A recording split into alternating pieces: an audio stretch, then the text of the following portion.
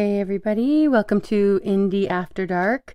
That was the latest from 15th Bend. Amazing song. His video is incredible, and what a message, right? Very timely. Yes, I agree, Mr. Super Sidewinder. Raising a child to surrender him or her over to a banker war seems idiotic. Absolutely. All right, kind of a somber start to our stream, but a message that needs to get out there to more people and something we need to be reminded of, you know? So glad to see everybody coming in. Thank you, Bran, for being here to help me out. Much appreciated. Crimson Crux, good good to see you guys. Tony, all of my mods, thanks for being here and helping sling links over here and over on Rumble. Good to see everybody over on Rumble coming in. Much love to you, Carl. Good to see you. And glad everybody's here tonight. All right, I had made a mistake. Hey, Tim, good to see you. Great stream yesterday. I had made a mistake last week and thought that this week was the final Monday of the month. It's not. So this week is regular. We have music the first half. Agreed, Anne. And then we have conversation starting at 11 p.m. Eastern. So we're going to go ahead and keep jumping into some more great music. The link is pinned for any musicians who want to come up to either perform live or to have your videos shared. Good to see you, Mr. E. Mr. Super, good to see you. Thanks again to everybody coming in. Much love, everyone. All right. This next, before I go into the next song, Anti sent this to me to read, and it goes really well with a lot of the first songs that I have picked here. On this date, Patrick Henry addressed the Second Virginia Convention at St. John's Church in Richmond, Virginia, urging delegates to arm against British tyranny. He concluded with the iconic line, "Give me liberty or give me death," galvanizing support for the American Revolution. The speech, later reconstructed from memory, became a rallying cry for independence. Absolutely. Thank you, Anti, for sending that in. All right, we're going to go ahead and do the next song here. This is the latest from Tony Howie, and I think that Tony and 15th are kind of on the same brainwave here. This is Can You See Me? Here we go.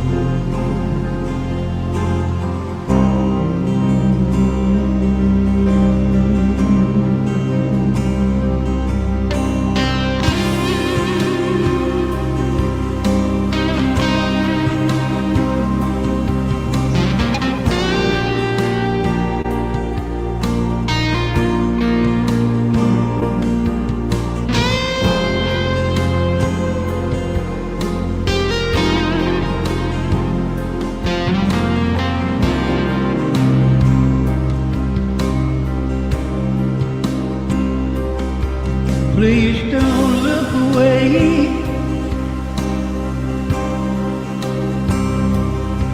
Don't look over here.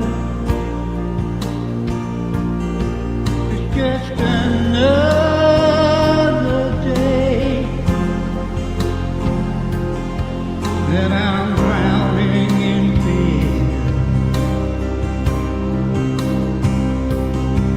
Please don't pass me by. Don't pay me no heed. Just a helping hand is all that I need.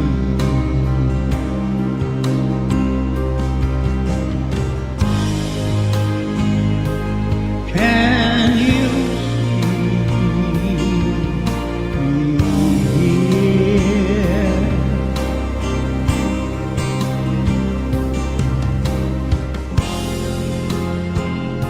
Can you dry my tears?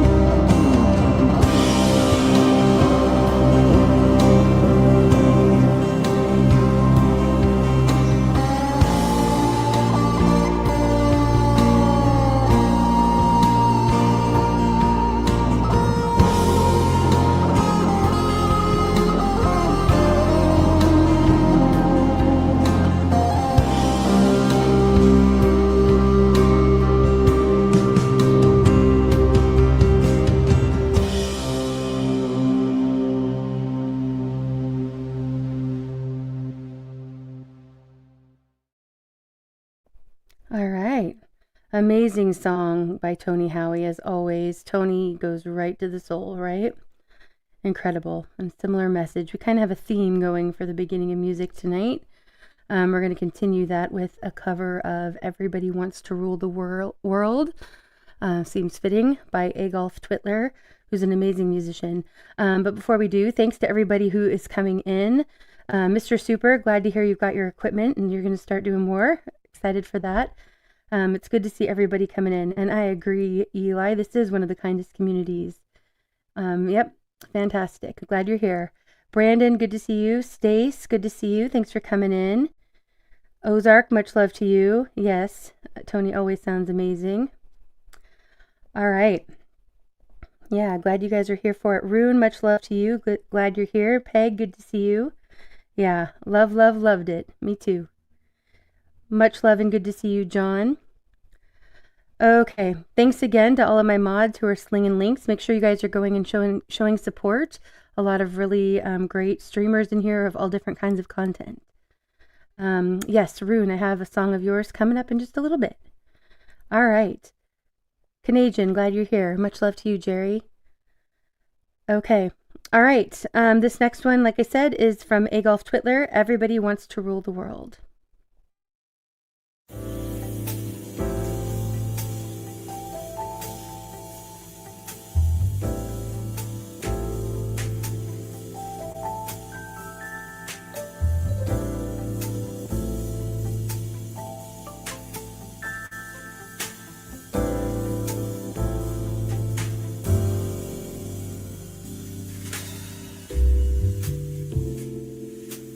Welcome to your life. There's no turning back. Even while we sleep, we will find you acting on your best behavior. Turn your back on Mother Nature. Everybody wants to rule the world.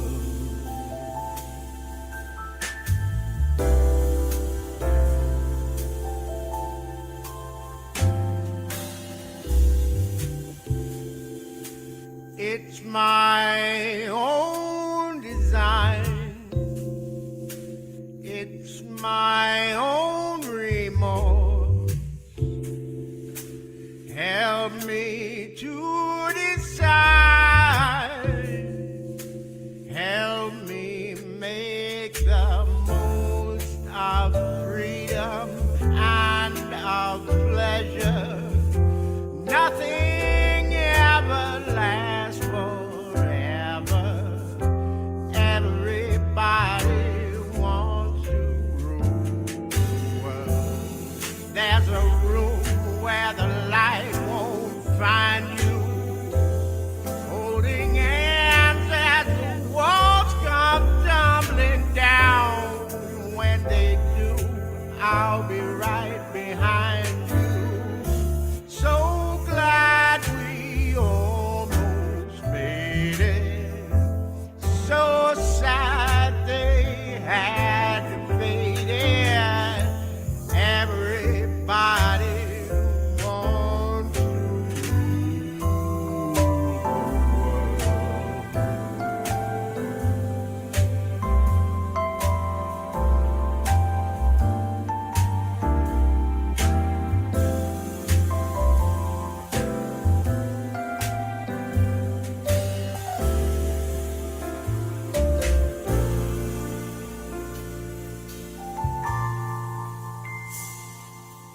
I can't stand this indecision. Married with a lack of vision. Everybody wants to rule the world. Say that you'll never need it. One headline, why believe it? Everybody wants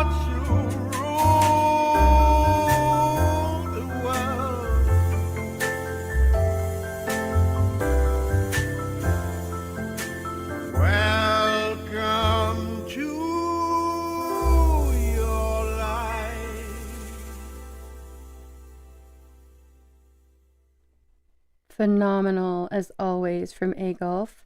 Fantastic. I like Brand's comment. Is he singing or spell casting? Valid question. It always does feel like he's kind of drawing you into some spell, right? His music's amazing. And what an incredible cover of that song. Donna, it's good to see you. Thanks for coming in. Yeah, very different. An original take at the very least. Exactly, Ray. Yeah, love it. He has a groove, right, Rune? All right. Yeah, that would be incredible. Mrs. High with anybody. That always sounds good. Good to see you, Blue Butterfly. Thanks for coming in. Much love to you. All right. In sticking with this theme, we're going to go ahead and do another song here. This is Rune Svensson and his latest cover of Brothers in Arms. Here we go.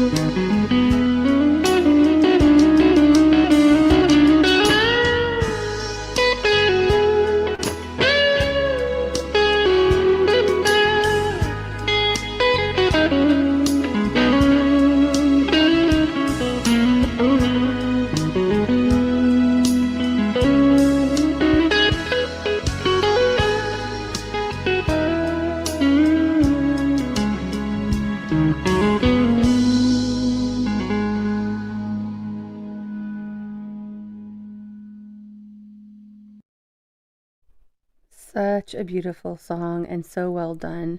Very touching, Rune. Thanks for being here, Rune. Much love to you. And that was, yeah, I agree, very soothing. And how cool is his guitar playing? Agreed, Dana. I'm glad you're here, Dana. Yeah, I had made a mistake last week and said this week would be flipped. And I posted both this week and next week, hoping people would catch on. So I hope people did. But yeah, this week is regular, music first, and then conversation the second half.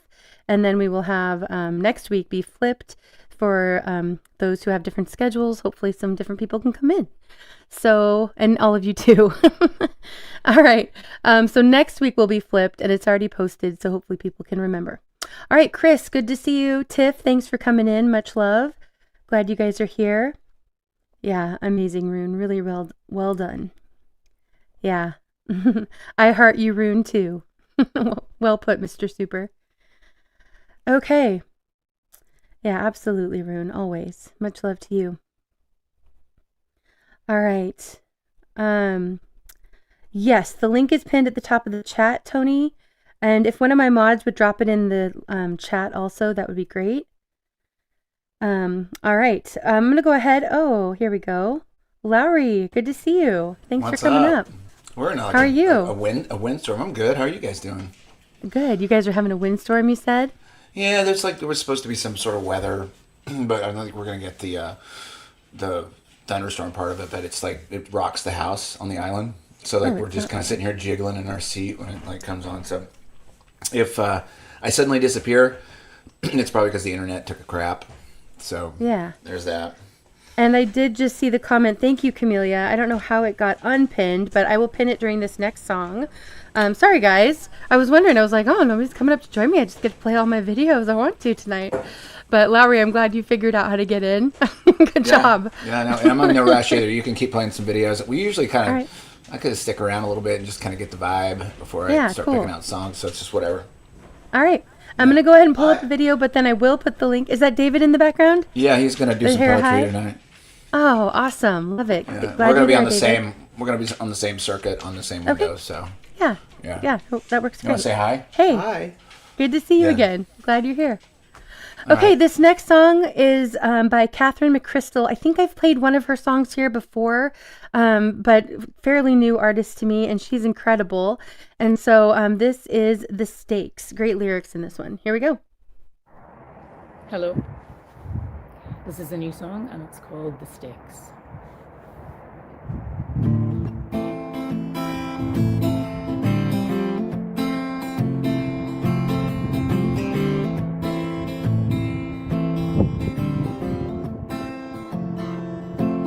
They hate the ones they can't control. It's why they burn the witches. Women wise to their tricks of old, refusing their religions.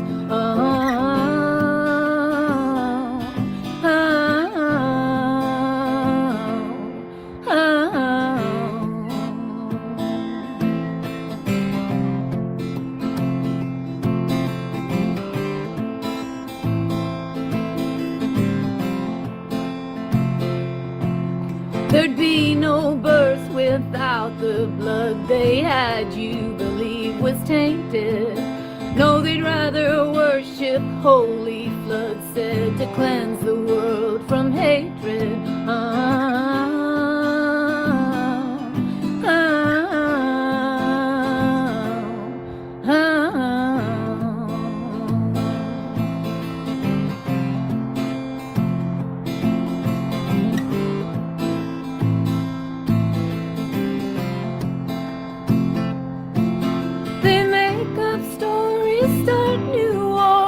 Justify their existence.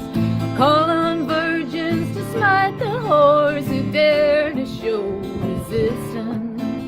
They point the finger and demonize the ones who refuse to swallow.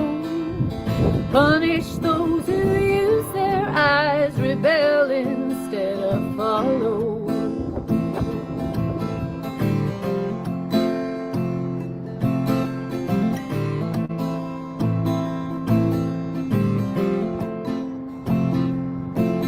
They hate the ones they can't control. It's why they burn the witches.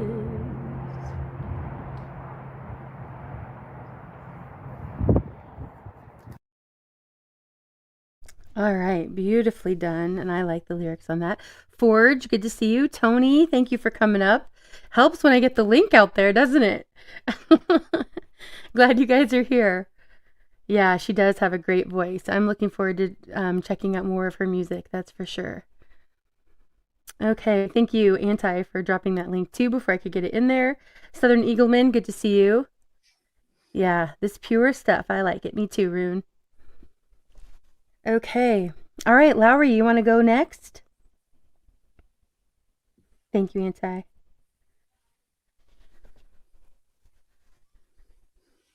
Hi. Yeah, okay. Story time. We'll get it going, and then Dave's going to do a poem after this. Awesome. Let me just see. Story time. All right. So, how's that sound? Sounding good over there? Yeah, Okay, that let was me do it great. this way. Okay, cool.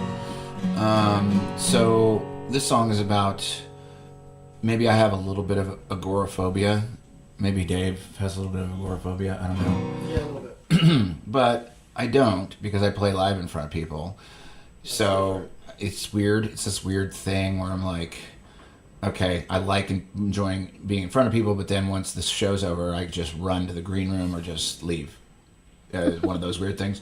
So like it's called The Isolationist. This is unreleased. I've never recorded this professionally. I've got I demoed it for the Record Emporia, but it didn't make the cut. I don't know why. I liked it. But anyway, The Isolationist. Glad you're playing it here. Yeah.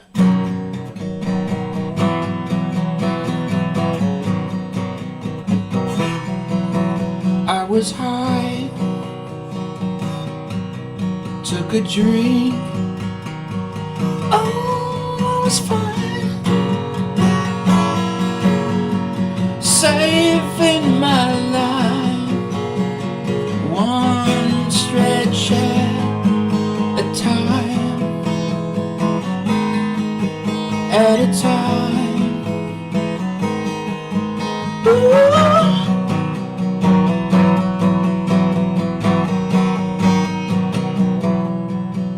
All alone is a word that I can't describe. How it went down that time, that time. Ooh.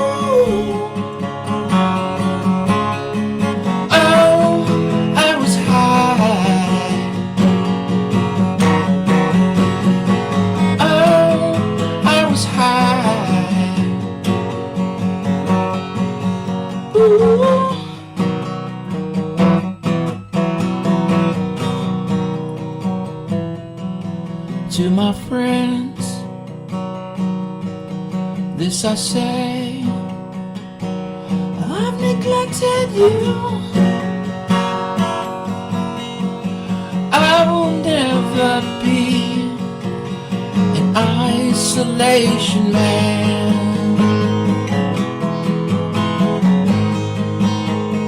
An isolation man.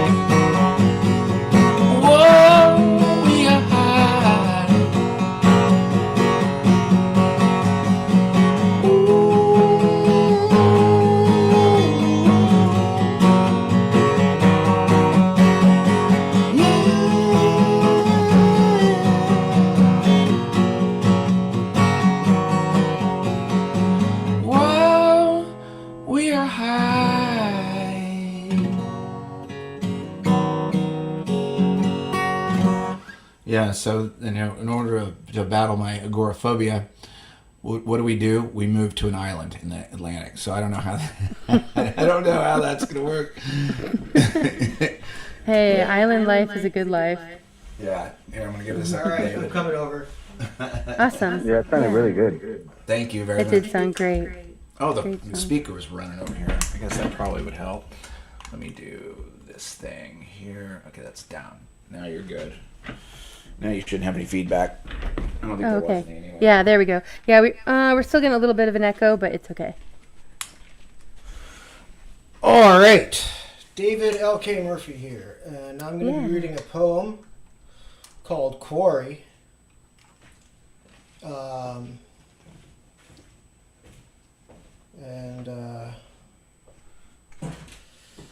Yeah, I guess you just bear with me. All right. Love it or hate it, that's where it goes. The stone for the chapel was cut from this quarry, leaving a pit of depth more easily understood as height, the same as the steeple that ascends, 70 feet, emptied to be filled over decades, and in filling open its blackness, the door through which the amygdala's leviathan was birthed, directly to the bottom, the ancient but always nascent serpent, always coiled sulci, gyri, and intestine, always mouth of wolf or catfish, always swallower of whole beings, always from the dark to the dark, 70 feet. The shiver in our spine that occupies absence so we might never face it, turning instead to our greatest cathedrals, all doors that we have plucked from doorways, not knowing what we hold out or let in. All plugs we have pulled from the basins of our minds, our ascent carved from laborer's descent into exhaustion and the broken body's rapid decay. How many workers perished? Did the foreman leave any behind? In the years since, how many adulterers, thieves, wedding rings, knives, and revolvers lay gently at the bottom of such dense atmosphere? As the rain fell, our legs dangled, treading at the membrane, the skin between breath and holding, the surface spitting back with every drop that struck, thunder rolling through the pines, echoing off the 8-foot wall we would have to climb, finding footing in clay and roots, slipping, praying, scraping our knees, already exhausted. Suspended above this abyss, knowing how easily feathers cast from this life would slowly descend to the bottom, while the greater swan ascends. With the comfort of the fear that had consumed me, I kissed you, slipped my right hand into your panties. Fear, hunger, hope, all pressed with 3 fingers for a moment. I spun your back to my chest, wrapped my left arm around you, and leaned back to float in the deafness, hearing nothing below this waterline. 70 feet, trading solid earth for this expanse of prayer, the quarry filled and opened. That was dirty, dude. Deep thoughts. David L.K. That's it. That was quarry. All right, a little steamy here. No, Wasn't- interesting. Go Yeah, ahead. It wasn't necessarily meant to be steamy. It was, Hey, Eli, welcome up. Hey. Ray, welcome back. Maybe it's all up to interpretation. I mean, Yeah. it's just daily life. 79, good to see you. Thanks for being here. Yeah, welcome back. She said, I don't know if I should laugh or cry at that poem. Do both. There you go. Bravo. Beautiful. Beautiful. And a woot woot. Yep. All right. Thanks, All right. David. Love you guys. Thank you. Yeah, glad you're here with us. Eli, thanks for coming up. Ray, glad you're back. All right, Forge, you want to tell us anything? Oh, except I removed you. Want to tell us anything about this song we're about to pull up? Press that one. Yeah, this song is I made about 9 years ago, Press that one. and I redid it. Can you hear me? Hello, mic check 1 2. Hello. Yeah, we can hear you. I muted myself. Okay. Yeah, we can hear you, just not me. So yeah, I made this like about 5 years ago. It's basically about love and loss, and probably like the love that people never really got to have, but was it was like in the grasp, in the reach. But okay, that's basically uh the premise. Okay. All right. Here we go. Here's I've Been Thinking About You.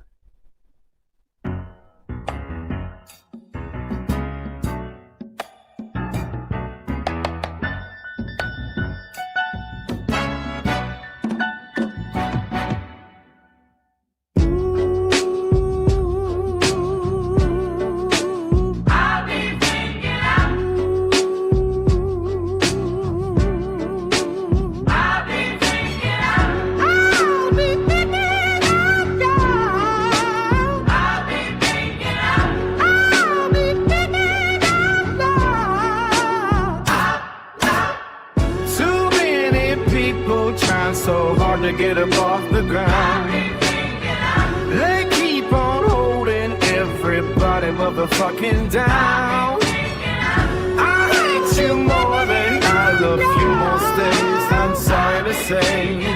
So many people trying to keep their head above the waves. Why is it the ones we love most never want to stay? But that's okay, because with non-functioning eyes I realize my shoes untied. Now I hope I fucking trip and die, because I've been thinking and wishing about the things I've been missing. Please pay attention and listen. I must confess you caught my interest, and it would be disrespectful to give you anything less than my very best. I'm not trying to impress, just trying to improve the relationship between me and you, me and you, me and you. Years of forgotten love, full of dead heartbeats, round and round. I hear your feet go in my head, but I ignored it instead. The ball is in your court, let's see what you hear and feel is right. 'Cause maybe I could sing a song all day and motherfucking night.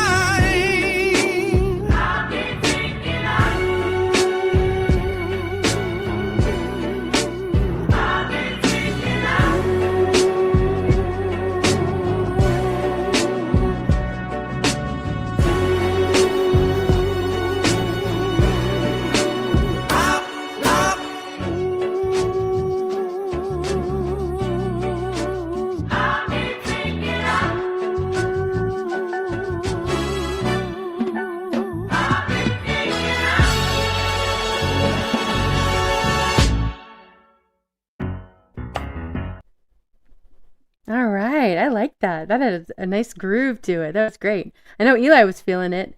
That's everything has been brilliant. That is definitely my favorite so far. Closest to Oh, my okay. style. Thank you for that. Fantastic. That Very was cool, the awesome, mind. man. That was awesome. I'm all just getting with it and stuff. Right. I love it. Get down, Tony. Yeah, I got Fantastic. one more, and that's it for later. Whenever Okay. my turn again. All right. Fantastic. Thanks so much, the mind, aka Forge in the Flesh. Badass. All right. Tony, you are up next. Hi, how are you? I'm good. I'm so glad you're here. How are you doing, Tony? I'm doing all right. Yeah. Man, that was a groovy ass tune, man. Right? I liked it. I was over here grooving on it too. And then the little touch of 50 Shades of Grey before that. You know, See, Tony took it like I took it. I mean, I think it's going to be kind of hot in here tonight. All right, bring the fire here, Tony. Keep it going. I know you will. Imir says, bust out those cheat codes. That's right. How's that? Let me change your sound over. There we go. Yeah. One. Yeah, you're great. Yeah. Great. See if I change the key of this, see if I can do it.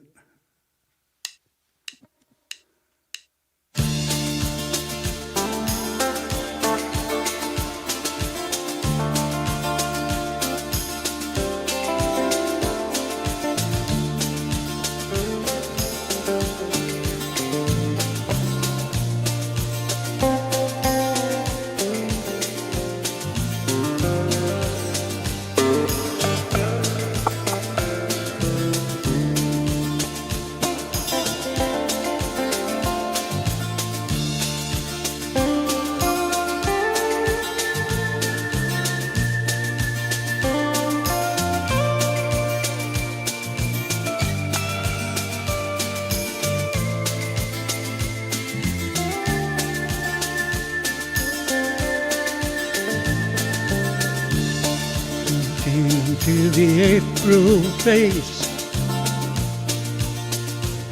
really taking place. Looking for the summer.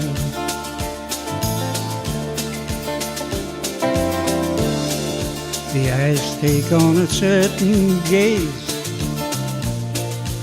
leave behind the springtime days.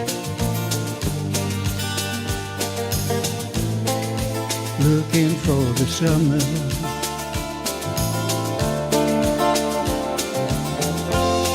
This ain't no game of kiss and tell. The implications you know so well. Looking for the summer.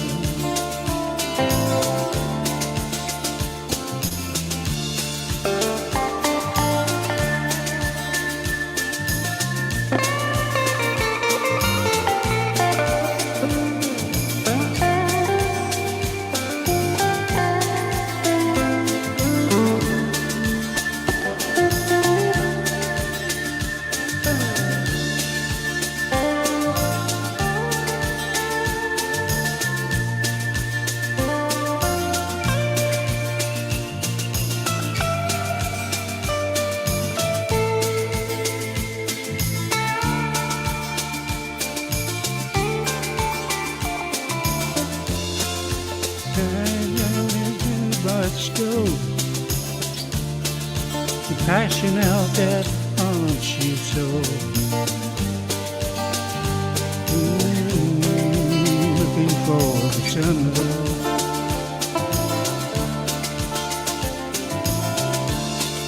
Remember how it was the same. We scratched and hurt each other's growing pain. Looking for the summer.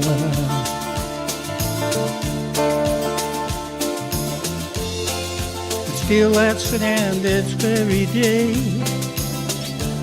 with a burning wish to fly away.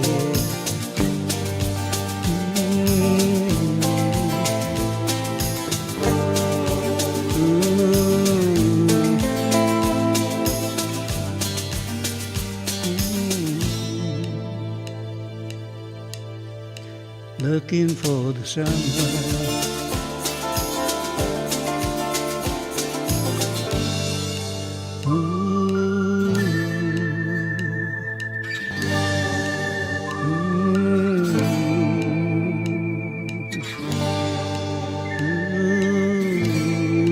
Looking for the summer.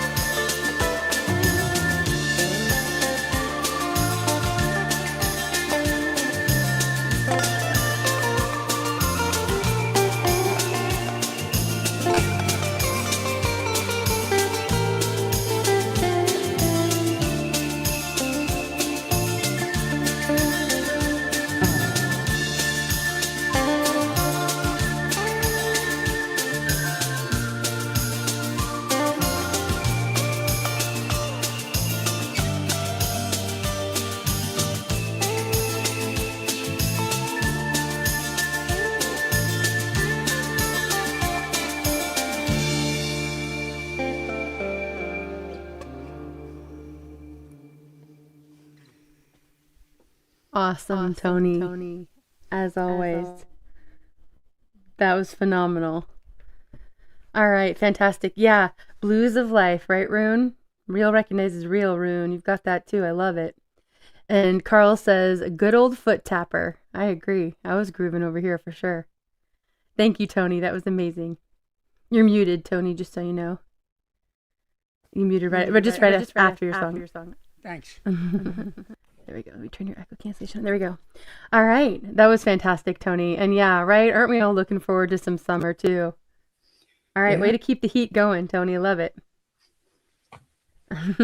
All right, Dana says she's waiting for a wintry mix. I hope we all get the spring and then the summer. Yeah, I know a lot of places throughout the country have had like really severe weather.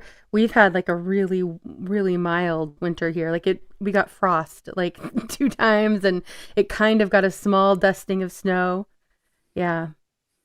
Right? Yeah, that would be awesome, Having Rune interpret some of Tony's music. That'd be great. All right, thank you again, Tony. Glad you're here. Ray, you are up next. Oh, it's me now? It is you. Oh, And man. wait, thanks for Man. coming up. Wait, can I just say that song really reminded me of like a hardcore Johnny Cash type of vibe? Oh, yeah. Yeah, he's got that guitar. I hear it.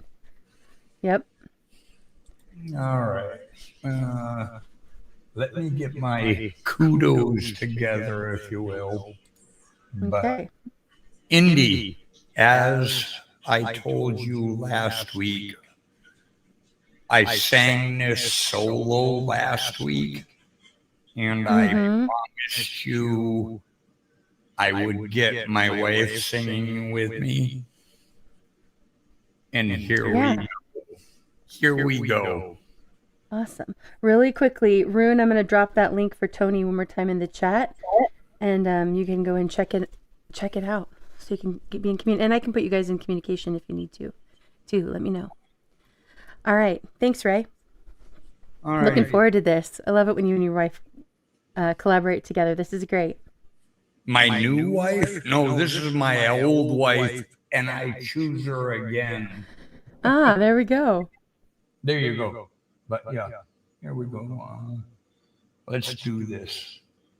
This would be Teddy Swims and Miley Cyrus, song called I Choose You Again. I do fully believe it was totally AI created, but I like the song. So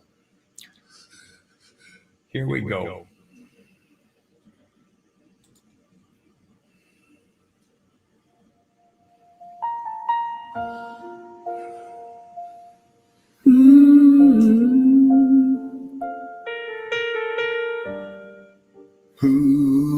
Ooh, I still feel you here, even when the world moves on. Every shadow, every whisper reminds me I'm not gone. I've walked 1,000 roads, felt the weight of all my choices, tried to numb the ache inside, but your voice is in my quiet noises.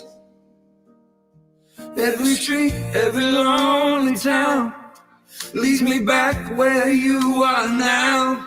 And I know I've made mistakes, I know I've caused you pain, But if time could rewind, I'd do it all again. I choose you again. Through every storm, through every tear, through every thought, I'll hold you close, never let go. Even when the world says no, I choose you again. I choose you, I do. No one else could ever feel like you. I've been walls around my heart, Hoping they keep the hurt away. but your shadow dances on the edges.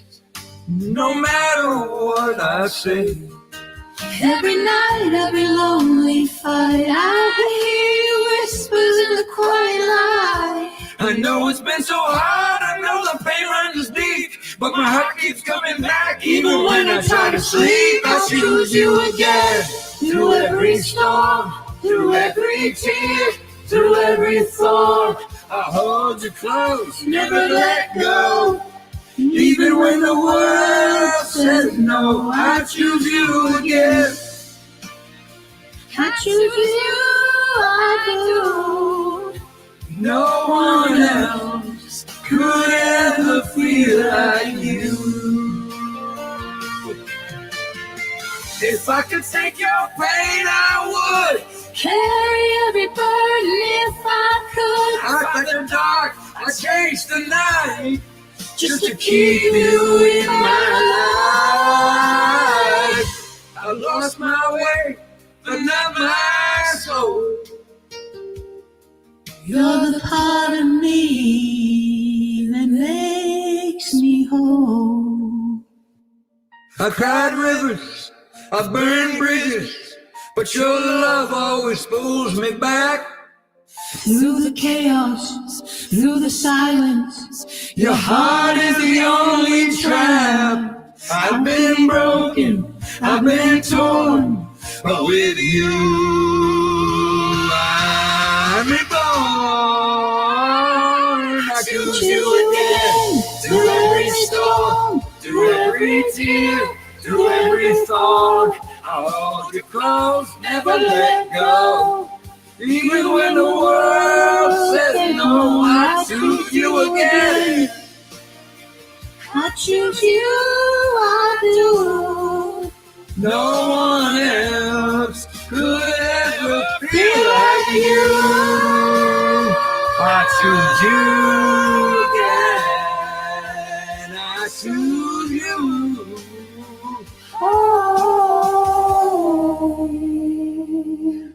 I choose you again.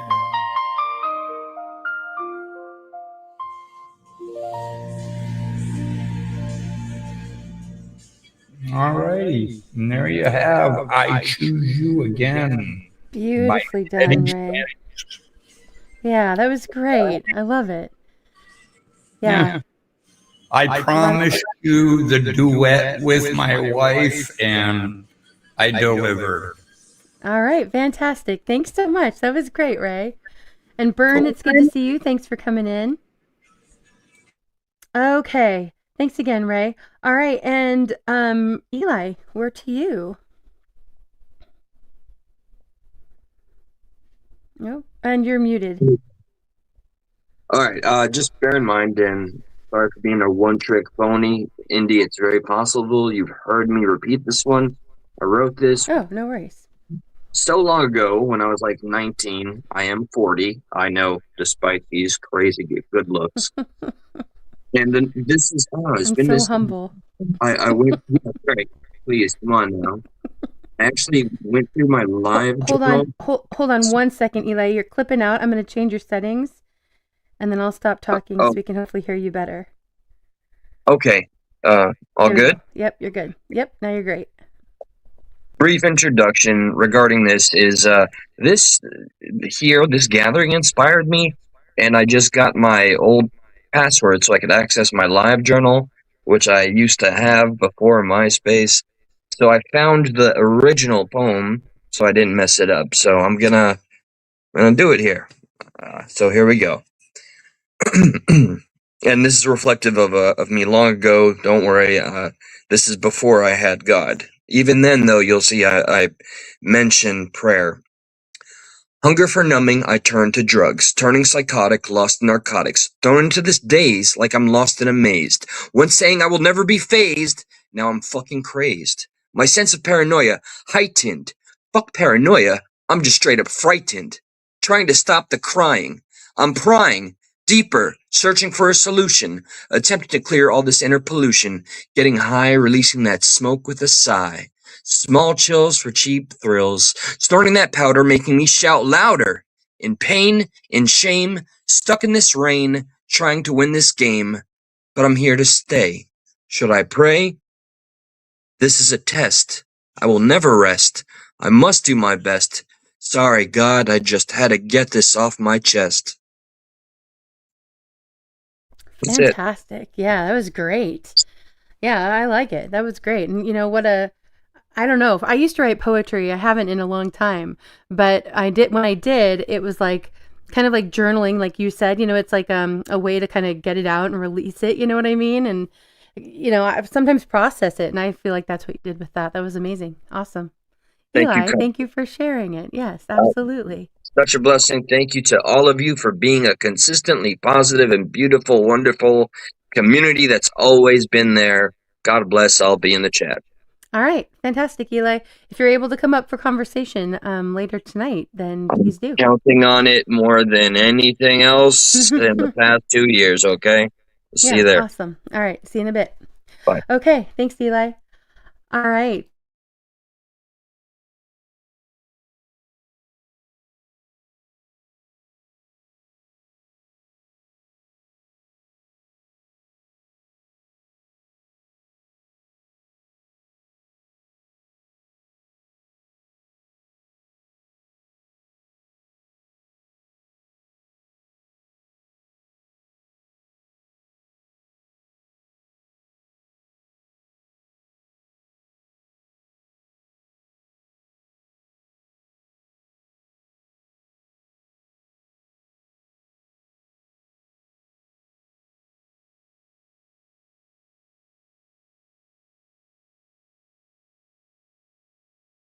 You guys, I'm over here like rambling and muted. I don't know how long I was muted just now. Sorry about that. Okay. Well, I don't know where I muted. So I'm going to start by saying thank you to Jake again for being a member. And he says, click to join to become a member and support Indy. Thank you for that. And hold on, I'm going to make sure. Yeah. Okay. All right. I should be good. Somebody in the chat let me know that you guys can hear me. All right. And then, okay, yeah, thanks, Amir. I know that you couldn't hear me. Let me know if you can now. I think that you can. Yeah, I could hear you definitely on the panel at least. Okay, yeah, thanks. Then they should be able to hear me. All right, great. Okay. And then the other thing I'd said, which again, I don't know if I'm repeating myself or when I got muted, but we did do a members only stream and it was great. And I really enjoy those because it's kind of like a smaller group. It's a little more intimate. They're a little more upbeat. We try not to get into anything too heavy. And thanks over on Rumble for letting me know. And it was really good. I was planning to go for maybe an hour. I thought maybe 2, and I ended up going for over 3. And it was just a really good time. So thanks to all of my members and to everybody who made it to the members only. I'm hoping to do at least one of those a month. So stay tuned for more of those. And Hoyt, you are up next. Are you with us? Yes, ma'am. I'm with you. Ooh, that threw me. I'm only hearing you in one ear, just so you know. Oh no. But good to hear you. Do you remember how we solved that last time? As you go into your audio settings and you go to, it's probably set on stereo in StreamYard. You can just make. I'm running. See you, Val. I know exactly what's going on. I'm running mono out of this looper thing, so you'll hear instruments on different sides. I apologize, but you cracked me up, Blue. I don't know, but that was the weirdest effect because everybody had been really quiet up on panel, and all of a sudden it just felt like you were right here in my ear. I was like, "What?" It made me jump a little. Sorry. I'm not even kidding. I cracked myself up on that one. My son jump scares me sometimes. I feel like you just got me. Wait. Well, I was just going to do some improvisation. Love that, Amelia. And then next round, I'll run stereo to where you can hear me in both ears. Okay, no worries. I'll have time to run some wires. So here goes a little funk beat, and I'm going to lay some bass tracks and then pick up the guitar and maybe do some keyboard. I don't know. We'll see.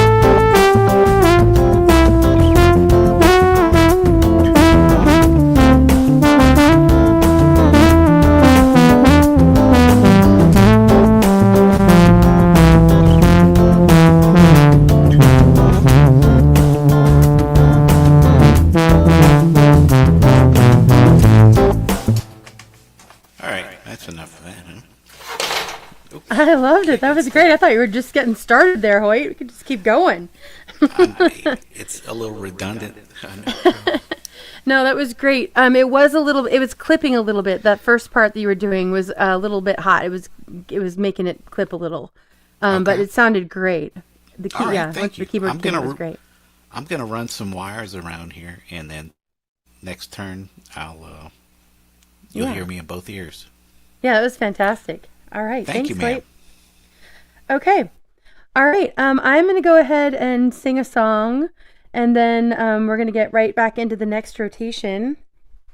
Hold on one second. Let me get a couple things ready here for this next song, which is by Blue Unicorn. So look forward to that. Thanks to everybody coming in on Rumble and on YouTube. Glad to have everybody here with me. All right. Give me just a sec, and I'll get going.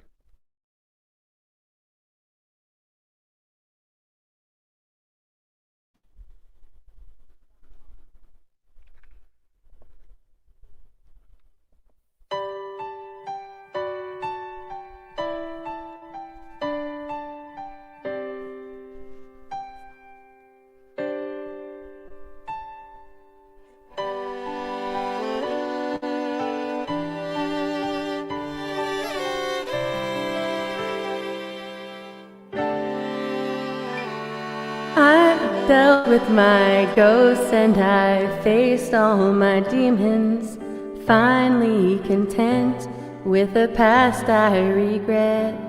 I found you find strength in your moments of weakness. For once I'm at peace with myself. I've been burdened with blame, trapped in the past for too long. I'm moving on.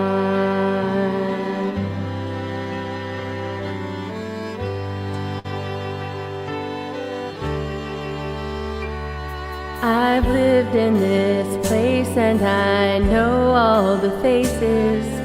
Each one is different, but they're always the same. They mean me no harm, but it's time that I face it. They'll never allow me to change. But I never dreamed home would end up where I don't belong. I'm moving on. I'm moving on.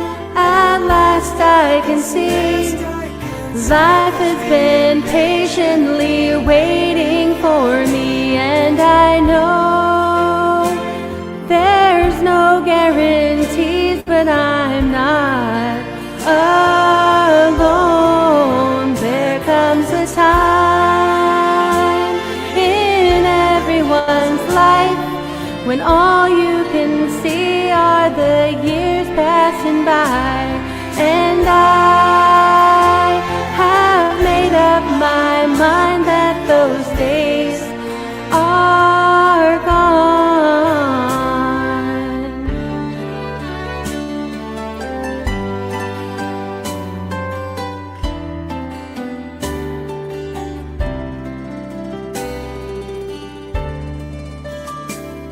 I sold what I could and packed what I couldn't. Stopped to fill up on my way out of town.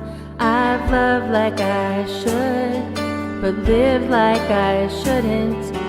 I had to lose everything to find out. Maybe forgiveness will find me somewhere down this road. I'm moving on. I'm moving on. I'm moving on.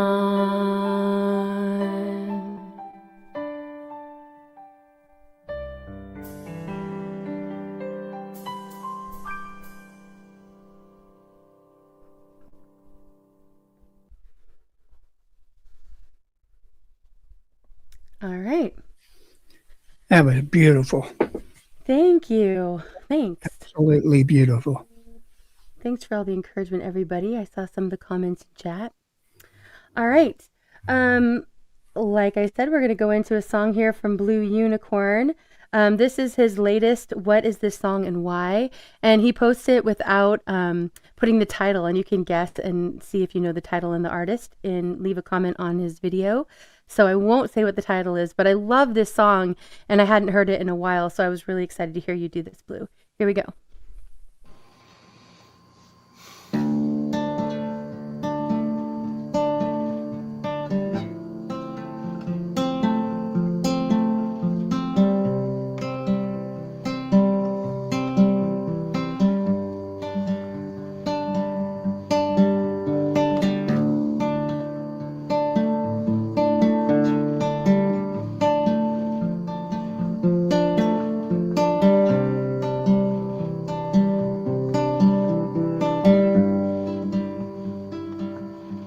Everything is free now,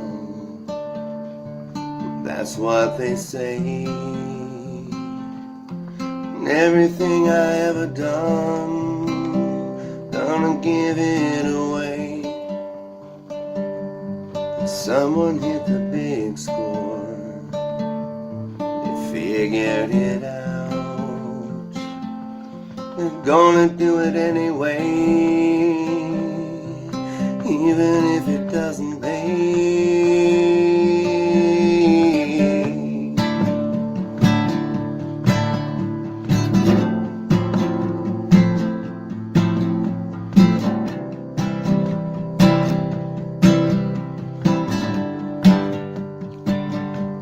Cause I could get a tip jar and gas up the car, trying to make a little change down at the bar.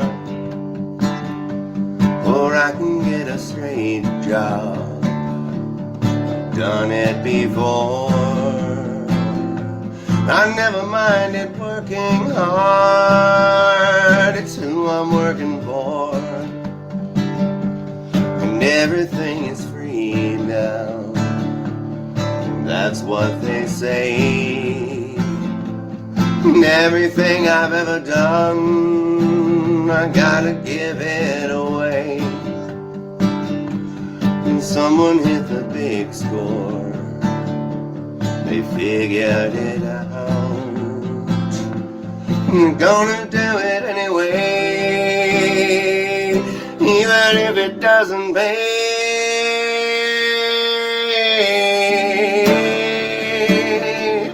Even if it doesn't pay.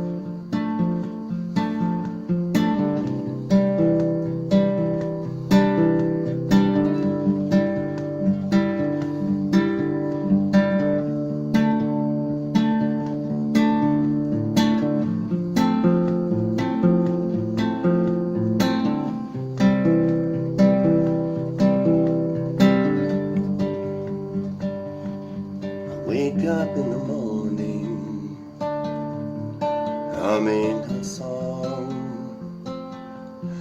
I don't need to run around, I just stay at home, sing a little love song, I love myself. There's something that you wanna hear, you can sing it yourself. Cause everything is free now, that's what I said. No one's gotta listen to these words in my head. Someone hit the big score, figured it out, but I'm gonna do it anyway, even if it doesn't pay,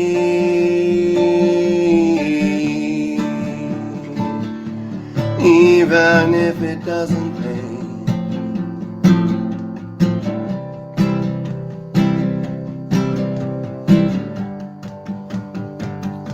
We're gonna do it anyway.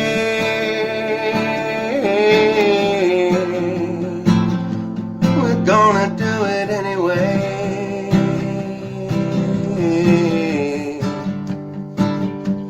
We're gonna do it anyway.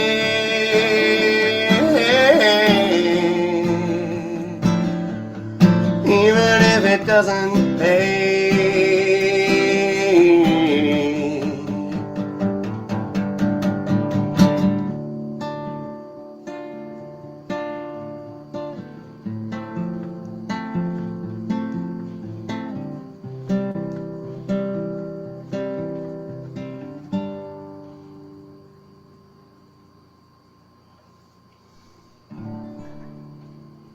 Absolutely love that, Blue. Really well done. Wow. I love that song. It's a great one. Nice one, Yeah. Blue. Right? And I love how Blue unicornizes his songs. It makes them his own. It's great. Hmm. Yeah, that was Yeah. good. Yeah. Yeah, very good. All right, fantastic. Thanks to everybody coming in. I saw Dawn and Lily, and who else just came in? Agent, much love to you. Glad to see you here. Thank you, Tate, for the Cash App. Much appreciated. Thanks for all of your support. All right. Yeah, really good. I agree. Sounds good, Ray. Awesome. Right? I didn't want it to end either. I was over here like grooving along. It was great. Fantastic, Blue. Always love what you do. Okay, Lowry, we are back to you. Hi. Nicole's doing a belly rub too. Oh, sorry. Hi. Hey, to Nico. Good to baby. see you. Hi. Yeah. There's no story Mike time to and this Dawn, one. much This love. is just a cover.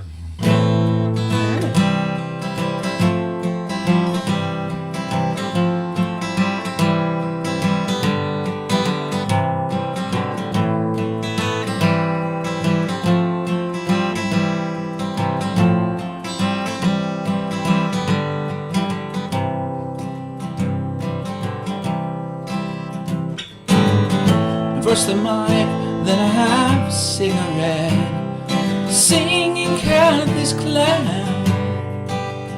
That's a man she's married to now. She's the one that he takes around town. She appears composed, so she is, I suppose. Who could really tell? She shows no emotion at all. Stares into space like a dead China doll. I'm never gonna know you now, but I'm gonna love you anyhow. Oh my God.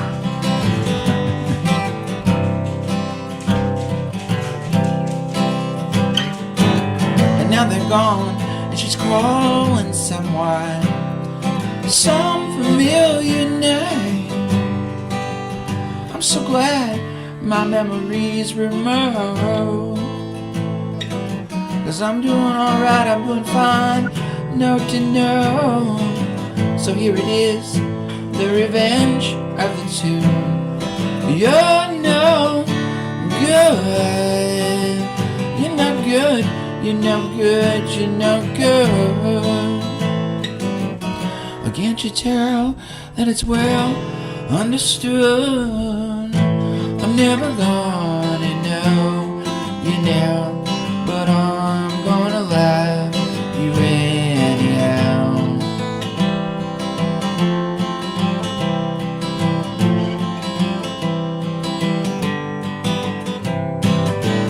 I'm here to stay, expected to stay on and on and on.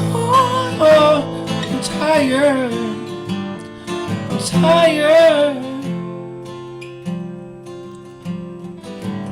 Looking out on the substitute scene, still going strong.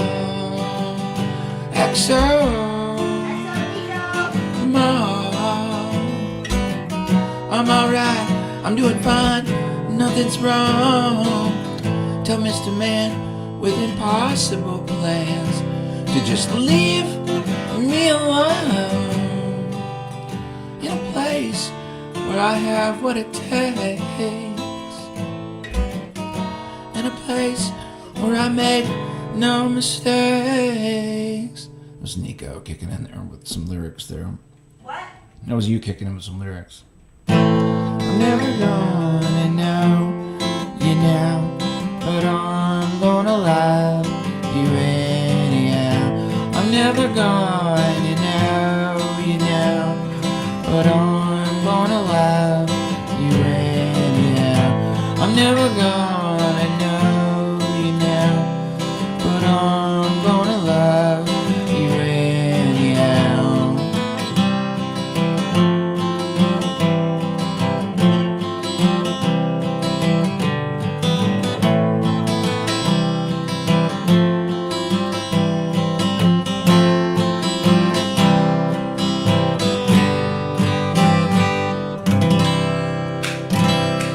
Elliot Smith. That was great. And I love when Nico joins in. He's got some loud, slow clapping from right over there. She's a slow clapper. She also likes to add lyrics in the background. She was like, I said XO Mon. She was like, XO Nico. I'm like, all right, I guess that worked. Anyway, thank you. Yep. Cool. All right. Yeah, that's great, Lowry. Is David going to sing or do any poetry? I don't know. on this round? Dave, what are you gonna do? You'd be up next if you're gonna do something. I think I got something. All right, great. You want to do it? You want to do a guitar? You want to do a poetry slam kind of thing? What are you doing? Tell him, Snooks. Well, you should probably come up here if you're gonna do it.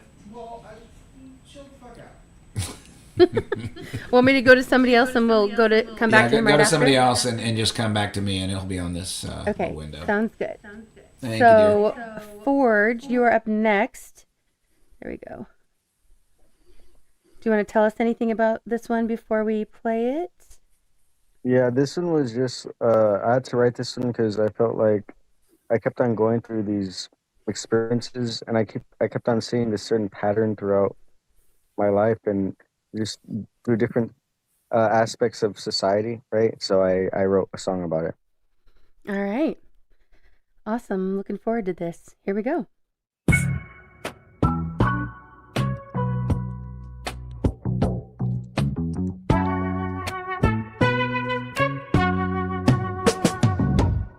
I speak in riddles to a kingdom that fears the mirror, where truth is a land and they dim to make the shadows clearer. The tower they climb is built from yesterday's pride, and every step they take rewrites the steps you tried. They treat foresight like a storm cloud, they swear won't rain till the flood hits their doorstep and they drown in the pain. Then they claim they predicted the tide all along, while the warnings you whisper get folded into their song. In this land, help is a ghost that they swear they don't see, till the ghost grows a garden they harvest for free.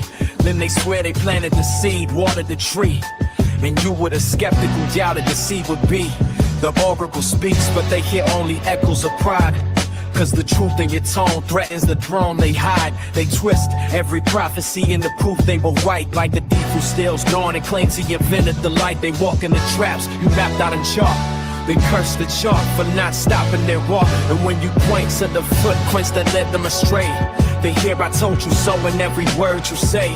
Regret is a river they refuse to sail, so they burn every bridge that remembers that fell. They say the river teaches nothing but grief, so they crown their mistakes as a form of belief. In their world, the past is a canvas they repaint each night, turning your guidance to shadows and their errors to light. They claim they caught the compass you handed them first, and you were the storm trying to make their map worse. Sacrifices the coin they meant from their scars, a currency forged in the furnace of I work harder than you are.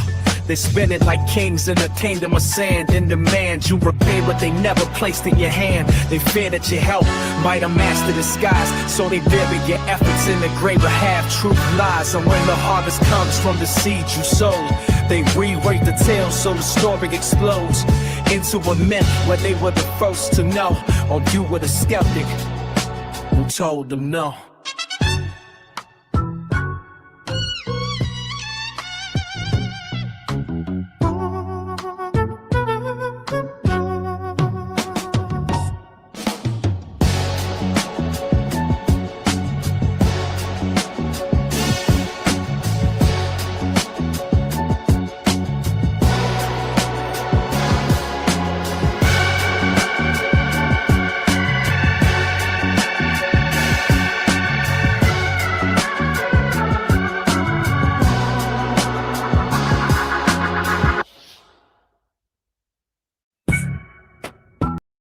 Yeah, that's it. That was awesome. Yeah, it was fantastic. It's always a great beat with your music. I love it. Thank you for sharing that with us. Okay, yeah, I was digging that beat too, Johnny. Exactly. All right. Okay, David, we are back to you if you're all set.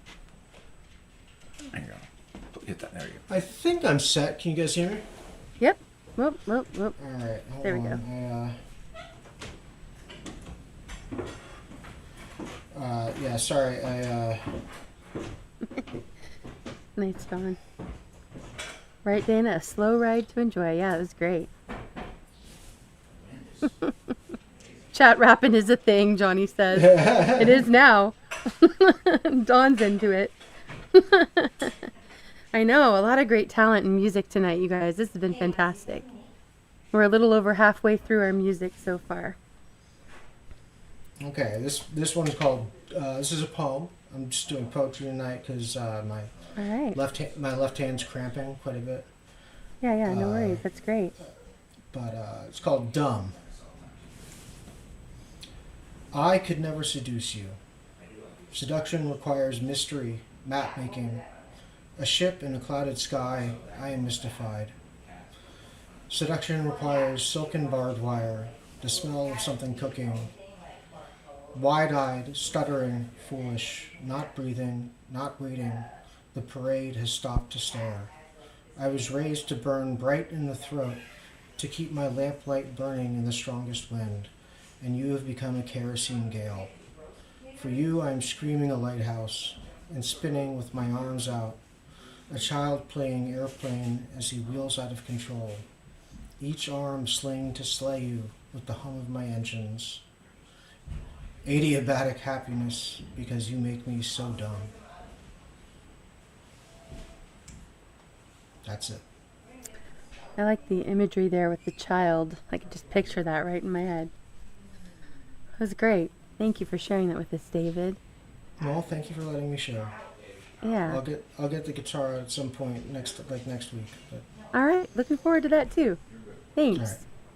Take care. All right. Yeah, you too. Much love, Jerry. Good to see you. Thank you, Thanks for Indy. being here. Dawn says sizzle. Yeah. Like it. Right? Well done. Right, Dana? Okay. Tony, you are up next. Let me get in the right spot here.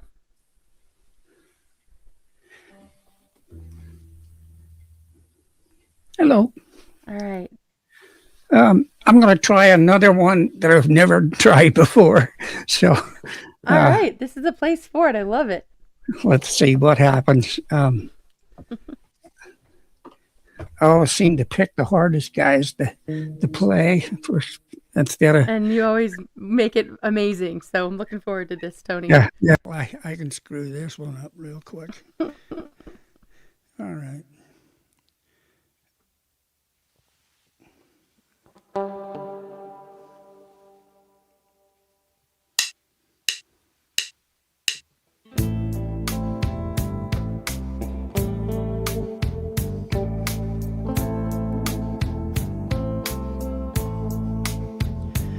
It's a dark darkest hour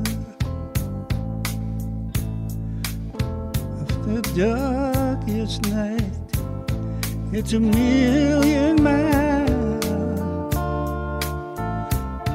from the morning light. Can't get no sleep, don't know what to do. There's midnight blue.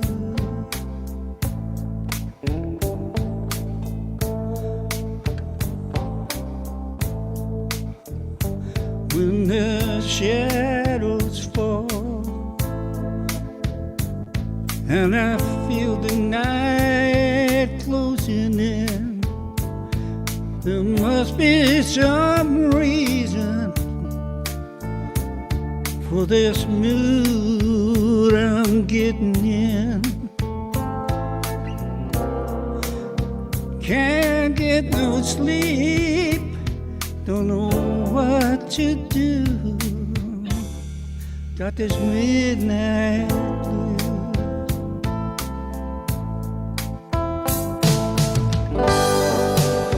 Every evening after sundown, as the light begins to fade,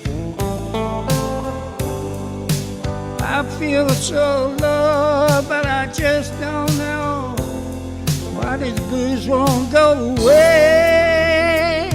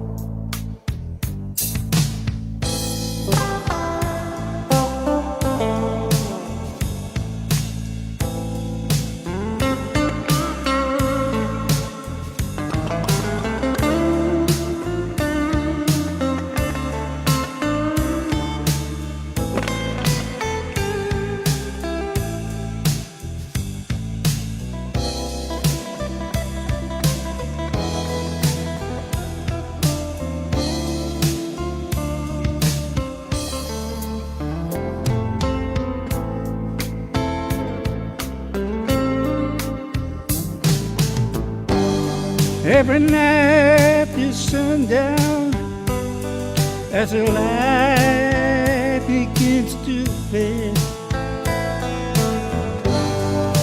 I feel so low, but I just don't know why these blues won't go away. It's the darkest hour of the darkest night. It's a million miles with the morning light. Can't get no sleep. It's a million miles. Got this midnight blues. Got this midnight blues. Midnight blue. Got those midnight blues.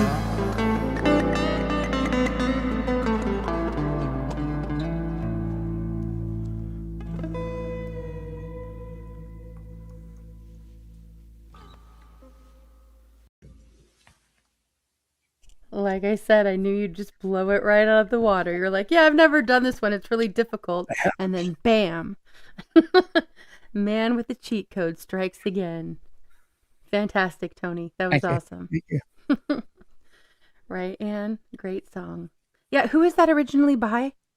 That is Gary Moore. Gary Blues Moore. Okay. from There were my some people trying to hometown in guess. Belfast. Oh, look at that. Okay. Well, that was beautiful. Thank you, Tony. I'm glad you went for it. I hope you do that, Blue. That was great. He's hard. Wow, He's hard right? to do. Brilliant Yeah. guitar. I hope you'll go back and listen because that was something else. Amazing. We will, Blue. Good call. Yeah, Tony does in fact rock, Don. Absolutely agreed. All right, Ray, you were up next. Tony, that was amazing. Thanks so much for being here and sharing your music with all of us. Right? Oh, wow. My turn again. It is your turn again. Come on, Indy. You're killing me. No, just keeping you hopping. Yeah. Yeah, there we go, Johnny. This one is kind of controversial. Nathaniel Ratcliffe, son of a bitch, give me a drink.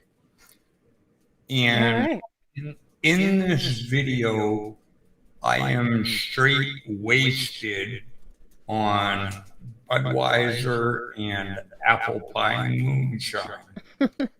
That'll do it. And I still pretty much nailed it. So here we go.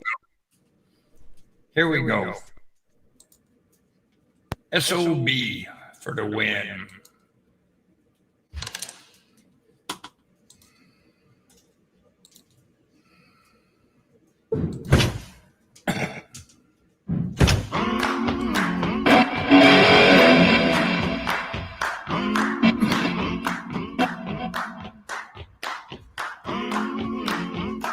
Can you make that square instead of round? I'm gonna need someone to help me. I'm gonna need somebody's hand.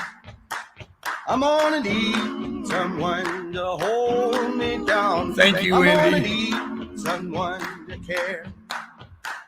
I'm gonna rise and shake my body.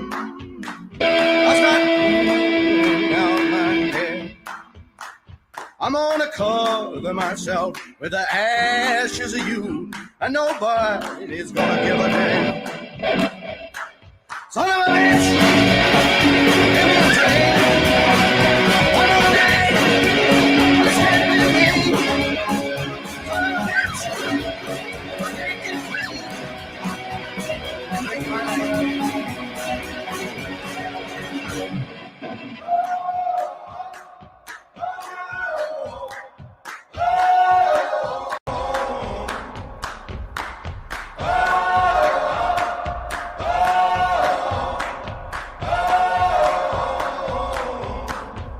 Now for 17 years I've been going in back. 17 more will bury me. Can somebody please just tie me down? Oh, somebody give me a goddamn drink. Son of a bitch! Give me a drink! One more night! Stick with me! Son of a bitch! Drink it free! I'm gonna take my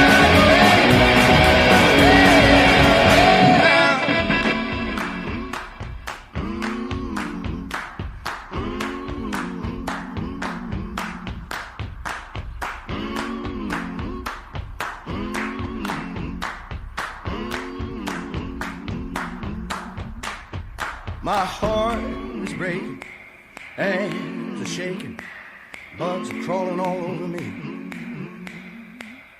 My heart is breaking, hands are shaking, bugs are crawling all over me.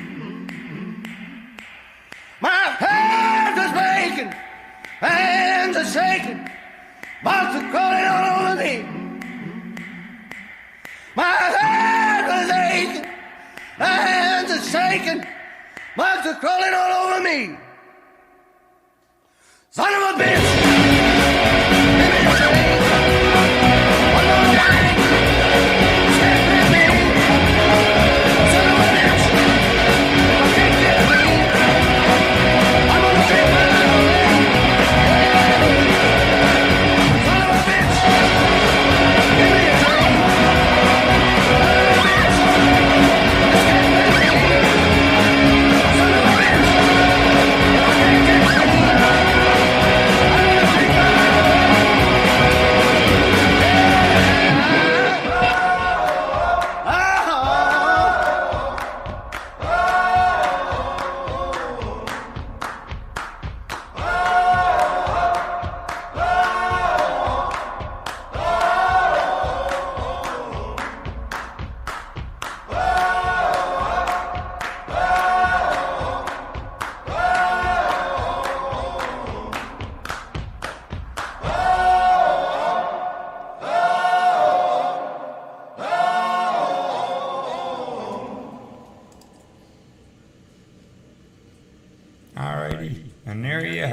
my version Yeah.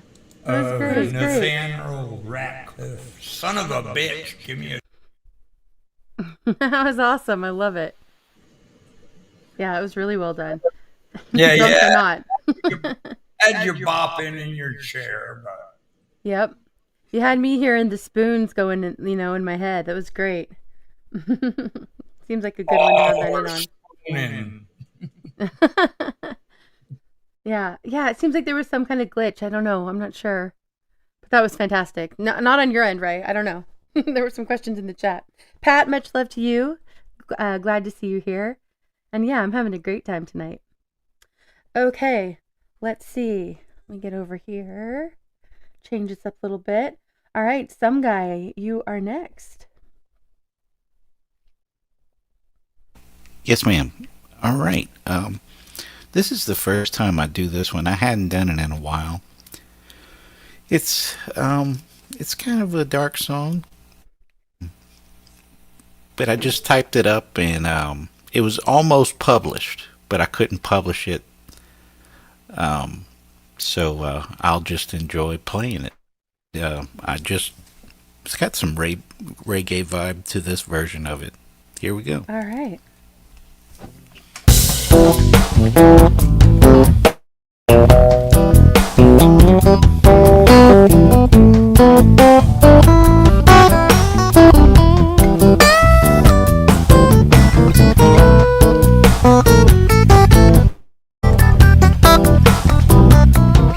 I know a guy in Angola getting home with work.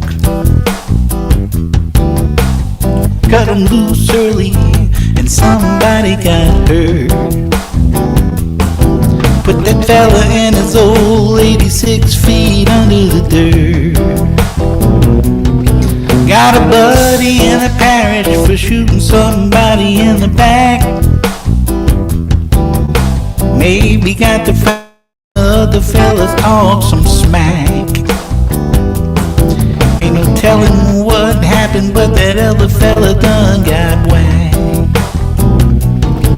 I know a gal that did time for slicing somebody's throat. A fella on the club and they figured it was him, yo. Got tied to a chair and from his neck did blood flow. I guess the moral to the story is ain't no telling who you know. Don't get to thinking you know for sure. Ain't no telling what people do is something that I've come to know.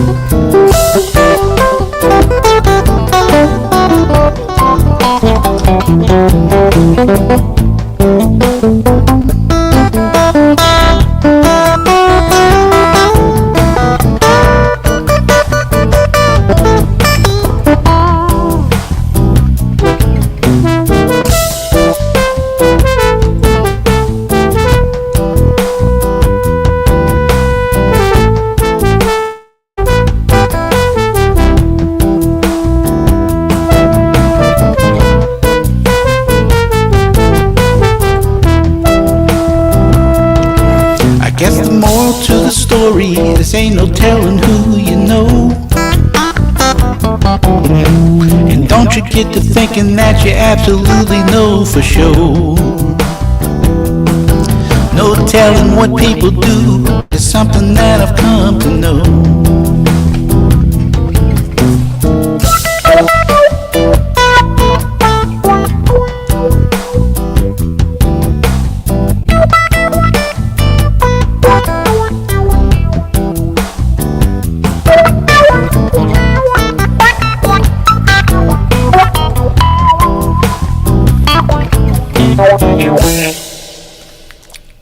All right. Thank you. That was wonderful. Love it. Really well done, Hoyt. I've never done that before. It's been months since maybe closer to years since I've done it. So I just pulled it off. Fantastic. That was really cool. Thank you. I love your picking style. I really do. And yours. I love your picking style too. Yeah, you guys are both so talented. Thank you for sharing your music with us. That was fantastic. Thank you for having me. Yeah, a little reggae vibe. I heard that too. Very groovy. Johnny, thank you so much for the super chat. He says, love this one. Need more of this. Yeah, some good vibes there, Johnny. I agree. Thank you for the support, Johnny. Appreciated. Yeah, great song. I agree, Anne. Okay. All right. This next song is kicking off another rotation. The link is pinned for anybody else who wants to come up to join us. We have about an hour left of music before we switch gears into conversation. This next one is by Bruce Levering. It's Midnight Train. And go ahead, we have that emoji for Bruce. So if you're a member, you can show him some support in the chat. All right, here we go. 3.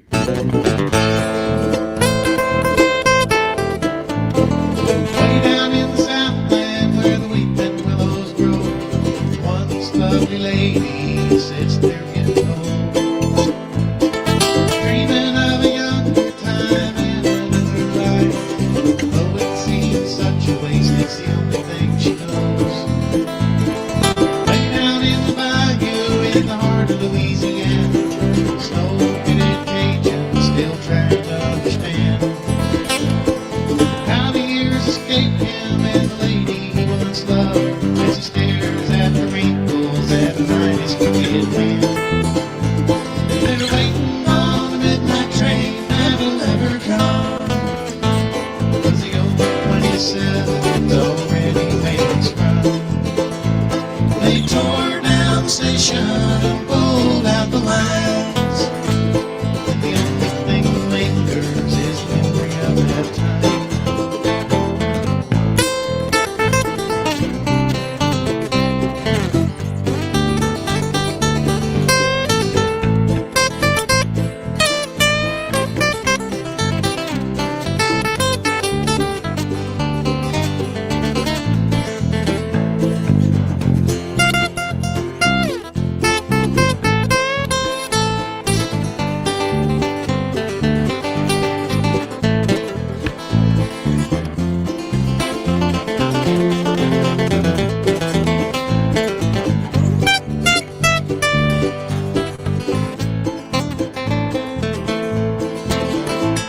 Now somewhere up in Pittsburgh there's a 50-year-old man pouring melting steel with his own hands. And he never knew his mama and he never knew his dad, but through all the years he always wished he had. And there's a woman that long ago he knew, and he's kind of sorry that their love is through. That the years escaped him and the lady he once loved, as he looks at his crooked hand, there's a wrinkle coming through. So he's waiting on a midnight train that'll never come, 'cause the 1947's already made its run. They tore down the station and pulled out the lights, and the only thing that lingers is the memory of that time.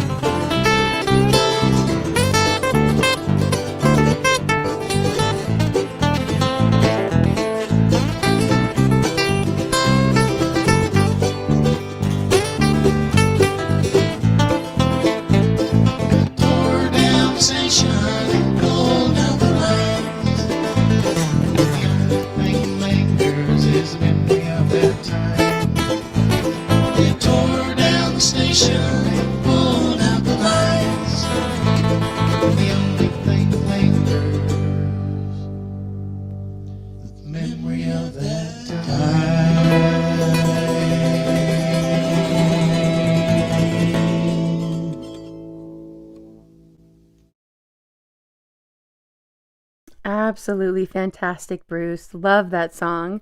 Thanks for requesting that one last week. It was great. And I don't think I'd heard that one from you before, but it was wonderful. Well done, Bruce. All right. Lowry, we're back to you. Okay. Story time. I'm going to put on my story time glasses. I don't have good glasses these days, so I'm just using a pair of readers Dave gave me because I just can't read my phone. Oh, God bless Kush. Okay, story time. So this is the first original piece of music that I played in New York City, and I played it at this place called Matchless, which was on the northwest corner of McCarran Park in Brooklyn, which is Williamsburg, Brooklyn. And I had fallen in love with this girl that had co-hosted this open mic. It was the Sidewalk Cafe. It's really famous, Lower East Side, and it was the anti-folk scene. And then she was kind of the fill-in for the main host Latch, and then that's the same story I told you guys about like a month ago or something. It was like she had convinced me that she had my baby and it wasn't really my baby. Right. Wow. But I written it directly about her because she was a fascinating figure nonetheless. Maybe not quite there, but I'm just gonna leave it at that. And I somehow mixed it up with Mexico, and there you go. That's all I'm gonna do. I'm not gonna make it such a long story. That's the cliff notes. All right, here we go. It's called Jukebox Heart. It's off of my first record, Awful Joy.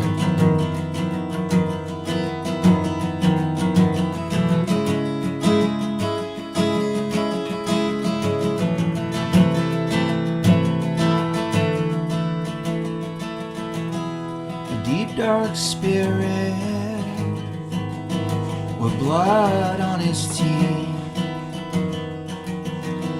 perfected little spirit, oral sex with the sea, a lover with disloyalty, and salt on his wounds, a bitter drunken jerk off with nowhere to be, in spite of all his misgivings. Let's say, hold on a second. All his misgivings. There you go. And all of the junk. He's a sparrow that far too long within a Bible of fun. Well, he's everywhere. He's got cards in his suitcase, shelling out the law. She swears by his actions, she's at his beck and call, bending light to shine on her. He touches the sun and shows his quality is second to none. The world is a robe she wears, he puts it on for her. She wears it like it's bedtime, and he puts her to sleep, to sleep. There is a color that smells like her hair, I can't name it, it's just on the tip of my tongue. Hold me closer, lullaby me into the jukebox of your heart.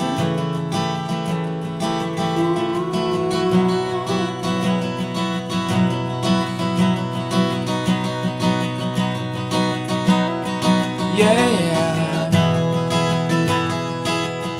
and let the nickel slide down, down, down, down.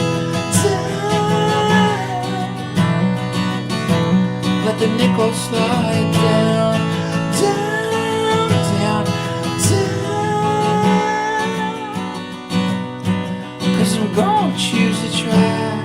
Please hold on, you know it's gonna move ya. 'Cause I'm gonna choose the track. Please hold on, you know it's gonna soothe ya. I'm inside of a palace with a queen. She made of sugar and pasteurized cream. I'm a stone we can wheel, and I can't roll. No, love junkie man, run like never before. You're a space age karate fighter without a sword. Ooh, and you're playing an electric guitar without a chord. And you're waiting on planet 9 for space mail that never comes. No, it never comes, it never comes, it never comes. No. And let the nickels slide down, down, down, down. Let the nickels slide down, down, down, down. 'Cause I'm gonna choose the track. Please hold on, you know he's gonna move ya. 'Cause I'm gonna choose the track. Please hold on, you know it's gonna soothe ya. 'Cause I'm gonna pick the song. Please hold on, you know it's gonna move ya. 'Cause I'm gonna choose the track. Please hold on, you know it's gonna move ya. Ooh.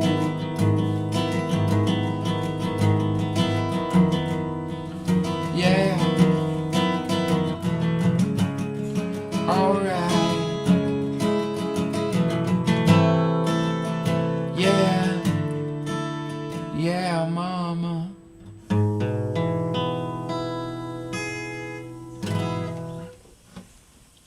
I love that one. That was great, Lowry.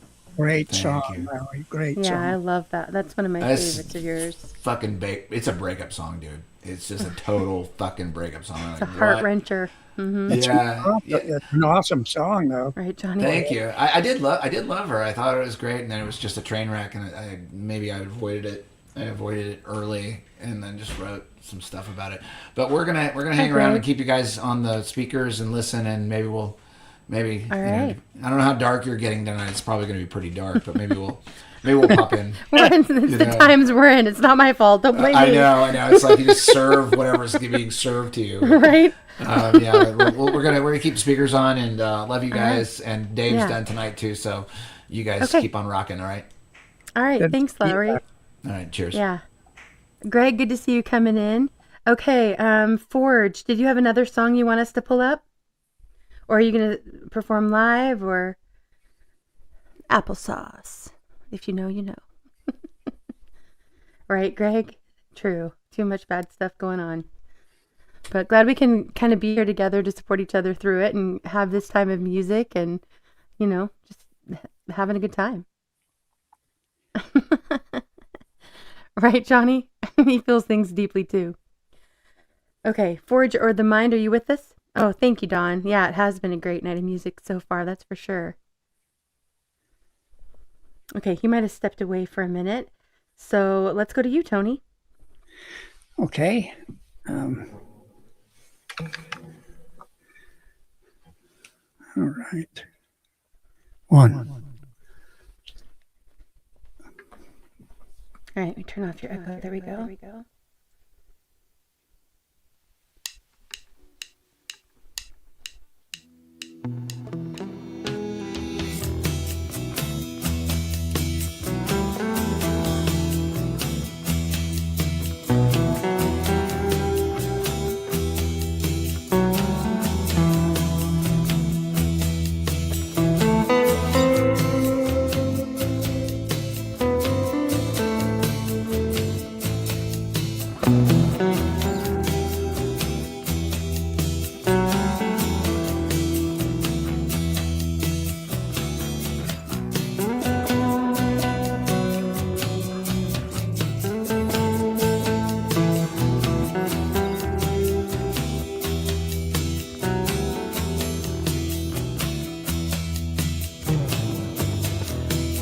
feeling poorly. I've been dealing with stress. Why don't we go out tonight? With your favorite dress. Let's ride.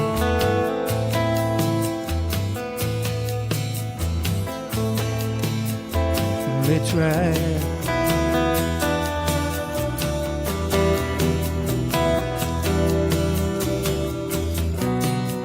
Put on an old blues song, and all your troubles be gone. Let's ride.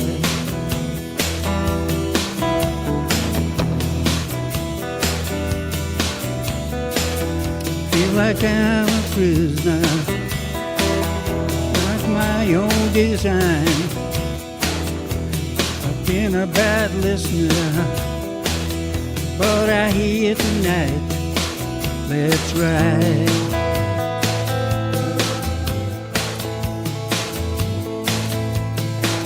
Let's ride.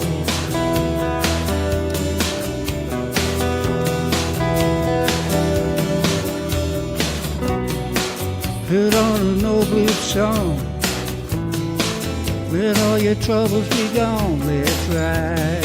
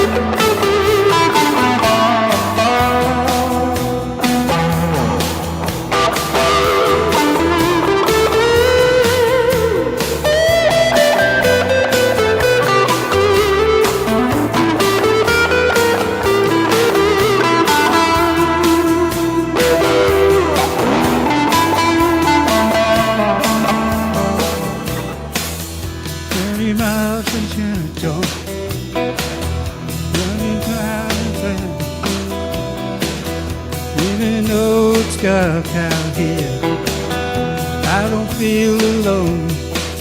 Let's ride into the night, into the light. Let's ride.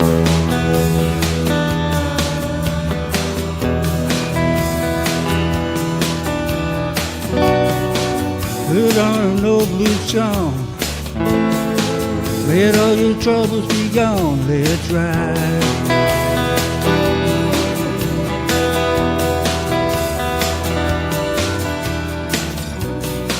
Put on an old blues song, let all your troubles be gone. Let's ride.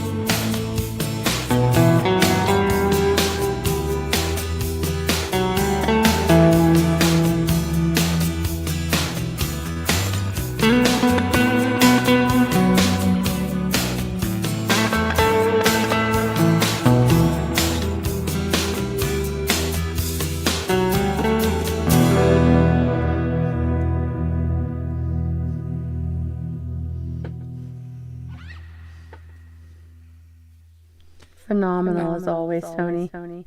Thank you That so was much. great. Hey, thanks for Absolutely great. having me. Yeah, thank you so much for being here, Tony. I'm always glad when you come and join us. It's a Right? lot, Exactly, Mike and Don. Always a treat with Tony. lot of fun. A lot of fun up here. Tony Treats is Mike and Don says Tony Treats is her new name for you. I Tony, like it. It sounds like a good one. It's a keeper. right on. Anyway, I'm gonna get out of your hair, and All right.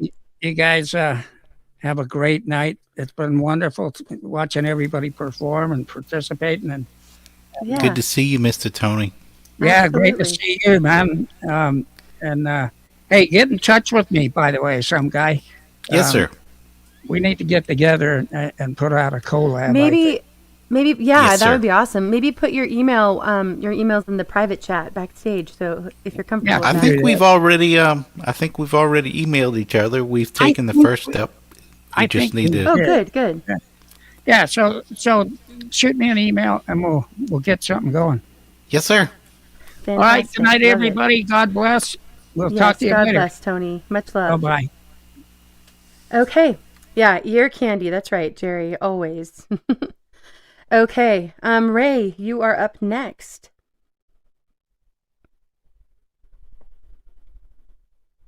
All righty.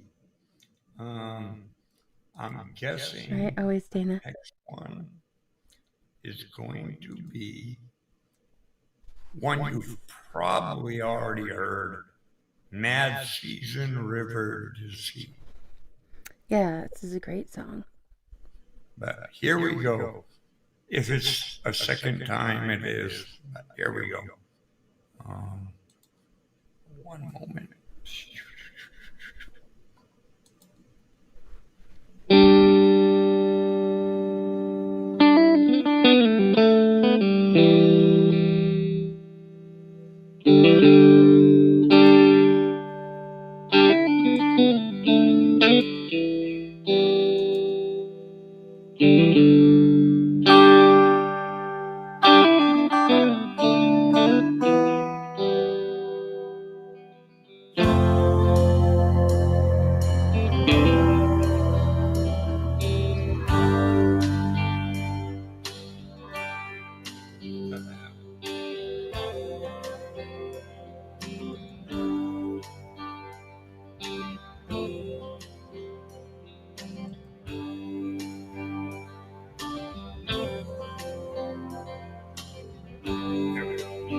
We're good.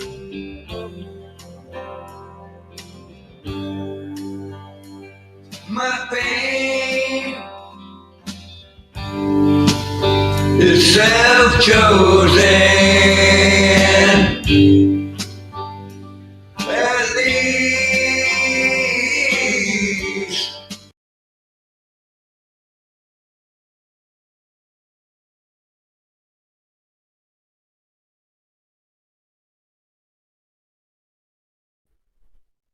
Oh, did everybody lose sound? Ray, I think we lost sound for you.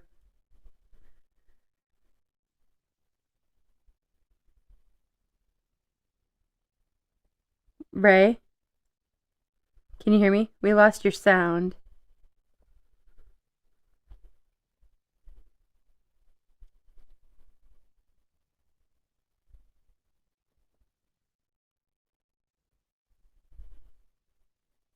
All right, Ray, can you hear me, Ray? Give me a thumbs up if you can hear me. Yeah, we lost your sound for some reason. Excuse me. We heard it at the beginning and then it went out. We can't hear you right now either, and you're not muted in StreamYard, so it's something on your end. Okay, we'll go ahead and work on that. Hoyt, if you want to go next, we'll go ahead and go to you, and then we'll go back to Ray in just a second. Yes, ma'am. Thank you. Is it okay if I do an Elvis song? Of course. Okay. There's Yeah. one. It came on the music choice. You know how they have television channels? They still have people that have cable, you know? Remember cable? And Yeah, I remember well, there's network this music. before cable. Yes, ma'am. I remember that too. Well, I've been listening to these oldies, and this song came on the other day, and it rejuvenated um, um, my interest in it. I really enjoy the song. I used to play it as a kid. I played this song.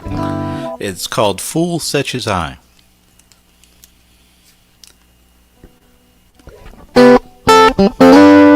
I'm gonna have to make up an intro. Yeah, hold on. You want to turn your mic? For some reason, your guitar is making it break up. It's too loud. Oh, too loud? Mm-hmm. Okay. Excuse me. That's okay. That may be better. Is that better? Yeah, that is. That is better. Thank Awesome. you. Yep, go for it. All right. I'm gonna make up this intro.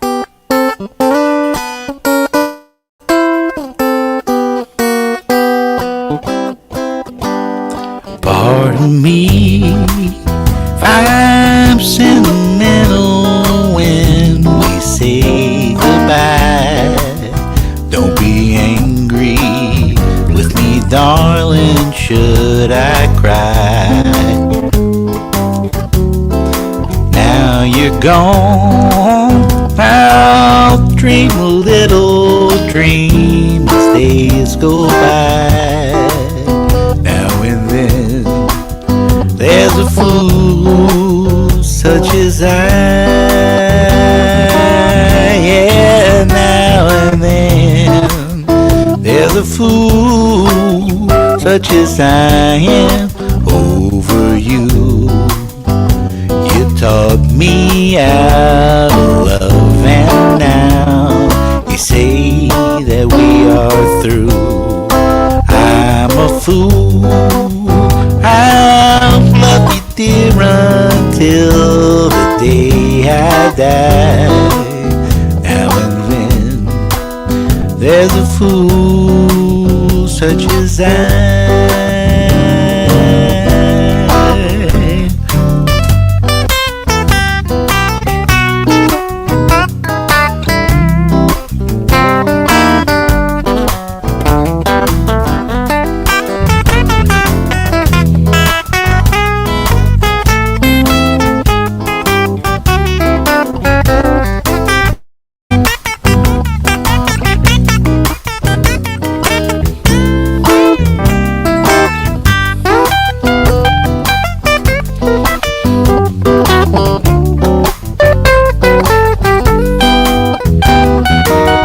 Yeah, now and then there's a fool such as I am over you. You taught me out of love, and now you say that we are through. Yeah, I'm a fool, but I love you till the day I die. Now and then there's a fool such as I. Yeah, now and then there's a fool such as I.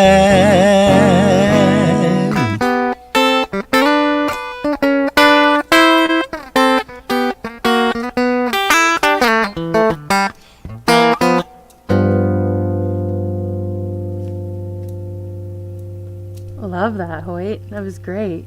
Thank you. Fun song. Good vibe, too. I love it. Thanks. Mm-hmm. Johnny, thank you very much for the 5 gifted memberships. Awesome. And Ray, sorry that last one didn't work out, but thanks so much for coming up and joining us tonight. This is great. All right, you guys. Okay, well, since there's not very many people up here, I'm going to go ahead and sing a song. And then if anybody else wants to join, we still have about another half hour for music before we switch gears into conversation. And I do love music, Jerry. I do love music. I think all of us here do. Right? Exactly. Yeah, lurkers, much love to all of you. And thank you again to everybody over on Rumble too. Margie, hello. And glad for everybody who's here tonight, lurking, or for those who come back and replay also. Okay. All right. And then we'll go ahead and pull up a video, and we have some other great videos we can share too. But if anybody else wants to come up for music, you are more than welcome. We have another half hour. All right. Hang on one second.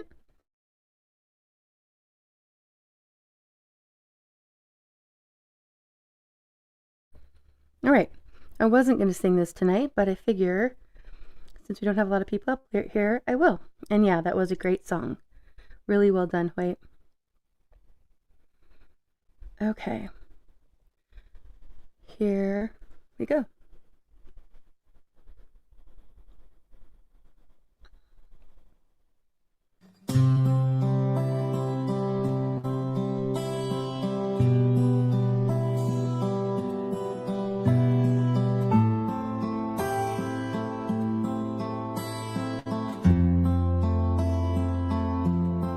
Somebody save me from myself. I've spent so long living in hell. They say my lifestyle is bad for my health.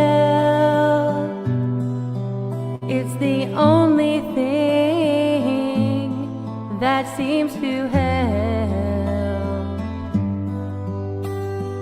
All of this drinking and smoking is hopeless, but feel like it's all that I need. Something inside of me's broken. I hold on to anything that sets me free. I'm a lost cause. Baby, don't waste your time on me. I'm so damaged beyond repair. Life has shattered my hopes and my dreams. I'm a lost cause. Baby, don't waste your time on me. I'm so damaged beyond repair. Life has shattered my hopes and my dreams.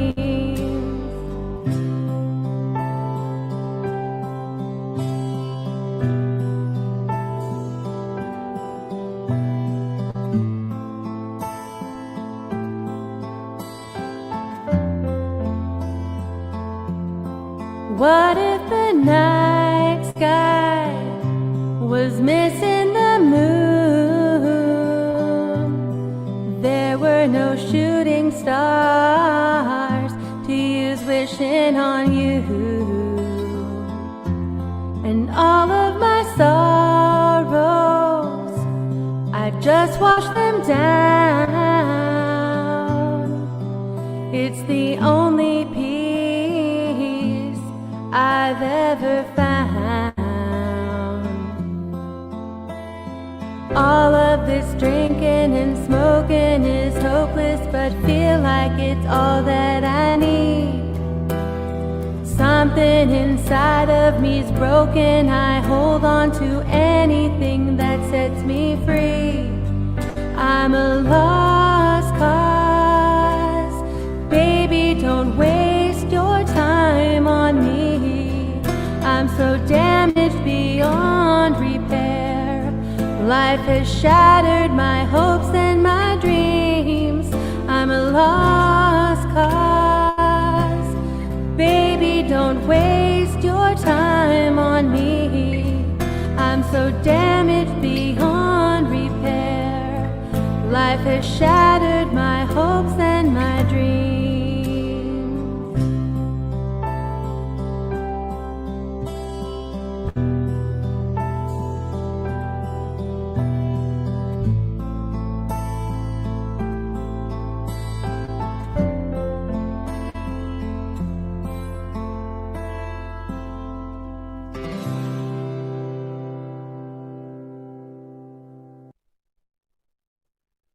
All right. It's funny you mentioned that, Cheryl, because thank you. That song, I first heard that song from Big Chap, so I always think of him when I sing it. So I liked your comment there. I happened to see Cheryl. Yeah, much love to you, Big Chap. For those of you who know him, you've probably heard him sing that too. All right. Let's go ahead and pull up a video This next one, and thanks everybody for the encouragement. This next one is a group that I have not played here before. It's Emerson Wolf and the Wishbones, and this is Like Louisiana Sky. Here we go. So many things I don't remember. It's like I'm lying to myself, believing I'm somebody else, like I drew the wrong straw after all. It's something like an elevator door that I can't hold, feeling left out in the cold, but you all say I'm burning up. Walk back to your parents' house. You're taking care of Donna's garden while your folks are out of town. We used to see each other more before I took the job in gray, but now you're smiling up at me with a new line on your face.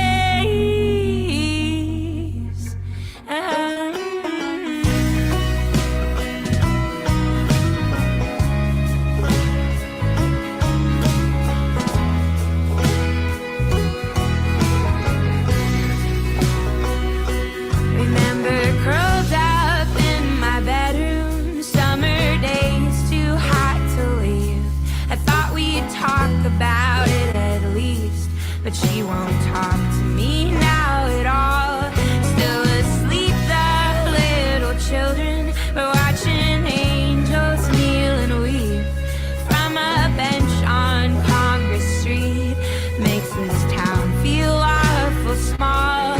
Do you look up at my window and you're passing by? So many days that broke between us, white like Louisiana sky. Does your mother ask about me? Do you still think about mine? Suddenly the sidewalk's cracking under all this wasted time.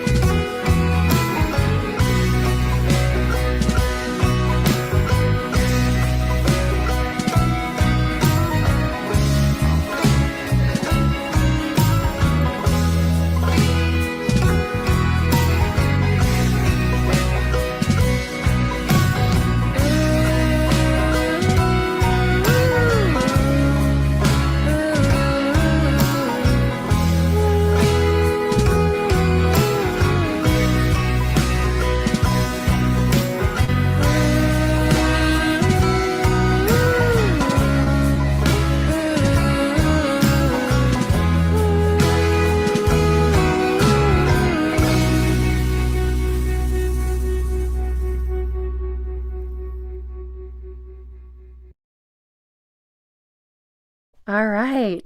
I really love her voice. Yeah, exactly. That was really And great. Yeah, really great for all of them. So go check them out, you guys.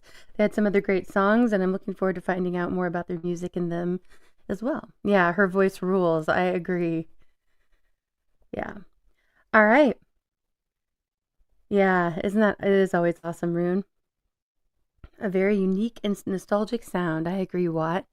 It's like a kind of old-timey throwback in a way. Okay, this next song I'm going to pull up is a cover by Folk and Blueser. I caught a live stream that he did recently, and I was so excited because I always just love to hear him play. He has such an amazing voice, and plays the guitar so well. And this is a cover of Beautiful Crazy. Here we go.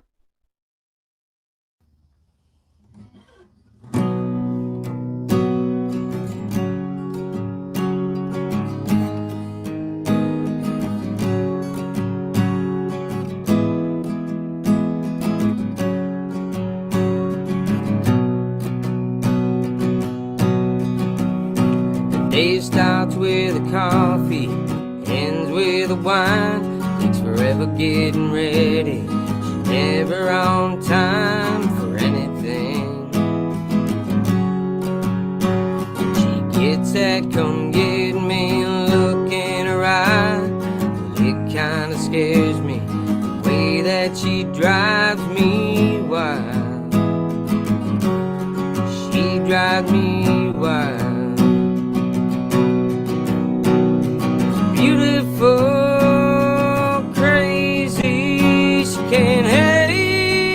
but amaze me. The way that she dances, ain't afraid to take chances, wears her heart on her sleeve.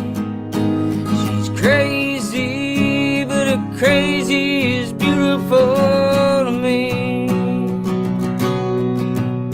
She makes plans for the weekend, can't wait to go out. Changes her mind, says let's stay on the couch and watch TV. Then she falls asleep. Beautiful, crazy, she can't help but amaze me. The way that she dances, ain't afraid to take chances, and wears her heart on her sleeve. She's crazy, but her crazy is beautiful to me. She's unpredictable, unforgettable. She's unusual, unbelievable. How I'm such a fool, I'm such a fool for her. Beautiful, crazy, she can't help but amaze me. The way that she dances, ain't afraid to take chances, wears her heart on her sleeve. She's crazy, but her crazy is beautiful to me. She's crazy, but her crazy is beautiful to me.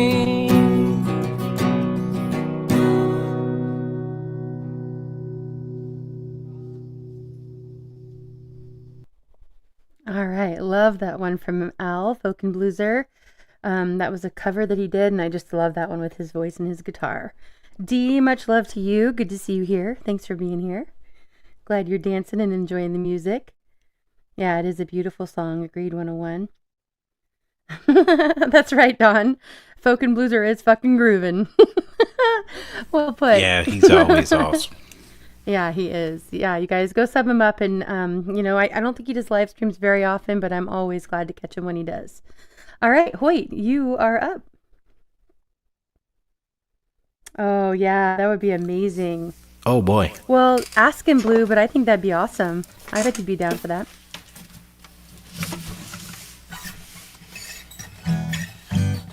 Joe Carroll, much love. Thanks for being here. I saw you come in a minute ago.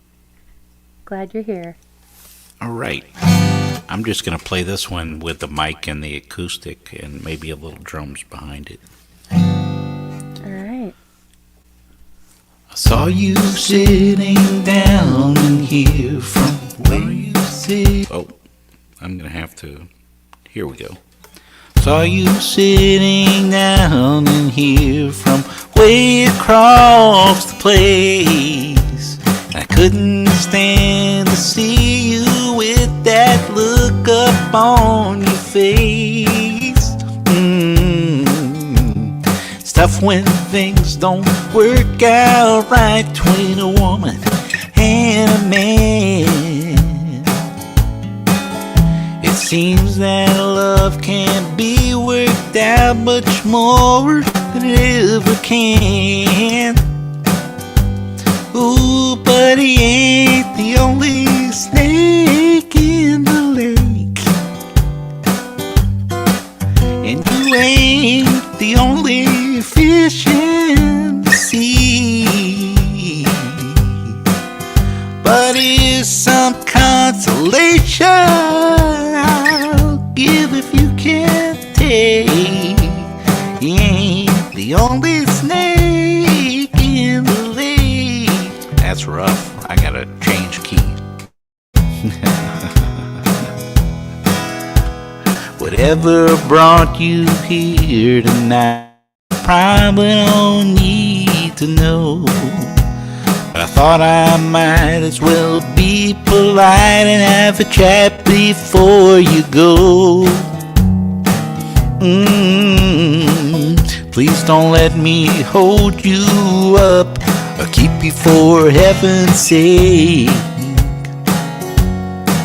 Just a friendly reminder from a fella who's kinder. He ain't the only snake in the lake. No, he ain't the only snake in the lake. Yeah, I might have to change key on it. And you ain't the only fish in the sea. But here's some consolation I'll give if you can't take. He ain't the only snake in the lake. No, he ain't the only snake in the lake.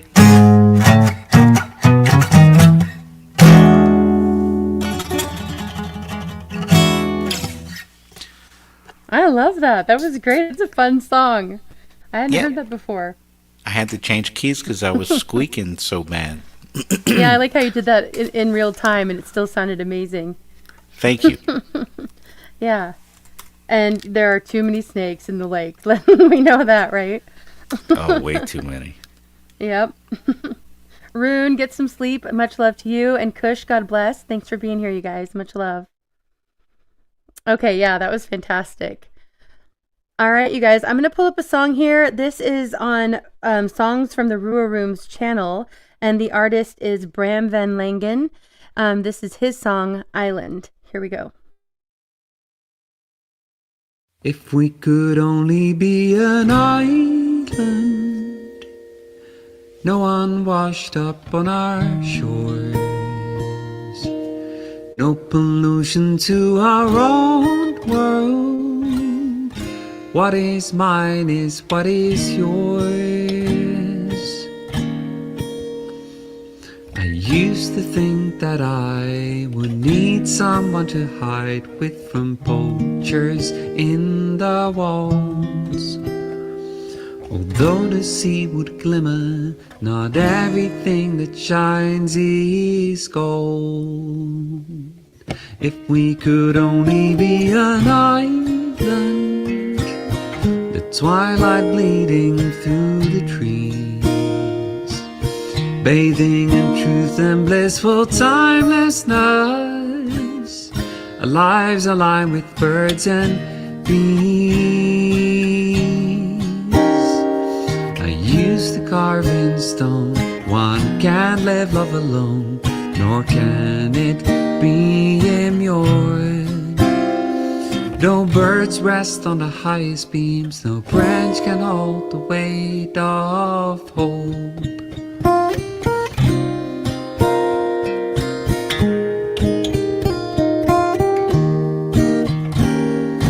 Rather than to fight, I step aboard, lend shield but only thimbles to a sword, and leave this poisoned island and show the back of my hand still hanging on a cord. Though love can turn to sorrow, take no heed for tomorrow, and sink the land that I once adored. Now no more need to coddle, throw her words in a bottle overboard.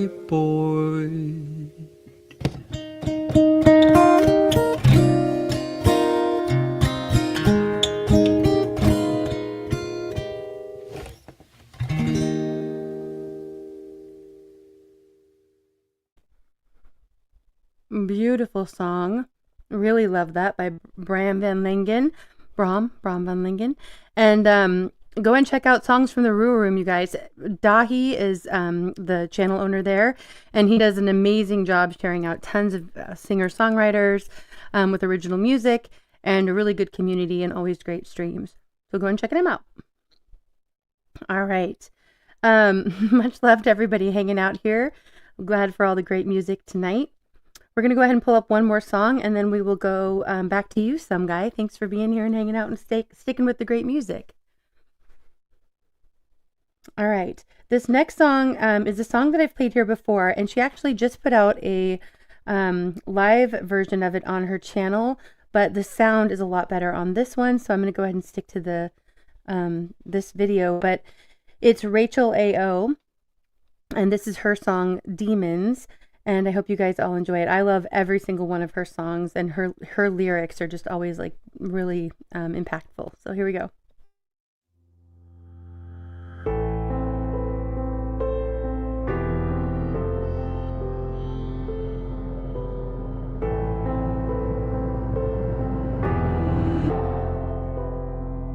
You triggered me, so I had to leave.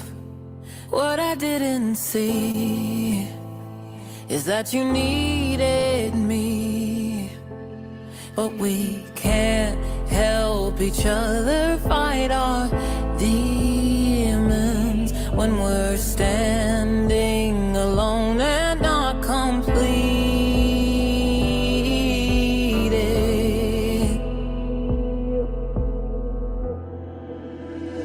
I wasn't ready for you,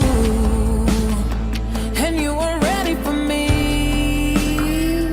And maybe time really does heal all wounds. When we met, our hearts were still bruised. I left because I didn't want to see how much you truly meant to me. I wasn't ready for you, no. And you were ready for me. No, you weren't ready for me. Your golden locks falling over me. The way you stared, studying me. Your touch, it made me feel like I was dreaming. You took me to a place our souls have been before. I wasn't ready for you, and you weren't ready for me. And maybe time really does heal all wounds. When we met, our hearts were still bruised. I left because I didn't want to see how much you truly meant to me. I wasn't ready for you, no. And you were ready for me. No, you weren't ready for me.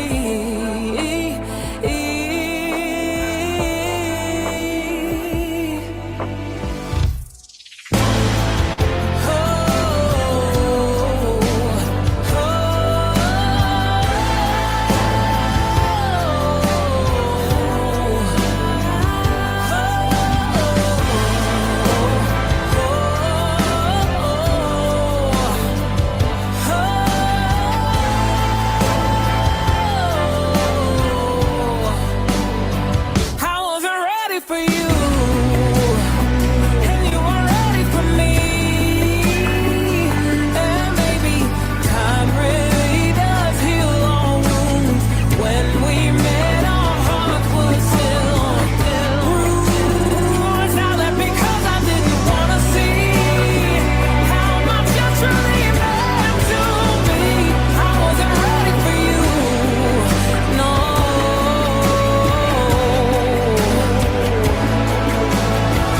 And you weren't ready for me. No, you weren't ready for me.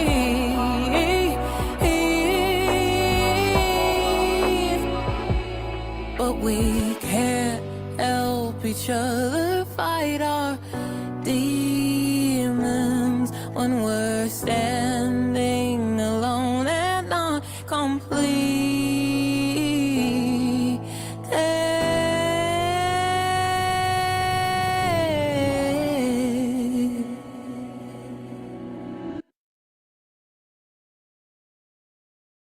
Phenomenal as always. from Rachel A.O. Hey, Brad. Thanks for coming up. Good timing. We have just enough time for Good to another see you. couple songs. Yeah, she's incredible. And Blue, she did do a live version of that. The sound just wasn't as clear, and I wanted to make sure everybody could hear it really well. But yeah, head on over to her page and you can check out her live version. It's really well done. Yeah, her voice is amazing, and all of her songs they're all like heart-wrenching, and I love them. I feel like they're all highly relatable, but if you know, I guess. All right. Wait, where to you? And then we'll go to Brad right after that.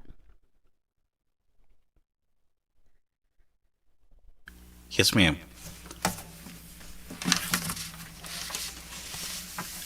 Here's one. It's a Delbert McClinton tune. Let me get the words up real quick. Here they are. Then I have this little mouse, a foot mouse. Make sure that works. All right.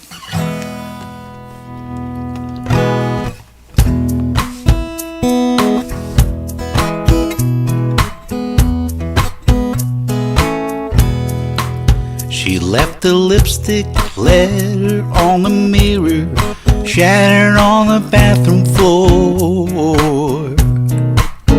All I could put back together was never see me no more. She took her clothes, except one red dress, the one she knew I loved the best. All I could do was clean up a mess, wonder where she gone. I had a sky blue ragtop Mustang, 1964. She drove it off into the night till it wouldn't go no more. She caught a ride back into town, bought some gasoline to top down. Hell, she burned that pony to the ground on the desert of New Mexico. When Rita leaves, Rita's gone. Hell, she gave me every chance a man could want. Hey, I never known a love so strong. She gets so crazy when she's been done wrong. When Rita leaves, Rita's gone. I put a call into her mamacita back in El Paso. She said she got the story from Rita on the way to Mexico. I knew I was taking it hard. Your car, you're lucky all she broke was your heart. Better let her go.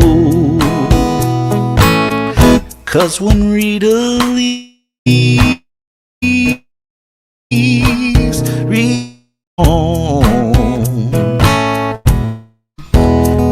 she gave me every chance to make her warm.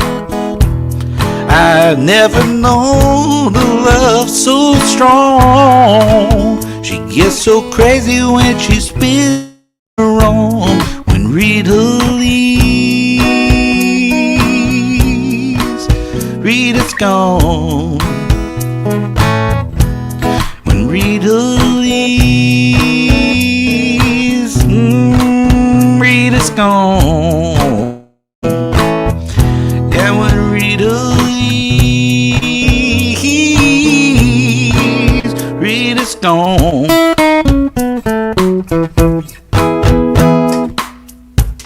All right. Love that. That was so much fun. What a great song. Yeah, that was good. Delbert McClinton. I mean, he's a monster. He really Oh, is. that was fantastic. Thank you, Hoyt. That was great. All Thank right. you. Brad, go for it. Glad you're here. Glad to be here. I had a productive day getting stuff sorted out, some spring cleaning that I needed to do. Yeah, doing the in-person life stuff. That's good too. Yeah, today's my one day off this week, so I'm nice. glad to be here for it. Yeah. Oh. Computer's acting funny. Adios, Rita. Right, Dana?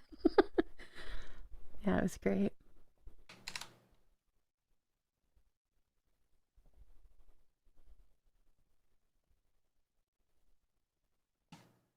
Carl over on Rumble says, "Yay, Brad! Lovely surprise." Yeah, always glad when you're here with us, Brad. All right, well, you're getting that figured out? Yep, no worries. Yeah, my controls are frozen for a second. I don't know if you can hear me, so... Yeah, we can hear you. Can you hear us? I may just force a quick reboot. Yep, no problem. All right, while he's doing that, thanks again to everybody who's been here tonight. We are about to shift gears into conversation in just a little bit. But it's been an amazing night. If you missed the first half, go back and it's definitely worth a replay. There's some incredible talent that came up on panel tonight, and I was able to share a lot of really fun videos too of different indie musicians. We have the Backstage Speakeasy coming up on Friday night, and we have 2 movies that should be great. The last one was really good, you guys. So if you missed those movies, you missed out because they were really fun, and just really good like conversation starters too.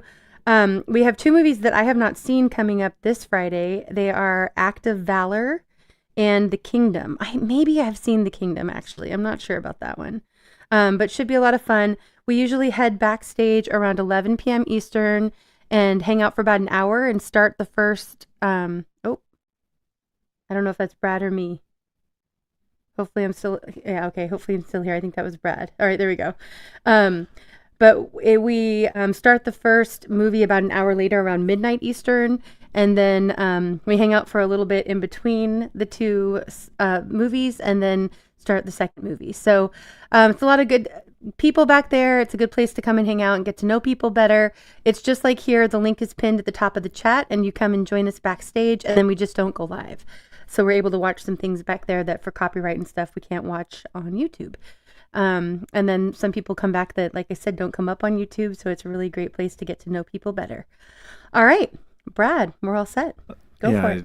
I didn't have to do a full reboot. I just had to kind of shake it up a little bit. So. Yep, no worries. All right, here we go. Here's for the, I know there's a few Toad fans out there, so.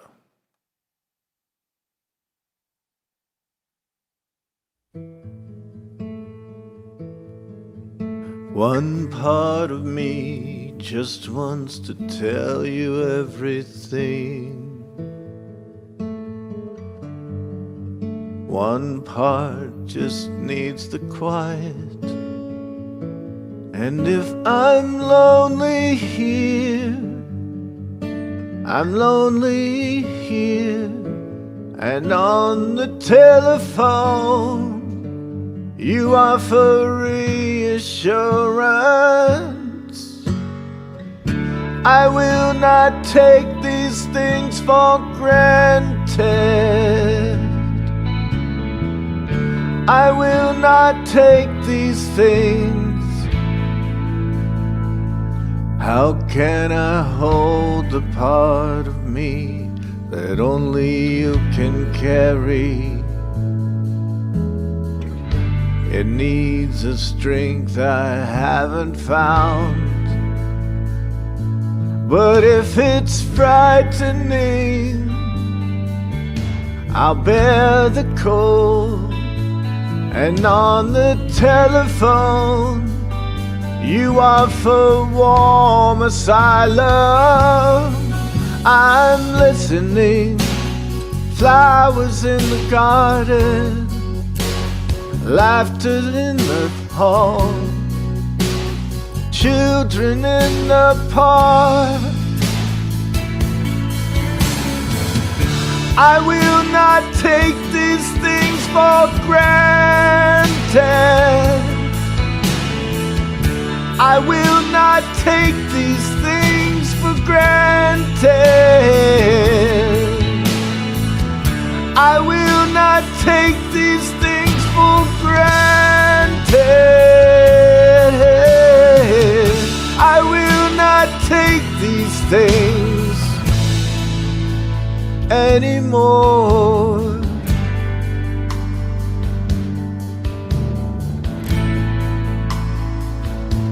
To crawl inside the wire, feel something near me.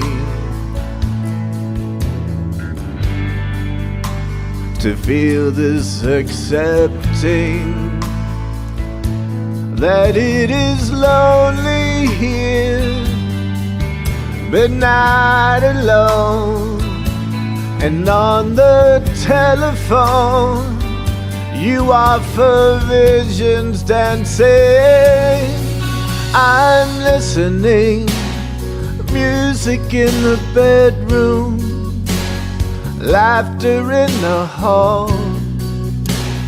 Dive into the ocean, singing by the fire, running through the forest, standing in the wind, and rolling canyons. I will not take these things for granted. I will not take these things for granted.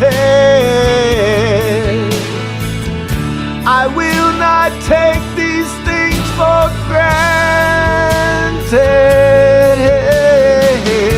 I will not take these things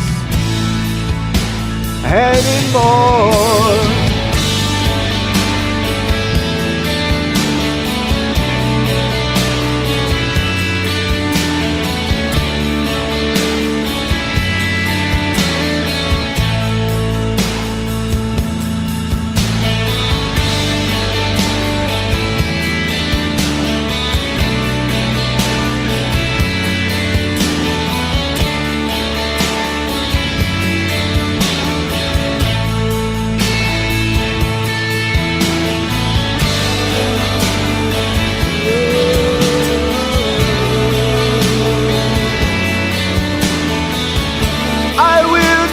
Take these things for granted. I will not take these things for granted. I will not take these things for granted. I will not take these things for granted. I will not take these things for granted. I will not take these things for granted.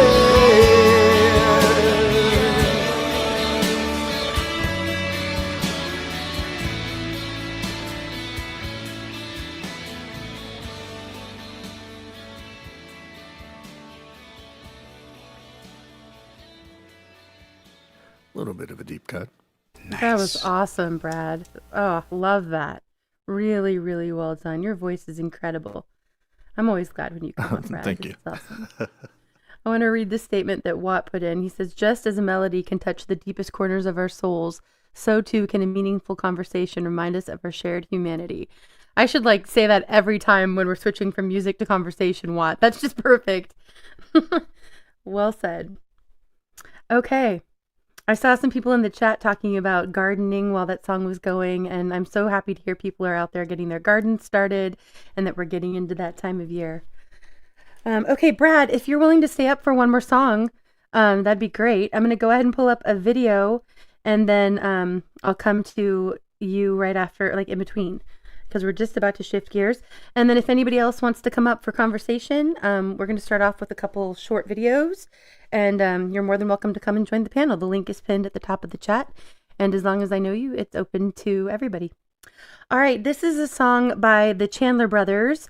Many of you know them. They're phenomenal. I have shared them out here several times. They have such talent and amazing songwriting. This is their song, Never Too Late. Here we go.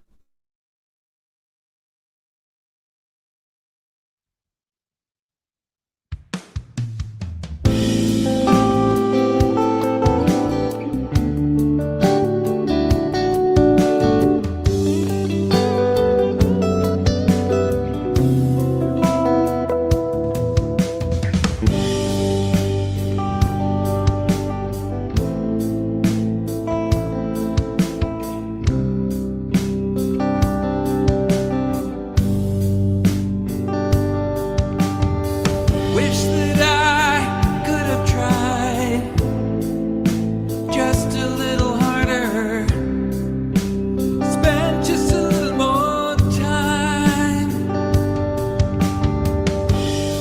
Now you keep running away a little farther, but I'll always be right by your side, because I know it's never too late to turn back the hands of time. It's never too late.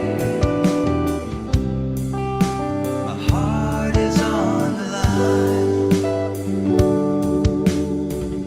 Hello to another day. All I need is you to say, is that too much?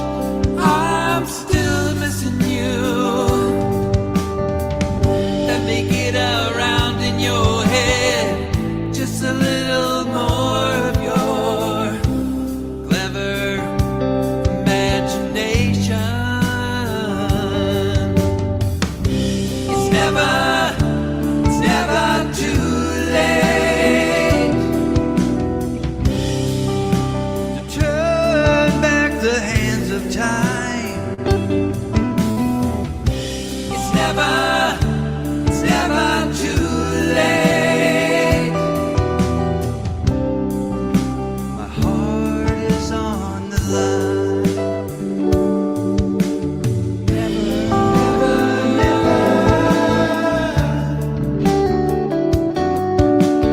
Never too late. It's never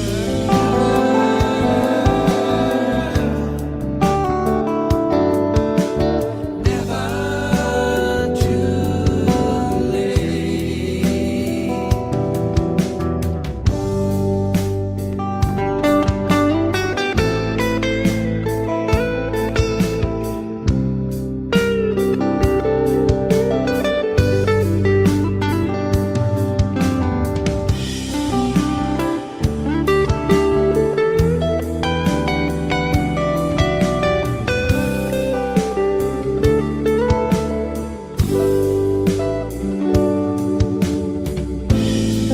So let's take this precious time while it's still fresh in our mind. There's joy and happiness. It's still out there to find, my love.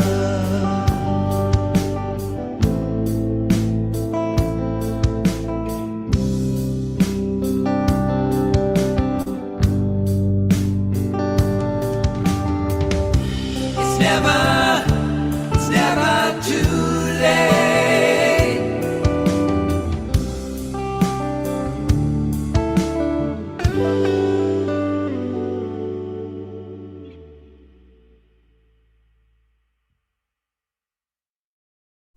All right, great message and great song from the Chandler Brothers. Fantastic. And I agree, Jerry. They're great storytellers and they have awesome harmonies. Right, Dawn? All right, Moon, good to see you. Much love to you. Thanks for coming in. All right, Brad. You want to go All for right, another here? Yeah, that song put me in a mood. Good to see you, Angie. Much love to you. A little bit of nostalgia. My friend Right? Golden Corral made this one. And it's a fun one to sing.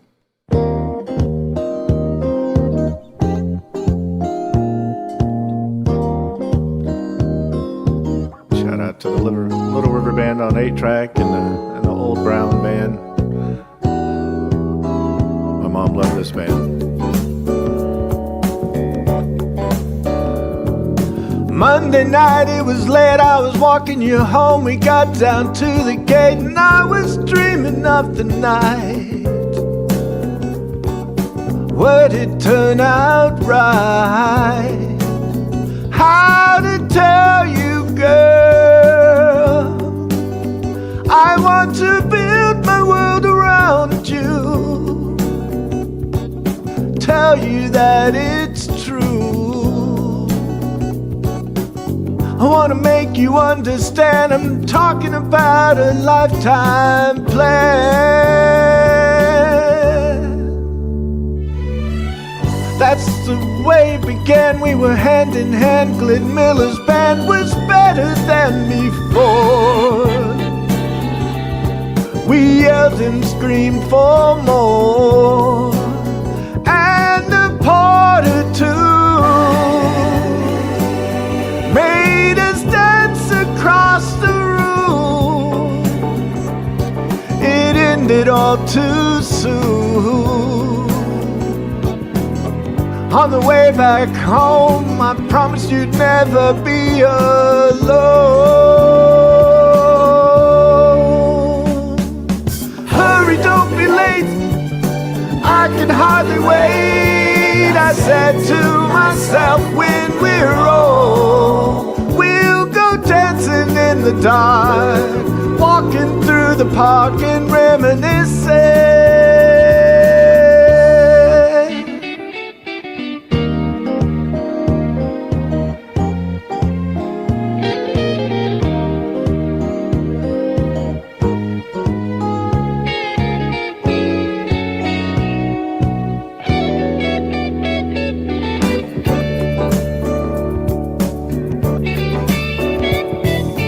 Monday night, it was late, I was walking you home. We got down to the gate and I was dreaming of the night. Would it turn out right? Now as the years roll on, each time we hear our favorite song, the memories come along. All the times we're missing, spending hours reminiscing. Hurry, don't be late, I can hardly wait. I said to myself, when we're old, we'll go dancing in the dark, walking through the park and reminiscing.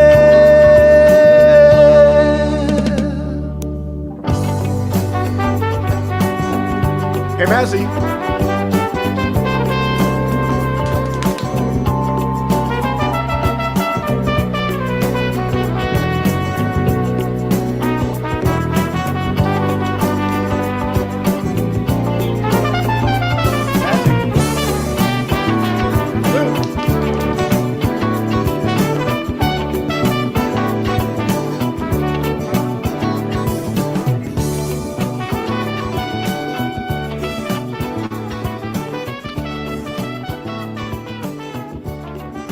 No, this is Lou. This is the big one. Oh, there's Lou. Okay. What a cutie. I thought Mazzy was going to come for sure. She's your little snuggle bug, though. She just cuddles right into you. It's so cute. Yeah, she's probably on the bed, and there might be like a pillow or something between her and the steps, so she can't get down. So. Cheryl was dancing in the dark. I love it. All right, fantastic. Okay, Eli, thanks for coming back up to join us tonight. Glad you're here. We're going to go ahead and pull up one more song as we shift gears into conversation. Play the doggy guitar, right? There is a doggy guitar. I've seen it. Yep. If you know, you know. All right. This next one is by Mark A. Ridge. I've shared a bunch of his songs here before too because I just really love everything that he does. And this is Still Truckin'. Here we go.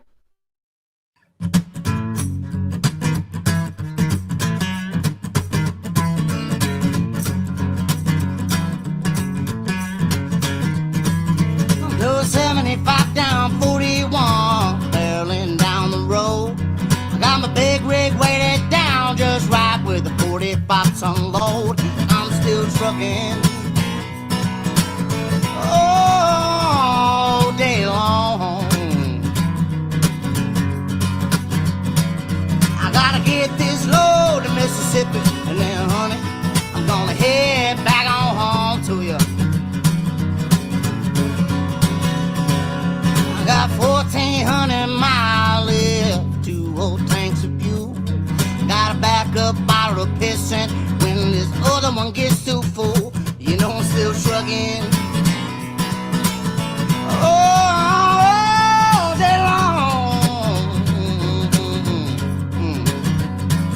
I gotta get this load to Alabama, and then, honey, I'm gonna head back on home to you. Singing this the whole way. 18 wheels on the asphalt. 18 wheel, I got my pedal hammered down. I'm still trucking all day long. Yeah. I gotta get this load to Tennessee, and then, honey, I'm gonna head back on home.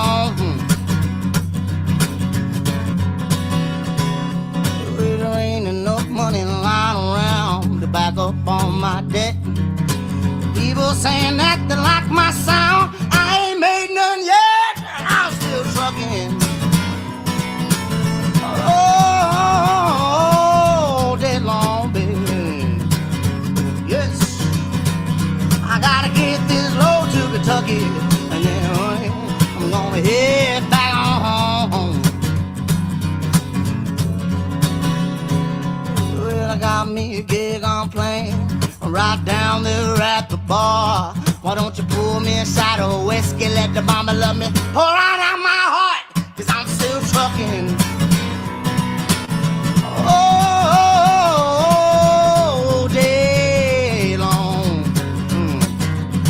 Now I gotta play to pay my power bill, and I hope these tunes are turning you on. Sing this with me one more time. 18 wheels on the asphalt. 18 wheel, I got my pedal hammered down. I'm still trucking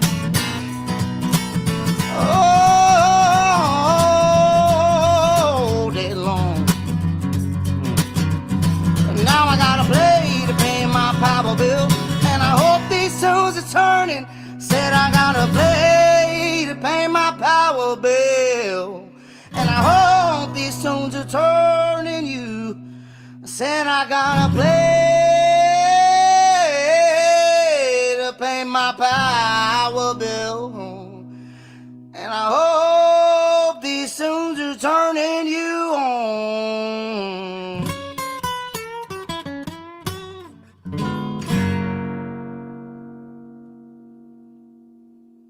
Yeah. All right. Love that one. I thought it was a good shift into conversation. All right. Okay, we have a couple videos we're going to play to kind of kick things off with conversation. They have to do with AI, and you know, I think it's something we kind of focus on. Yeah, he is great, isn't he, Mike and Don? I just love him. Every single one of his songs are fantastic.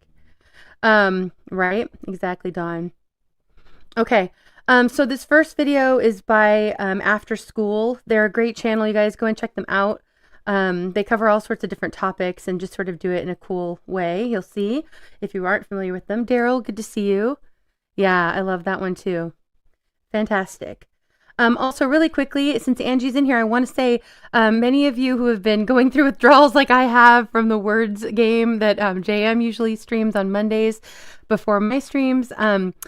Angie, he's taking a little bit of a hiatus, as is 15th, and thank you to those of you who answered the questions in the chat.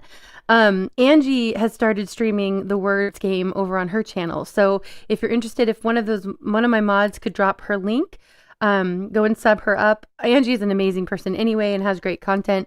But for those of you specifically wanting the words game, you can go and play over there, and I'll probably see you there every once in a while too. Okay. Yes. Yeah, exactly, Dana. I was thinking about that with that song, All the Truckers Warn, about the cops waiting around the bend, right? I noticed that. Also, with supply issues coming up, let's be praying for our truckers, because they're going to be hard at work trying to make sure things are running smoothly. So let's give some thanks and appreciation to them and cover them in some prayer. All right. Have a great night. Johnny, much love to you. Thanks for being here, and thanks for all of your support, as always. Okay. Misfits, good to see you. Daryl, thanks for coming up. How are you doing tonight? Looks like your camera is on also if you want to turn it off. We can't see anything, but then your icon can show. There we go. Nice. Thank you, Tate. There's Angie's link for anybody who wants to go sub. Yeah, I agree, Dana. Hey, glad you're here. And Lawfully, welcome back. Thanks for coming in. Thanks, Dawn. Okay. All right. We're going to go ahead and pull up a couple videos. Like I said, we're playing them a little fast. So it's not them, it's me. If they're talking a little too quick, but I thought we'd kind of do it that way a little bit faster. But it's about maybe 15, 20 minutes, I think, of videos all together. And just sort of good time to take a break, listen and go get a drink or whatever you need to do. But we'll be here and talk about all of this right after. Here we go. Each year, the dictionary chooses a word of the year based on popularity and significance. It kind of gives you a snapshot at the main theme of that year. There are many dictionaries, and the word of the year varies depending on which one you look at. But interestingly enough, quite a few agreed on the word of the year for 2025. Slop. As an artist and content creator, I had a particular reaction to this word. Why does slop summarize the time we're living in? Wasn't AI supposed to unleash our creative potential and make our wildest imaginations become reality? The ability to create anything is right at our fingertips. And yet, we haven't got an abundance of masterpieces that inspire us with awe and wonder. No, what we have got is an algorithmic sewage pipe of never-ending sludge. A vapid, unoriginal, forgettable slop. Humans are tool users. When we discover a tool that works, we pick it up quickly. Every time we pick up a new tool, we gain something in the short term, but we also lose something, and what we lose is often subtle and takes a long time to play out. Look at some of the significant inventions of the past. Take agriculture, for example. Before agriculture, man was one with earth. Every plant and animal was animated with a sacred spirit. Humans were part of a rich, mystical ecosystem. When farming was invented, the buffalo became the puller of the plow. Nature was now something separate from us, a resource to serve man's needs. We began to sever our harmonious connection to the earth. But this trade-off was worth it. Who could say no to consistent food, security, and survival? Then take the invention of writing.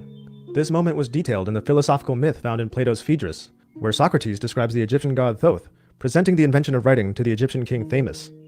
Thoth tells King Thamus that writing is a potion for memory and wisdom, claiming that it will make the Egyptians wiser and improve their memories by allowing them to record knowledge.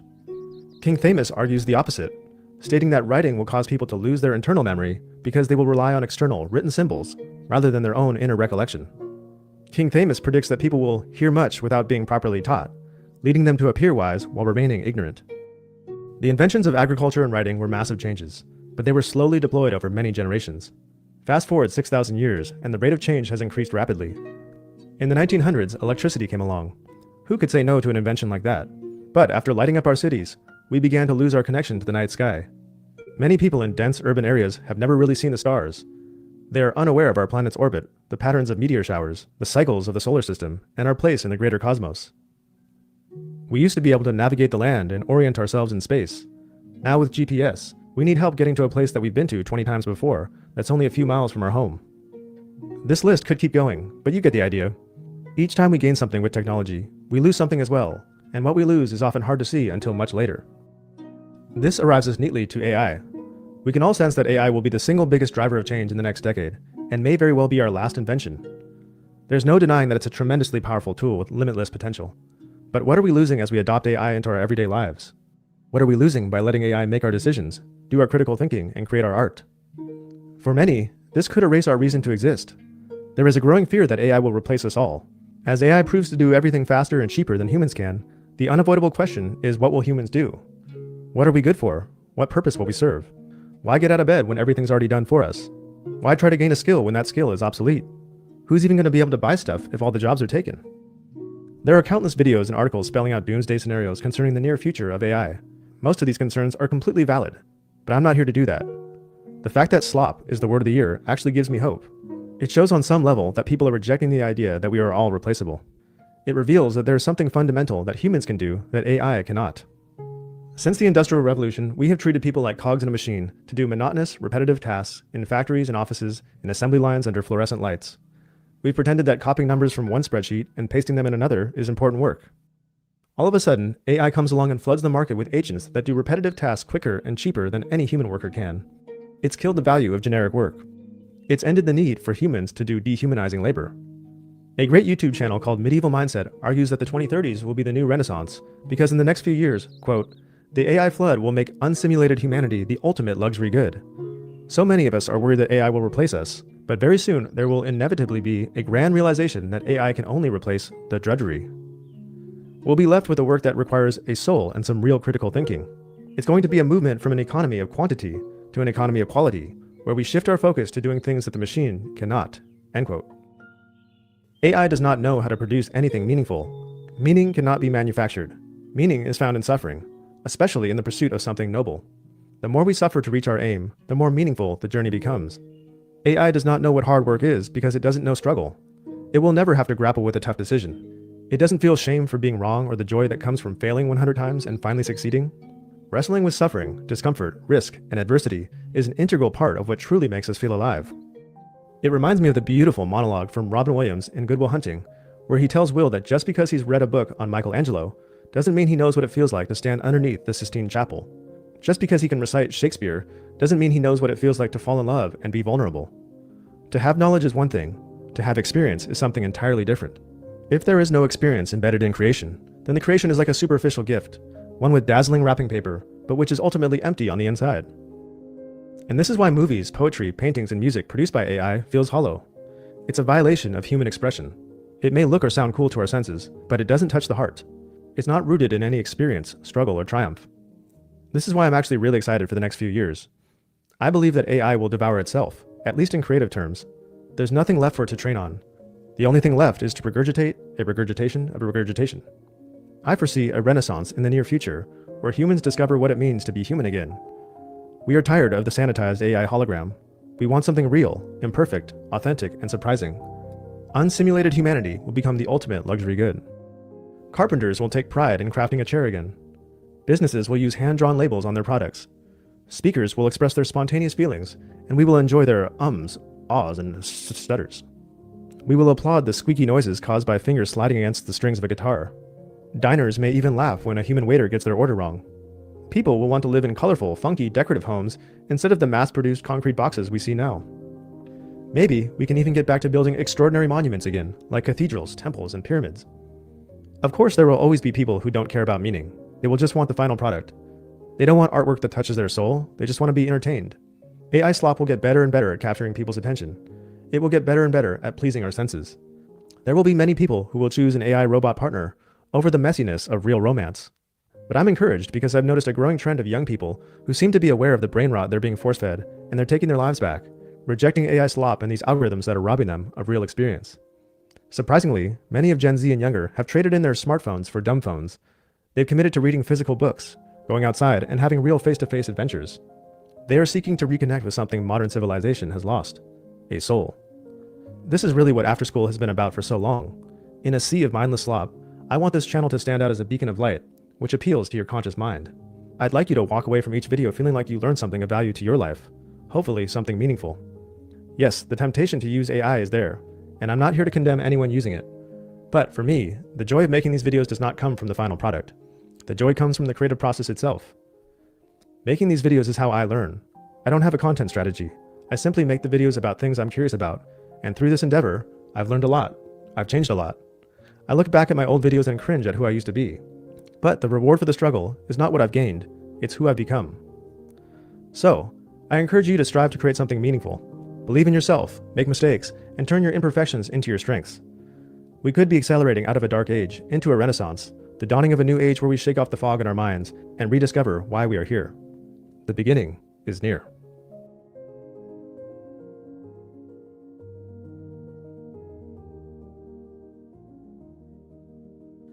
Thanks for watching this episode. I truly believe we humans are put here on Earth to create. We all have a creative spark within our hearts that has the potential to light up the world. One of the best ways to share your creations is by building a professional-looking website. This is why I'm so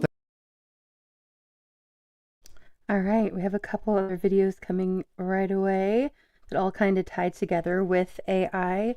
This next one is by Sabby Sabs, and this is a channel, she's very left-leaning, and I follow her. I kind of came across her channel talking about some different issues, and it's kind of, I like to follow some channels that I definitely don't see eye to eye on a lot of topics. But one thing that I thought was really encouraging about this video is that we do see eye to eye on this. And, I think like Eli says, we need to find those unifiers, but those things that unite us, those things that we all do have common ground on. And so that was something that I thought was really great about this video in particular. Good to see you, Nuke. And yeah, right, Nuke. No, for lots of reasons.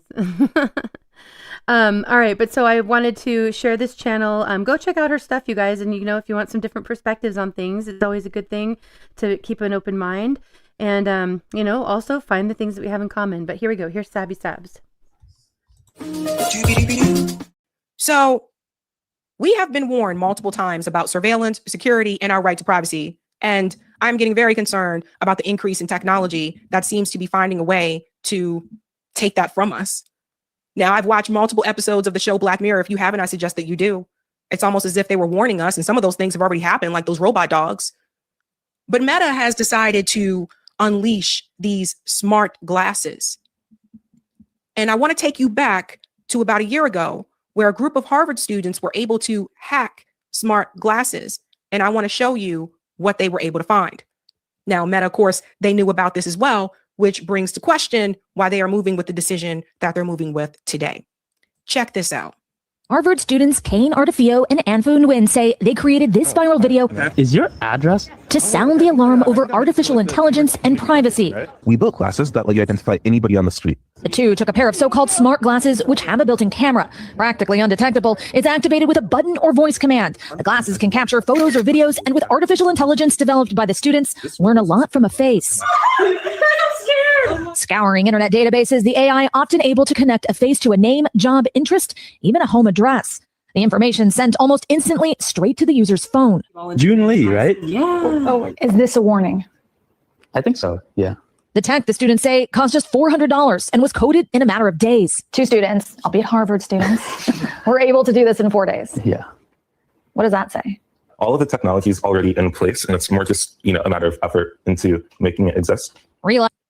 Now, I'm telling you about this because they sounded the alarm about this last year. And despite that, Meta is deciding to move forward with facial recognition. And I'm sounding the alarm now. I'm seeing another people post these videos on Instagram and YouTube Shorts telling people that they need to get these smart glasses. I'm here to tell you, do not buy smart glasses. The only glasses that you need are the ones that you need for vision and, of course, like regular sunglasses. But please do not fall into this trick of getting these smart glasses. I see this as another way for more surveillance. It's very scary for someone to put on a pair of eyeglasses and to walk up to you and be able to tell everything about you just from the technology of those glasses and your face. And here's the other thing. What happens if you meet twins, identical twins? What happens if facial recognition gets it wrong? It is very scary for someone to put on a pair of sunglasses and walk up to someone, and just by looking at their face, you automatically know their address. This is where we're heading, folks. And this is what, Whitney Webb has been sounding the alarm about this, and the digital ID. She doesn't just talk about Epstein. And of course, also Taylor Lorenz has been screaming about this surveillance, this right to privacy, where they can look at you and get everything about you. If those students were able to do that in such a short time, what do you think someone who, I don't know, is not a student and maybe is just like a tech whiz and has been around for years, what do you think they'll be able to do? Realizing the potential dangers, Kane and Anthu say they never intended to make their mobile app public, so they led some of the code lapse, but they showed us its power using a laptop. Oh, Aaron McLaughlin, journalism and media appearances. You're involved in writing. Television personality on the Today Show and NBC News Daily. You can learn about hundreds of millions of people by just looking at them. Someone walking down the street is just choosing to walk down the street, and now all of a sudden their identity could be known. Yeah. Also, what does this mean for people that may have been involved in criminal activity in the past, but have paid their debt to society? Like, for example, let's say you went to prison because you sold drugs, right? Drugs seems to be a big one. Let's say you went to prison because you sold drugs and you fell under the crime bill. So let's say you did 15 years for marijuana. We all know the story. We ain't got to repeat it again, but you guys know what I'm talking about. So now you have rehabilitated yourself. You have a job, you have a family, but you're walking down the street and someone has on smart glasses and they can look at you and see everything about your past. That guy right there used to sell drugs. He went to jail for such and such years. And then what does that mean in the case for pre-crime? I wasn't kidding when I said that I think they want us to get closer and closer to the movie Minority Report, where people are charged for crimes that they are predicted to do. So if you already have a record, but you paid your debt to society, by using technology like those glasses, people will be able to look at you and just see, oh, okay, well, I predict, since you already did crime, I predict you're going to do crime again. In fact, I predict you're going to murder someone or something like that. These are scary things. These are scary times. And I think that people do have a right to privacy. There's no telling what they could uncover about you. This was what we wanted to let people know. The pair's next project, hiding in plain sight. And then we're creating a wearable necklace with a camera on it. Oh my God, that's cool. Yeah. The necklace camera and AI scans people's faces and connects the wearer with profiles other users create and willingly share. And we built it ourselves. You built that yourself? Yeah, I do think like the world is very lonely today. People don't really go up to people or like talk to people or learn about others in real life anymore. And I think some in real life like social network could change this. Their hope that their tech will bring people together voluntarily. Aaron McLaughlin, NBC News, Cambridge, Massachusetts. So that's scary. And look, if you're walking from a distance, you may not notice, you may not know that that's a camera. It just looks like one of those dots on a pair of sunglasses. All the things that these glasses can detect. Now, why is this problematic as well? Despite their warning about that, Meta, Mark Zuckerberg company here, they have decided to add facial recognition technology to its smart glasses, despite the warning about this. It's like they're all like trying to come for us, guys. Check this out. So I do not like the way that this is moving at all. This one is by Ray-Ban, by the way, for those in case you were wondering. 5 years ago, Facebook shut down the facial recognition system for tagging people in photos on its social network, saying it wanted to find the right balance for technology that raises privacy and legal concerns. Now, it wants to bring facial recognition back. Meta, which is Facebook's parent company, plans to add the feature to its smart glasses, which it makes with the owner of Ray-Ban and Oakley as soon as this year. And this is according to 4 people involved. The feature internally called Name Tag would let wearers of smart glasses identify people and get information about them via Meta's artificial intelligent assistant. Guys, how is this not, invading our right to privacy? What if you don't want someone to know personal information about you? What if someone is a predator and they are wearing these glasses and they're now able to know where you live? Who thinks that this is a good idea? It's not. It's scary. And I'm worried that this is going to become the big fad and people are going to jump on it. A lot of younger people are like, woo, smart glasses. I can put on these glasses and tell everything about you. It's a trap. Predators, criminals. Ono says, and they can track your movement. Exactly. They will know where you are. Meta's plans could change. The Silicon Valley company has been conferring since early last year about how to release a feature that carries safety and privacy risk. But the guys in the video just showed you how they could get past that. right? How many times have we seen where people, especially the tech savvy kids, they've been able to just get past these privacy security measures? Why do you need to have smart glasses? This is not a necessity. It's a vanity project. It's spyware. That's what I want to start calling it. He goes on to say here, Meta's internal memo said the political tumult in the United States was good timing for the future's release. We will launch during a dynamic political environment where many civil society groups that we would expect to attack us would have their resources focused on other concerns. You see that? So they know that you're paying attention to something else while they push this. Facial recognition technology has long raised civil liberty and privacy concerns for its potential use by governments to monitor citizens and suppress dissent. Some cities and states have restricted or banned the use of technology by the police over concern about its accuracy. Democratic lawmakers recently asked Immigration and Customs Enforcement, ICE, to stop using facial recognition technology on American streets. People have to understand that facial recognition can also go wrong.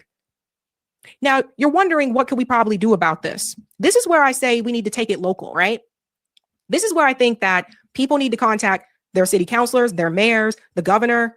There needs to be some type of restriction on this, because no one is just walking down the street inviting people to say, yeah, come into my life, come into my privacy. And I often sit back and wonder if social media was just the test for this.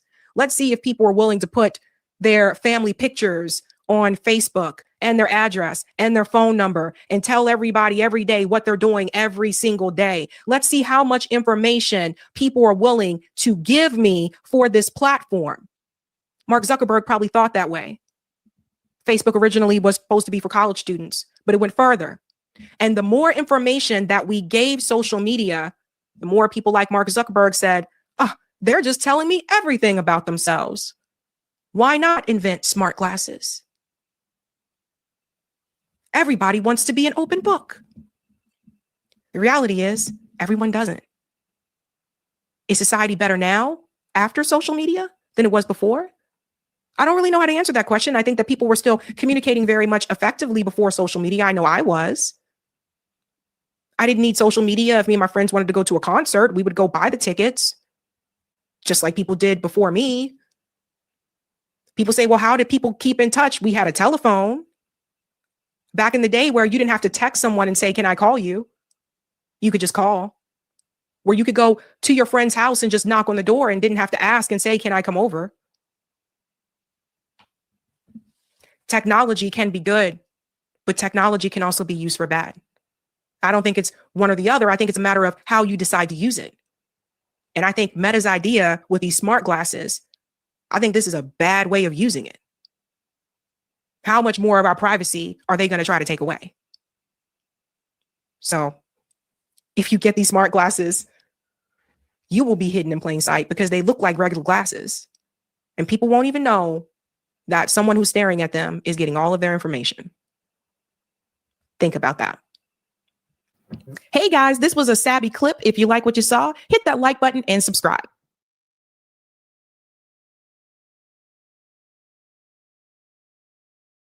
All right, another video coming in just a second, but a lot of great conversation in the chat and a lot of good information in that video. Go check out her channel, you guys.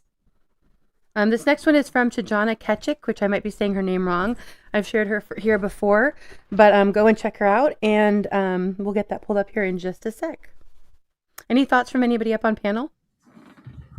I'd like to chime in. The first video, both amazing. The first one, the gentleman was extremely optimistic, and that was very heartening.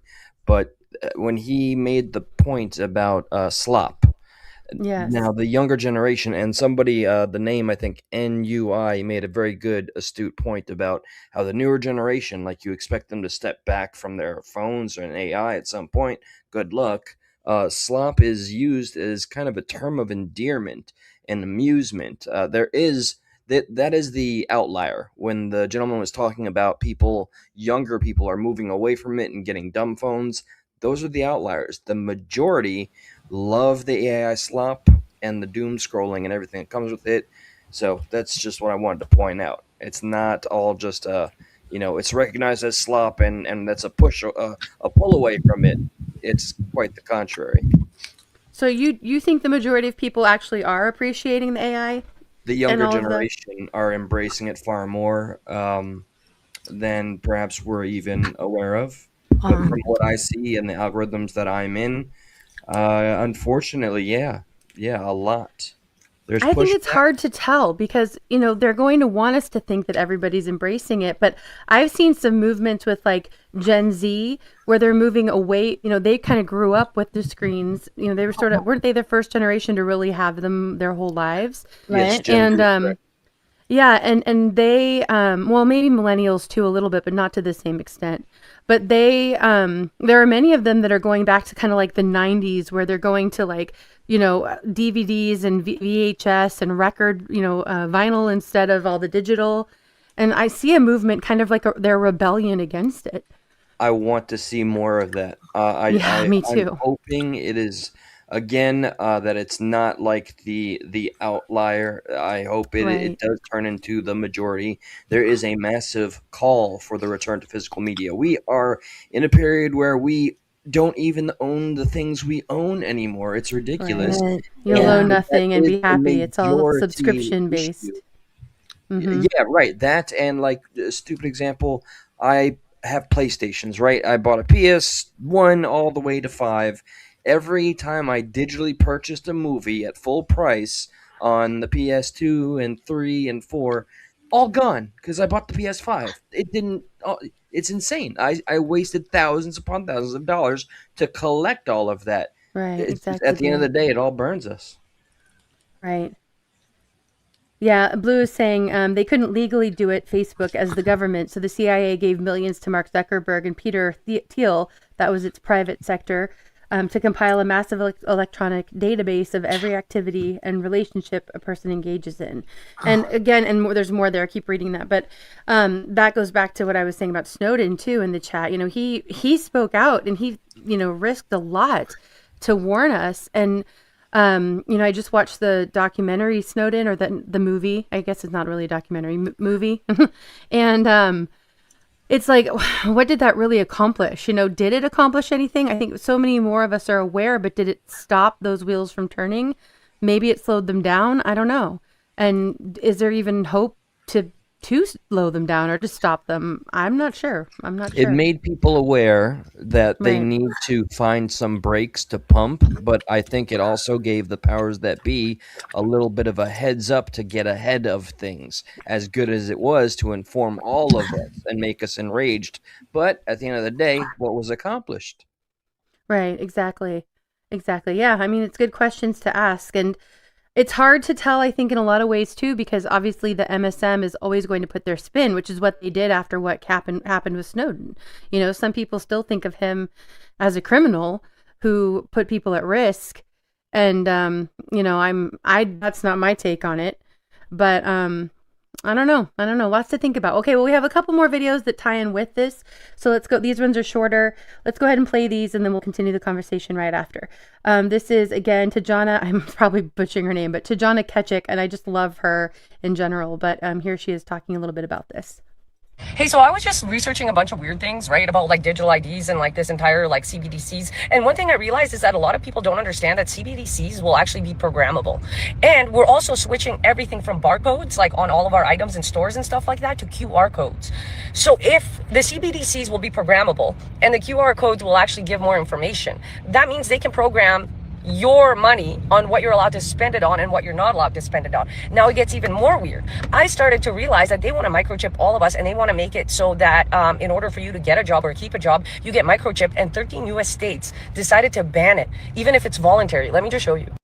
March 2026, at least 13 U.S. states have enacted laws prohibiting employers from making human microchip implants mandatory for employees. These preemptive bans often targeting subcutaneous, I don't know how to pronounce that, dudes. English is my fifth language. Hold on. I think my husband knows. How do you pronounce that? I think it's subcutaneous or something. Oh, subcutaneous RFID technology used for building access or tracking includes Alabama, Arkansas, California, Indiana, Missouri, Montana, Nevada, New Hampshire, North Dakota, Oklahoma, Utah, Wisconsin, and now Washington. And these are laws apparently that will protect bodily autonomy and prevent employers from forcing workers to undergo chipping to access technology, open secure doors, or log into. Usually when they do preemptive things like that, that means companies actually thought about doing this.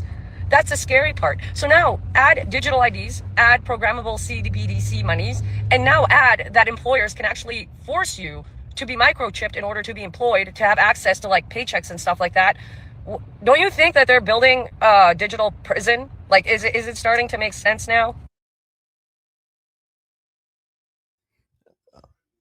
I know I'm getting one guide here. I just want to make it clear. Respect Blue Unicorn. I do disagree. Even though speculation brings us everywhere, I do not believe Snowden was a plant. Oh, no, I didn't see that comment yet, but I don't think that he was either, by any means. But, okay, I do want to read a couple comments here real quick, just highlight them. You know, I did highlight them actually, but just go ahead and read them. John Dunning says, the all-seeing eye, the watchers, intellectuals, and intelligence, those who fall from God's grace by using God's gifts for negative self-gain. And if you know, you know. But I think oftentimes what we're seeing these days is the mimicking and the mockery of God and his powers and what they're trying to do to imitate, because they can't create, in my opinion. They can only imitate. And so that's what we're seeing, you know, kind of like the pharmakia back when in biblical times. And like Lily said, own nothing and be happy. It's about control. Absolutely. It all is about control. Pat points out that anything that transmit can receive, and the other way around. Absolutely. And Navy Vet says, the LifeLog program was canceled on February 4th, 2004, after criticism concerning the privacy implications of the system. Also on February 4th, 2004, Facebook was founded. Nothing to see here. And he pointed out that it was done by DARPA. All right, there's the link to her channel. You guys go and check her out. I shared a lot of her videos here before and will continue to, I'm sure, because I really align with her thinking, and I think she's great. She just really says it like it is. Okay. Yes, that's great. Use cash all the time, Pat says. That's fantastic. Yeah, like I said last week, Catherine Austin Fitz, who many of you know, and I'm hoping to get some videos of hers together to share hopefully next week. But she says, when she was asked what we can do about it, she said, pray and use cash. Those were her top two. She also said she recently just spent $2,000 on canned meats, kind of preparing for what's coming with possible and probable supply chain issues. So take that as you will. But yeah, I thought that was some good news. That's kind of surprising, especially considering Washington State was on that list that Jana shared. You know, I'm surprised by that. And it kind of makes me worry, like, why, you know, like what's coming down the line that they're able to get those laws through. Yeah, and like John says, whistleblowers were allowed or they would be deleted. I don't know. It's tricky. It's tricky to know because like Snowden, you know, the way that he went about getting the information out was really wise. And he really put him, as far as I can say, he really put his neck out there. And there are now some whistleblower protection laws, supposedly, if we're still living with laws and we're not totally without rule of law, which I'm not 100% on. But anyway, some interesting things. And yeah, there's the comment that Blue says about Snowden being a plant. He didn't reveal anything that wasn't already known by folks like us. What it accomplished was getting people to police themselves. Interesting thought, Blue. That's not my take on it, but I can see how you're thinking that way. And I think we do need to keep an open mind and be critical. So, yeah. Just curious regarding that comment, does that apply to Assange as well? Oh, good question. You can let us know, Blue, what you think. Brand says subcutaneous refers to the layer of tissue located just beneath the skin, also known as the hypodermis or subcutaneous tissue. And that made me think about the comment that Trump made just like last week or so about 6G and how it's going to penetrate the skin, go a little deeper. Interesting connections there if you want to connect those dots. Yeah, nice, Brand. Okay. All right, I'm going to go ahead and share this next video, which is actually from Navy Vet, and it kind of ties in with what we're talking about. Here we go. Good morning, citizens. Your overnight account balances have been updated. Time to start a productive day. Final notice, your account balance is below 500. You need 50 credits by the end of the day to avoid automatic eviction. If you have missed work due to illness, you must provide a doctor's note to reclaim your credits.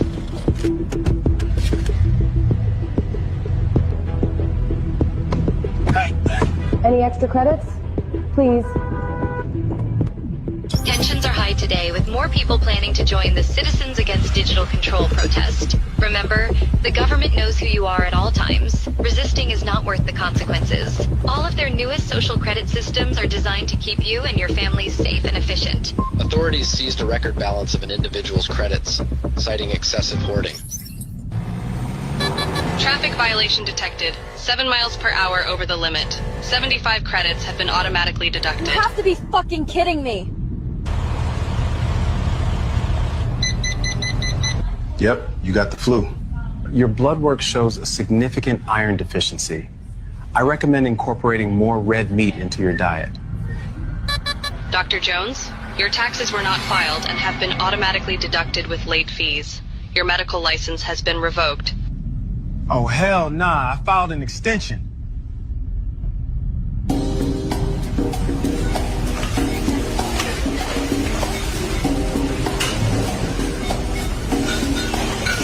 Purchase denied.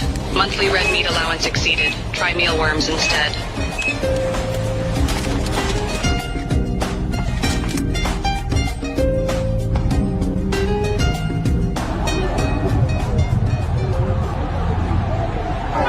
Can you guys please let me through? Attention.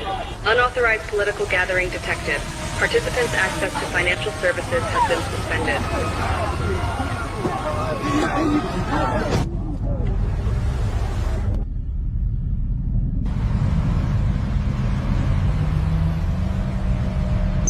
Due to the speeding infraction, your car will be immobilized for 3 days. Fuck you! Take your surveillance policies and rot in hell!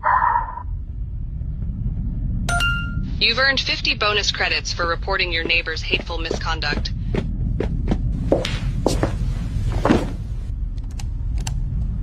This content exceeds your current social credit tier.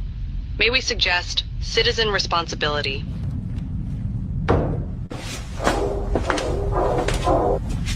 Sarah, open the door. You have been identified by the authorities. Don't resist. Don't resist. Don't resist.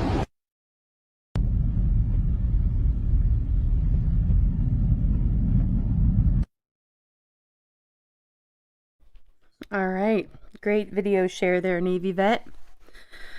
Okay, so it looks like that's what they kind of have planned right around the corner, right? I think we can all kind of see that that's the sort, I mean, at least some resemblance of the direction they want to take us, and that it's all about control. Right? They can steal a presidency, they can take out anyone. Yep. Yeah. Pat says she stayed on 4G. Go ahead, Eli. No, just I think, yeah, we're all pretty much in agreement. Ultimately, if there was, not even if, there is a goal, and it looks like, that's something close to what it would be, unfortunately. I just can't foresee it being utilized by the powers that be as a positive. Right. And I mean, I think we have to keep our finger on the pulse of what's going on. That's why part of why we continue to talk about these things. And, we're all learning from each other and seeing things from a different perspective. But it always comes down to what can we do about it, And even if someone like Snowden, I mean, maybe even if he was a plan, he shared the information and that was all true, So. Well, where, ahead, I apologize. Where did this take place? Where did what take place? It seems as though she was of Asian descent. Wait, that was an AI video. Oh, it was AI? Yes, sir. Yeah, that was like a fictional story about the future, basically. Was there any indication of ethnicity or anything like that? I don't think that was the focus at all. Okay. Yeah, no. Yeah. I think it was purposely made to be that it could be anywhere. Yes. Okay. All right. Because I interpreted. Not mine, Blue. I interpreted it as it was somewhere in Asia or something like that. I don't know. Well, maybe I didn't pick up on that, but they do have the what is it called? I never can remember the name in the moment. The social credit score system in place there already, which I think is the blueprint for what they want for everyone. But are you familiar with that, Hoyt? No, ma'am, I'm not. Okay, well, in China, they have a social credit system that is based on your behaviors, not just on like your purchases, like our system, our social score is, or our credit score. I don't call it social, do they? Our credit score. There is a social credit score, and so if you don't comply, if you're what they deem as a bad citizen, you have reduced rights. Basically, your money can be or your credits are digital, and they can be controlled. You cannot have access to certain places. They even have some places where they have digital billboards, and they'll put up the faces of those who have extremely low scores as a sense of shaming people. Oh, And no. And the government incentivizes the community to ostracize you, anybody Gerald. with the low social scores. Oh, no. Yeah, this Right. is. I mean, Black Mirror did an episode about it, but they were literally kind of just talking about China. Right. Yeah, and they've Goodness. been doing it there for quite a while. Why? But I mean, we're already starting to see some parts of that here in the United States. Like even just actually this month, the first of this month, Discord was going to start requiring digital ID in order to access most of the parts of like different parts of their platform. And thankfully, enough people stood up against it that they rolled it back. But they're seeing it already in the UK too, where they're requiring they're requiring digital ID, which ties very closely in with a social credit system, a social score, in order to access online, to get online at all. But I think that that's basically just, it seems as though there's an anti-immigrant movement there, like this huge anti-immigrant movement. I think This is- that I'm. Go ahead, Daryl. Go ahead. I would say this is a different agenda where they want it. There's so much control and data collecting that nothing is going to be sacred. We're not going to have any privacy. We're going to be total prisoners. If they make our currency digital, we're not going to have money anymore. We won't be able to barter. Everything we Right. do, and in China, it's like they're totally controlled. If you're walking down the street, they could tell everything about you. They know all of your data. It's like on a database, Everybody that Right, crosses girl. the street, you could see all their information. There is absolutely no privacy, and God only knows how far it could go when they're developing with these chips and nanotechnology. How much control is too much? If they're going to be able to switch a 5G switch and make everybody bow, everybody, Right. Or feel 6G for fear. that matter, right? Because we already have 6G, right, 5G available, right, but exactly. it's not. They say it's not fully operational yet, I believe. But they've already said that the 6G is right around the corner, and then with all the data centers that are coming in and the money that's funding them through this administration, which was announced on the second day of Trump's second administration. They are definitely setting up the system to be able to have that kind of level of surveillance and control. And who is overseeing this kind of technology? If this gets in the wrong hands, I mean, everything could be criminalized and weaponized in the wrong hands. I don't even know how far it could go. All kinds of bullying could be done, robbery, criminal activities. It could be Good to like see you, Nana. exponential. How Right. how You much can this pretty can be much laugh weaponized. at the oversight, option. Once we have the unhinged, I guess, wealthy elite and the government all mixed together in the same bed, the oversight is really not going to be applicable until it's almost too late, till Right. some damage is done. Yeah, good call. I want to read this comment. Sort of, I think this was in terms of what Hoyt was saying. Growl says it's not anti-immigrant; it's anti-assimilation. And I don't know if I really think I think I know what you're trying to say, Growl, but that's almost backwards. I think that the people who are protesting the illegal immigrants aren't saying that they are anti-assimilation. They're saying that they're not assimilating, and if people are coming into a country, they want them to assimilate. So I think that's what you probably intended, Growl, but you kind of Well, said it they're backwards. I think they're associating crime specifically related to narcotics. They're secondary to poor immigration policy. They're saying they're bringing in heroin and cocaine and all this I dope. think it's a much more complex issue than that. I think that's really just looking at the surface level. I think there's a lot of things that come into play with culture and assimilation and the lack of it. A lot of people who are coming into countries, especially probably illegally, they're Yes, not ma'am. looking to become a part of the country and assimilate to that culture. They're looking to come in and use the resources available to them to send often back to their own home countries and family that are there. Oh, Yes, and ma'am. it's been a heck of a year to see just that happening. Right. All the fraud and all the states, really, but especially the sanctuary states. I did I did an OBGYN rotation Exactly, in El Paso. I may have Mhm. told you this already. And when women would go into labor in Juarez, in Chihuahua, It's horrible, Tate.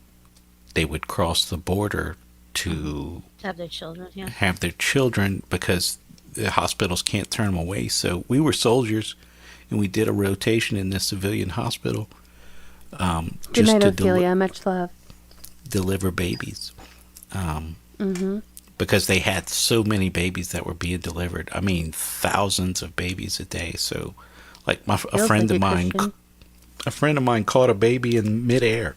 He could, Wow. I'm glad he did. Yes. They had to call the doctor, and they had to call the Right. doctor in to come cut the umbilical cord because he was holding a baby. But yes, so I'm not so sure how the that tied in children- with everything we're talking about here. Hoy. Can you, So can you the- tie it together for us? No, ma'am, I cannot. I'm just going to be quiet. I'll leave the disclaimer. If there's a baby in the air, you catch it. There you go. I catch it. Yes, ma'am. A good story. Right. Yes, sir. And growl, that's a horrible way to put it. I think you're kind of saying that tongue in cheek. But I think most people that I know, and I can speak definitely for myself, we are not against immigration done legally. I do think there's strength in diversity of culture. And I think I love people from all backgrounds and all places in the world. I have a problem with people who come here illegally to take advantage of the taxpayers and our rights and our funding, really. But yeah, I think that's all. I think it is all by design, as I've been talking about now for a few years. I'm seeing it play out just the way that I thought that it would, you know. And I know it's not a popular opinion by everybody, but I think that Trump and this administration are just as much a part of it as the other administration. I think that it's an illusion of choice, and both cheeks of the same ass are working towards the same globalist goals. And that's not just in our country, but around the world. I think if we look at land masses as if they were without borders, and we see human migratory patterns and stuff like that, it makes a little bit more sense. If we take out the borders and we look at these natural migratory patterns of humans over the course of our continent, it seems like it makes a little bit more sense. What makes more sense? You mean the numbers of people moving to That are different moving, yes, ma'am, countries? in different directions at certain times of the year and stuff like that. I think since the Spaniards have been here, I'm going nowhere, so I'll just be quiet. But No, we can work through your thoughts, but I mean, you present some different perspectives than I ever consider. And I don't know if that means that they're true or not, but I tend to think that this is by design. Under the last administration, they really they incentivized people coming here illegally. They opened the borders, they allowed people to come in, and then they handed them $1,000 gift, basically gift cards paid for by taxpayers. Remember, the government doesn't have or create its own money. Everything they have and they give is through the people who pay the taxes and are here lawfully. And then they also gave them housing, and then there's also social services and all sorts of NGOs that were giving them money and even busing them in, And then they said, the only thing they said was, remember, I mean, it was like the one time Kamala, who was supposed to be our border czar, said, don't come. That was it. right, That was like the but big, that was oh, specifically. whoops, never mind. But that was specifically in Guatemala. She was talking to Guatemalans, right? Oh, so only there. Okay, I didn't Right. remember that part of it, but Yes, maybe. ma'am. Yeah, But either way, I think they set that up for exactly this, because to all of the people, not all, to most people in areas like mine that are very liberal, that are sanctuary cities. We have a much higher population of illegal immigrants that are here. And I knew that most people that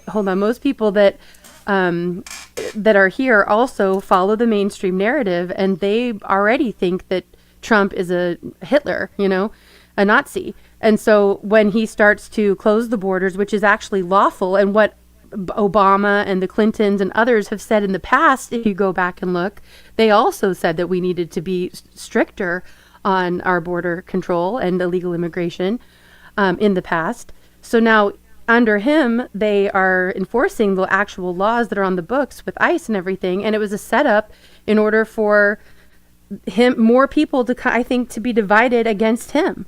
And now we're seeing like what we did in Minnesota with all the protests and riots and things like that. And I think it's all by design. It's their plans in play. And a lot of it, I think, truly is distraction besides divide and conquer. I've always believed in the proponent of divide and conquer. That's always been the end game, regardless of where you find yourself at any point in your life. I will say, at current, this is the most conflicted I've been about my own support for Trump, because I do like the way he's been hardline against illegal immigration, even though Obama's numbers weren't that much different. They just weren't reported on as much. But right, yeah, he actually had deported more people at this point than Trump has. Yeah, correct. So real-time thought, it almost feeds now into my mind regarding your thought on by design, because now the media is over-reporting it to make it seem exacerbated when it's really just according to the plan. Yes, that's exactly what I think. Right. Why would administration allow immigration? What would be the benefits?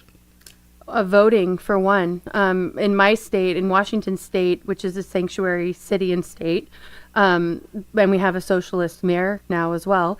They have admitted that it is on the honor system. Every person who's here, illegally or not, can get an ID or a driver's license rather. And once you have a driver's license, you are automatically registered to vote. We have 100% mail-in ballots. So every person who is registered to vote, who has a driver's license, gets a ballot, at least one, by mail. And then it's sent in. There's no place to vote in person. We don't even have that. You can go and drop off in person, or you can mail in your ballot. So it is 100% on the honor system. Whether it's still illegal technically to vote if you are an illegal immigrant, if you're not a citizen, but there's nothing that enforces it in any way, shape, or form. Well, so here, when they concentrate illegal immigrants in areas like mine, they guarantee in many senses that the votes of we the people won't be counted accurately. Well, here, I got a trifold in the mail from a representative. We'll say a local representative. And in the trifold, it discussed what was up for ballot. But when it came to, and it was perforated, when it came to the last page of the trifold, the wording was opposite of the bill. To where... Oh, interesting, right. To where when you take the trifold apart and you bring this little trifold with you, you're voting opposite of the way that you should actually vote. Right. And I've seen that here in Washington State too, where they intentionally word things in a kind of backwards way, so Yes, it makes ma'am. it confusing. So and then however people voted, if it was something like, if it's something that the government here, which is liberal, if there's something here that the Democrats wanted, I'm just going to say it that way. If it was something that the Democrats wanted and people voted against it, there's been times, even if the people voted against it, they've gone back and said, oh, actually, that wasn't worded very clearly. We think that's why it didn't pass. We're going to go ahead and do it anyway. I mean, they literally, yes, several times that's happened. Several times that's happened. Or vice versa. They'll say, well, because of the the verbiage. They use it both ways, right? I think they use that as a tactic here, and because it's so far gone, we were one of the first. I think we were the third, maybe, state to have mail-in ballots, and that was really, I think, where we lost a lot of our accountability and election integrity. Indy, you're like a minority, basically. And Absolutely. In so my area, yeah. so I mean, you, politically, I if you want understand the way to you feel. mean it that way. You probably feel left out and not Well, considered. I don't know about left out. I just, because I am very active in it all, but I do locally, but I do think that um I don't think that votes count here. And I know that's not true, or I believe that's not true for all different states in our country. I hear a lot of But you people know from for Texas. sure. But you Yeah, know for sure in your heart. right. That, And it's not just in my heart. I mean, we've seen how I first even came to YouTube 6 years ago now was through looking at election integrity and following some really amazing channels that I'm still tied in with that were really like CanCon, for example. Eli knows. That's how I first met Eli actually too back then. That's But so proud of. they're people who really just have an amazing skill for research and getting to the depth of what was happening and have been following election integrity this entire time. And yes, there's some things that are moving forward with all of that. But I haven't seen a lot of accountability still or change, definitely not at a federal level, which I even have a hard time. It's tricky because I want things to stay at a state level. I think that it's intended in our Constitution for things to be controlled more at a state level rather than a federal level. I'm just in the wrong state for my own beliefs and for freedom and liberty. right. It's really what Well, it comes down to. and also the definition of community. So what the community wants is depends on it may want inclusion to where Right, blues like the Ouroboros. or it may want division.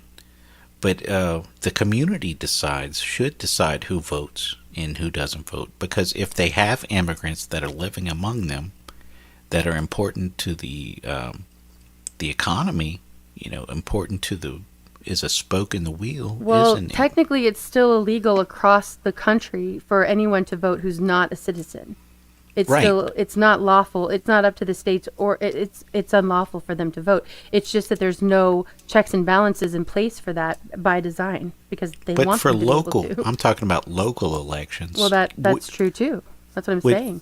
So it's illegal in a local population for them to allow immigrants to vote? Illegal immigrants. There's a lot of times people on the left, and that's by design also, and in the news, they won't distinguish between illegal immigrants and immigrants. There's a huge difference. Oh, yeah, If- yeah, absolutely. If someone, like that's what I was saying earlier, I don't want to speak for everybody here, but most people that I know, including people here, have no problem with legal immigration. We have a Right, problem right. with illegal immigration, and it Yes, has to ma'am. be distinguished between the two. Legal immigrants, I don't know, do legal immigrants who are not citizens, do they have a right to vote? That I'm unclear on. Actually, I'm not I sure. do believe there is at least some amount of time and fees that need to get accomplished, depending on the state. But I do believe, or is it just naturalized citizens? I'm not Well, sure. I'm not sure. That's something to look into. And I maybe went somebody to- here knows. I'm sure somebody's already answering me in chat 5 minutes from now. guaranteed. I'm almost positive I'll they get can there. vote.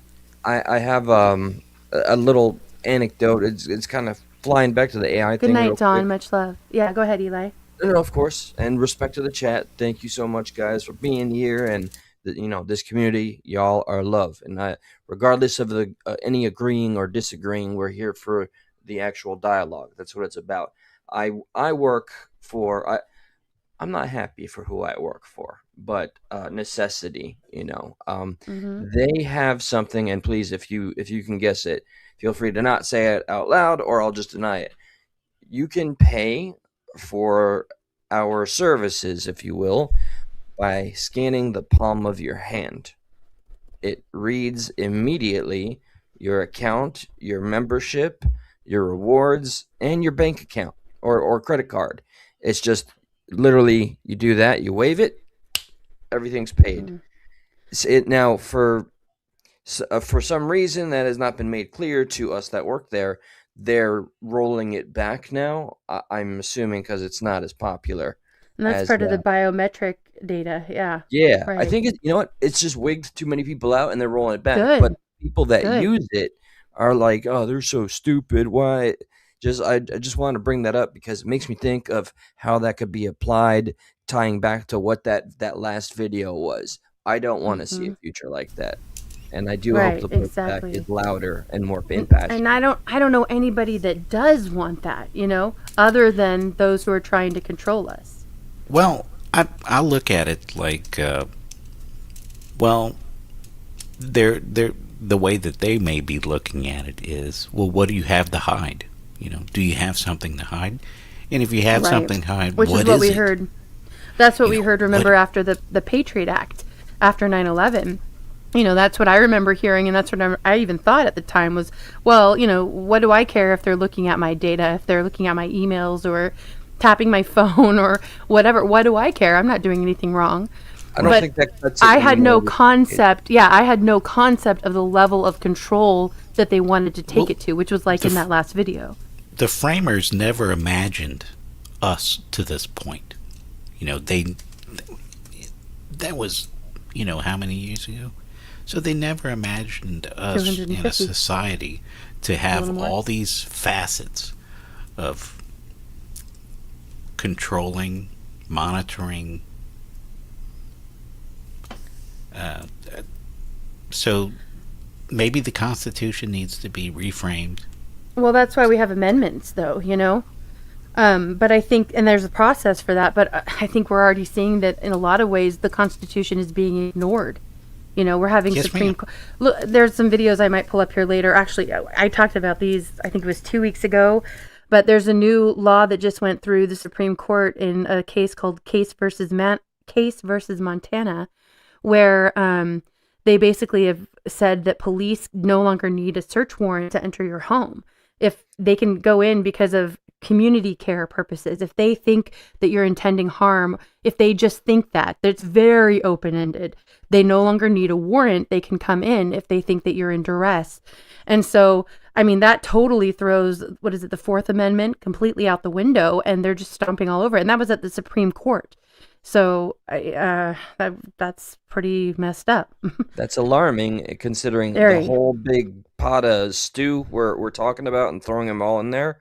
What Mhm. that could lead to, and the whole oh, we're doing this. What do you have to hide? Yeah, obviously we know that doesn't cut it. It's what we know they do with it. We're just a part for the algorithm, so they can better Right, market us, Puff? buy and sell us all over again, and keep them enriched and keep us Isn't that downtrodden. capitalism? Isn't that capitalism? Isn't No, it? What, that to make us a that's part of an algorithm and to identify our behaviors and learn us to I'd such say a that's much finite. more like a technocracy. But, so they can make more money? It's I, I, maximizing profit That's and even leveraging you based on whatever information you have. I mean, it's an open season at that point. So yes, you can make money, but you can also blackmail. You can also, and even if you didn't do something nefarious, you could have information A that you don't want to share with, person B. Just something as simplistic as that. And when we're talking about those in control, there's no checks or balances there. right, So exactly. And money the and system is everything else. definitely intended to have checks and balances. The depopulation is already on its way, Eugene. It's already happening. It's If you look already at the happening. excess deaths that are happening because of jabs, or right from 2021 on for some odd reason, Well, that, and you look at the numbers of the infertility levels that are on the rise, and birth levels that are completely below, what is it called? I can't remember the term, but it's like being able to keep the same number of people. They're too low. We're already in depopulation. Their plans are already playing out. and the social aspect of younger people are way Good more night, Jerry. Much introverted love. than ever, and so they're not Right. getting. Or I'm not going to sit isolated. here and say young people aren't having sex anymore. That's not the case, but they're having a lot less sex, and the nuclear family is just not something that's celebrated. oh, absolutely not. Not in the States. I was talking to my doctor. I live somewhere else sometimes. And my doctor there is Chinese. And he was telling me, Right, Growl. that in China there's no such thing as a nursing home. Like they don't have them. Right. It's Well, the that's more a cultural difference. Right, absolutely it is, because in China, the family unit, the definition of a family unit in China is completely different than a family unit in the United States. Right. Because Well, here, I think that's here actually you, a positive thing that we're moving more that direction, and it's partially out of necessity. You know, there are a lot more homes working in the school system. Even a few years back, there were a lot more multi-generational households than before, and a lot of it is because of the necessity from monetary reasons. Right. The younger generations can't afford to, as soon But as the they graduate state- or turn 18, go out and buy a home or even rent. but the you know? state, the assets of the elderly, and then charges, and then charges them astronomically Good to to see you, take care of Zen. them per day. So in China, if you have a disabled person or an elderly person, you can't just shovel them off into a nursing home. They don't have them. So the family absorbs the responsibility of taking care of the elderly and the infirm. Right, which is true in a lot of places here, and I think that's on the rise. I think more and more people are keeping people home, but also, speaking of depopulation, remember what they did to the elderly in nursing homes during all of that nonsense and the protocols in place Yep, that eliminated a lot of New people. Jersey to it. Right. So, there's not as during much of a the need for all COVID? that. Yes. To where people are like waving through windows and everything. Yeah, all that nonsense. Right. But you could still go to the head shop, you could still go to the bar. And as long as you sat down, you could take your mask off. But God forbid you go visit a dying relative or your wife giving birth. Well, you look Good to at see you, the Growl. if you look at scientifically the immunocompromised, it's going to be the very young and the very old. So scientifically speaking, there is a reason why you would separate the very young and the very old. Yeah, but there's not a reason the you would rest give of them the end of life care medications like remdesivir when they weren't facing end of life. They were, and you. A lot of us Indy, already know I a lot of came this up for information, just- but I came up for Go ahead, just Growl. this point because of Yep. that. Yeah, exactly, Zen. I'm 35. I worked in tech. I worked with dudes from Argentina, some of my other Japan, Poland. Canadians and Americans were the most. I had more in common with people from Ecuador and Costa Rica and Argentina, and it was elder care. When they looked at America, it was crazy, dude. They don't hate Americans. They look at how we treat our elders. My boss was like, I'm going back to Argentina because it costs a shit ton to raise a kid in LA. We're talking $20,000 a year for a toddler in childcare, right? Right, Tate. And he goes, I can just go back to Argentina, buy a house with my salary, move my mom and dad in. They can take care of the baby while me and my wife work. And it's like, oh my God, that's the only thing people have done since 1832. Like there is a real return to that in the younger generation. It's happening. Birth rates are down, but like that was the most insulting question, Chico. thing is like how you America's great. You guys Right, treat Inferno. your elderly, you treat your family like crap, and it's like, damn, we do. Here's Damn, a that hurts. great That quote. hurts. Yeah. Here's a great quote that Tate shared from Thomas I can never say his last name. Sowell. Thomas Sowell, yeah. Thank you. What exactly is your fair share of what someone else worked for? Yeah, it's a great one, Tate. To Growl's point. Growl dropped down. Yeah, but he's still in chat. Regarding NPR had something on this. Hold on 1 second. Hoyt, will you unmute for a second? I'm gonna try to fix your sound. We're getting a lot of background noise from you, and I think if I I can fix it. no, leave your echo and your reduced background on, and then go ahead and say something. Something. Yeah, there we go. That's much better. Nope, leave that on. Dang it, Hoyt. Okay. All right, go ahead, Eli. Just something that's not lost on me. Look, all right, real quick, the the channel, my channel, which is just there for fun. I love the game. There's a show I do that I really care, but I am ashamed that my content recently has been addressing a bully, and he's using the Bible and God to validate and rationalize his bullying. One of the points he has tried so hard to troll me with is how I decided to move back in with my mother, 82, can't walk. I'm here to take care of her and everything else I can possibly do. And somehow in this country, that is used as a ha ha ha, you live with your parents.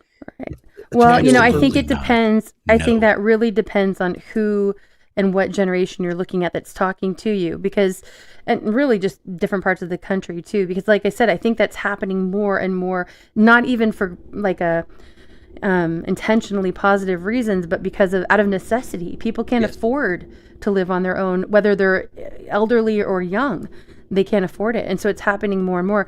But I know that there are actually several people here in this community that are in a similar situation. They've moved back in with family because they're providing care. And God bless you, because, I was young when my parents passed, but I was already helping in that situation with my dad and my mom with health problems when I was young, in my 20s. But so, I understand it from that perspective. And also with my grandmother that passed, she's passed several years ago now, but she had dementia.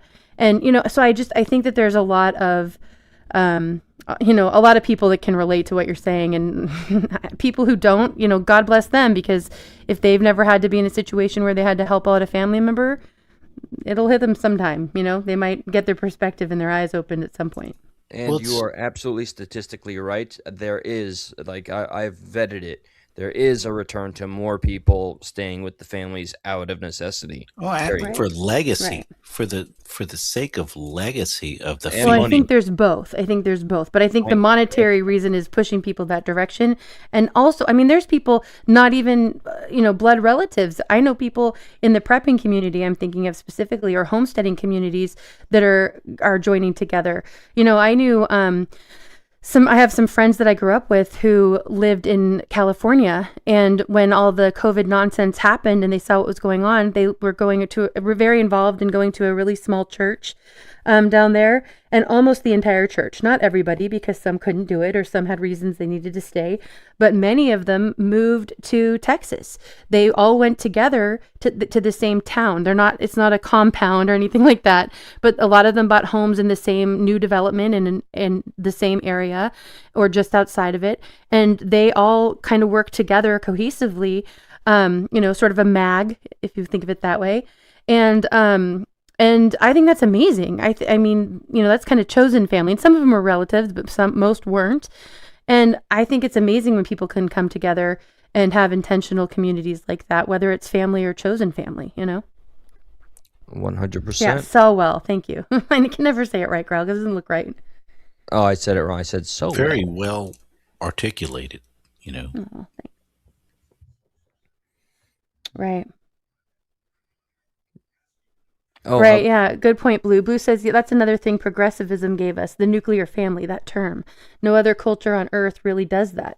Traditional family is grandparents, parents, kids, and grandkids in one house, right? or neighboring homes, right? Apologies for the obligatory disclaimer, because I don't come around here as often as I used to. My name is Progressive Patriot, and that was only ever meant to be an inspiration of it's okay to have a dialogue. Let the things that unify us bring us together, not divide us. At that end, I am a reformed Democrat. I used to support Bernie Sanders, and then I ended up voting for Trump. Here we are. Okay. Yeah, it's been so good to see your actual progression. Oh yeah, that and for the past 2 years, I believe in God after almost 15 years of atheism. So, right. This has been quite a journey. Kind of a rabbit hole here, but Eugene says they don't need people if they have been collecting everyone's DNA. And yeah, I think that's part of the reason behind the Human Genome Project and 23andMe and all of that. We know cloning. They cloned Dolly the sheep, but they told us about Dolly the sheep in 1996. So in 30 years, how far do you think that they've come in that technology? Oh, that stuff scares me, and I've gone Yep. down those rabbit holes. Right. You think about the last time that I think it was That's either the awesome, FBI Pat. or the CIA actually publicly had a hearing and showcased some of their most advanced technology to end a life. That was in 1974. You can find it on YouTube, which was the ice bullet that would simulate a heart attack. Imagine, and that was the last hearing. Who knows what law passed or what hands shook? We don't get that kind of oversight anymore or transparency. but Imagine what they can do now. Hold the on one second, CIA Hoyt. Hold on one Yes, second, ma'am. Hoyt. This channel stuck in the middle is Eli, the Progressive Patriots' other channel. Make sure you guys go and sub that up too. Check them out. He and his co-host Josh are doing a great job getting information out. And they have conversations similar to like we do over here, sharing some information and like diving into current events and some rabbit holes. We try and we keep the phone lines open. We get some crazies, but we welcome everybody with any opinion and anything to say. Right. Well, Thank you I'd for like that. to. Yep. I'd like to shout out the CIA for the World Fact Book. I really enjoy it. You know, if you visit the CIA's website, the World Fact Book it's at God bless you, Tate. it's at your fingertips. Check it out. I will look into that. I've heard that before, but I've never looked into it actually. Eli, did you see this comment from Tate I have highlighted? I was looking at a couple of comments regarding progressive. All right, I do the same. Oh, yes, that's the one I wanted to. I responded and I said, God Okay, bless yeah, you. great. Sometimes it's just All right, nice to Dave, you see speaking more. other people that they don't just understand, they empathize. Yeah, good So call, thank you Growl. and God bless. Yeah, Growl points out it sure as hell is still normal in the royal family, right? They keep everything in house. Good call. I've been watching. I think blue. Need a different word as you don't mean progressive like progressive means. So I need to change my name. Right, Should I Gerald. change my name, Indy? Is it time? I'm worried after That's all a the- call you have to make, but I don't know. I think you might get some people that come in because of that name, you know? Yeah, that was always the aim. Curiosity. You see something that's what's the term? What is it when a statement is? I don't Like have contradictory almost. Yes, the Right. contradiction in and of itself is the draw. Mhm. It was the Right. hope, but I am exhausted. Yeah, kind of like the cannabis conservative, you know? I mean, that's not so Right. controversial anymore, but I think when he picked that name, it was sort of like a, you know, come at me type idea. That You know? played out for him very well. For Right. me, Right. oh boy, I couldn't feel more detached from that side of the aisle. Oh, by the way, 2 days ago, I'm in Florida. I don't care to reveal that. Driving my 20 miles to work, there's another No Kings protest. Yeah, we had one really close to us, actually. I was surprised. See, the last one I made content out of, and there was thousands Ragecon. upon thousands of people, but this was just like 6 jackasses standing over a bridge with a huge flag way too close to the damn street, and they're just going nuts. I don't know. Paradoxical. Thank you, Brian. You're up here. I miss your voice, bro. I miss seeing you, man. You completed me. This You don't is call, the you don't write. United I States cry of Completes me, America. that's for sure. Love you, Bran. Yeah, well, Pilgrim, it's good to see you. Welcome back in. Oh, and I just lost my thought. What were you? Oh, the No Kings. And that's another place. Eli always says, look for the unifiers. And that goes right in with Independent Many United, by the way. But I do, yeah, I Oh, do yeah, you have it think, too. Thank you. right. But I do think that there's a lot that I see that we do have in common with a lot of people who are out there. If you listen to any of the No Kings protests, it's not necessarily that we agree on the same. And like with you, Hoyt, I think we see a lot of things eye to eye, even though we have a lot of differences too. But anyway, there's a lot of things that they're saying that I agree with, or like that last, one of those videos I just played by Sabby Sabs. I agreed with that entire video. And politically, we don't see things we don't see the same way to get where we want to go, but we want to get to the same place. Those are things that are unifiers that unite us. that was almost eloquently put. doesn't matter according to the Constitution. Like, you can agree or disagree with whatever you hear, but Of you're going to course. hear it. But you're going to hear You're going to hear every perspective, and that's what's important to America. You know, every perspective, as true or as false as it is, you know, you're getting the full spectrum. Well, that's our freedom. I think what you're maybe alluding to is our freedom of speech. We can Sounds like it. say you can say what you want to say, whether you're in agreement or not, or whether you're right or wrong. When I went to the Isn't that- No Kings, sorry. Isn't that beautiful? Isn't it beautiful? Amen to that. Yeah, Heck yeah, all absolutely. day, every day. When I went to the huge No Kings protest, I mean, I love the unifiers thing. I mean, it's in the name, and that's what I've tried to be all about. It's sad how jaded I've become over the years. I still have optimism, but when I was there and they knew what I was about, the last thing they wanted to do was try and find any of those Right, unifiers. Lily? It was pure vitriol, hatred. That's I mean, and shaming. I've seen that too much. And I said that before, you know, that was part of my like waking up process in 2019, Well, that's not 2020. love. Well, You know, hold on, wait. That was part of what I saw was a lot of the people that I knew and loved, they could not see things from a different perspective other than what other than their own. They couldn't put themselves in somebody else's shoes. And I think unfortunately, I'm seeing that much more from the left than I'm seeing that from the right. That said, there are also people on the far right that I think have those same blinders on. They can Oh no God, longer look how see how they can relate to people on the left. It's all about and that's by design. It's the otherism. It's the divide and conquer. right. if Indy, you go we are in juxtapositions because I'm surrounded by the opposite. So Right. Yes, I can see feast or, that. it's feast or famine. And You're right. We are in juxtaposition on that one. yes, ma'am. Kronos?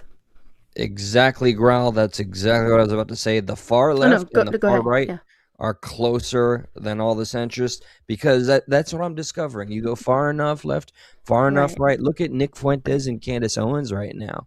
I don't know if any of you like what they're saying. I am not a huge fan. I understand the appeal of a lot of the speculation and conspiracy. I am a skeptic, and I am I'm always about trying to get to the facts as Right, D? best as I can. Do you any general thoughts about Candace Amen Owens to that, and Pat. Nick Fuentes on this panel and chat? I do not follow Nick Fuentes. I've heard a lot about him, but honestly, he's like off my radar, and I'm kind of glad with that from what I've heard. Yes. Candace Owens, I'm very like torn on because she was a part of my waking up experience back with her video on George Floyd, and I think she speaks a lot of truth, but at the same time, she's such a big channel, and she's hyper focused right now on some issues, and it makes me feel like she might be controlled opposition in a way. I'm not sure. I Or maybe could just off the rails a little bit right now. But I do agree with a lot of what she shares. okay. I'll make the claim, but that doesn't mean it's true. I could totally decimate her character in just 2 minutes because I've covered her so I'm extensively. gonna grab a From link for you. huh? What's Sorry. that? Oh, for I'm me? gonna sorry. Yeah, for all of you. I'm gonna grab a link and put it in the chat in just a second. Go Oh ahead. yeah, absolutely. You know, starting from when she has claimed to this day that she's never benefited from something like racism in high school. She sued her high school for racism. Fast forward 2006, she had a project. I forget what it's called. Basically, she was building a social media platform where you were given the right to dox anybody that the group did not agree with. It's called. I forget it. I did a whole video on it, and I Oh, you remember something. Shoot, I can't remember it. Somebody will know. Project something. It and was it was like in head surgery. It's almost like I can almost think of it like biopsy or something along those lines. yes. What is it? So I'm right there with close. you, Eli, but We're on the it's not coming hinge. to me. So you're aware Somebody's of that. gonna know. Yes. And oh my God, there's so It many was things. basically doxing people.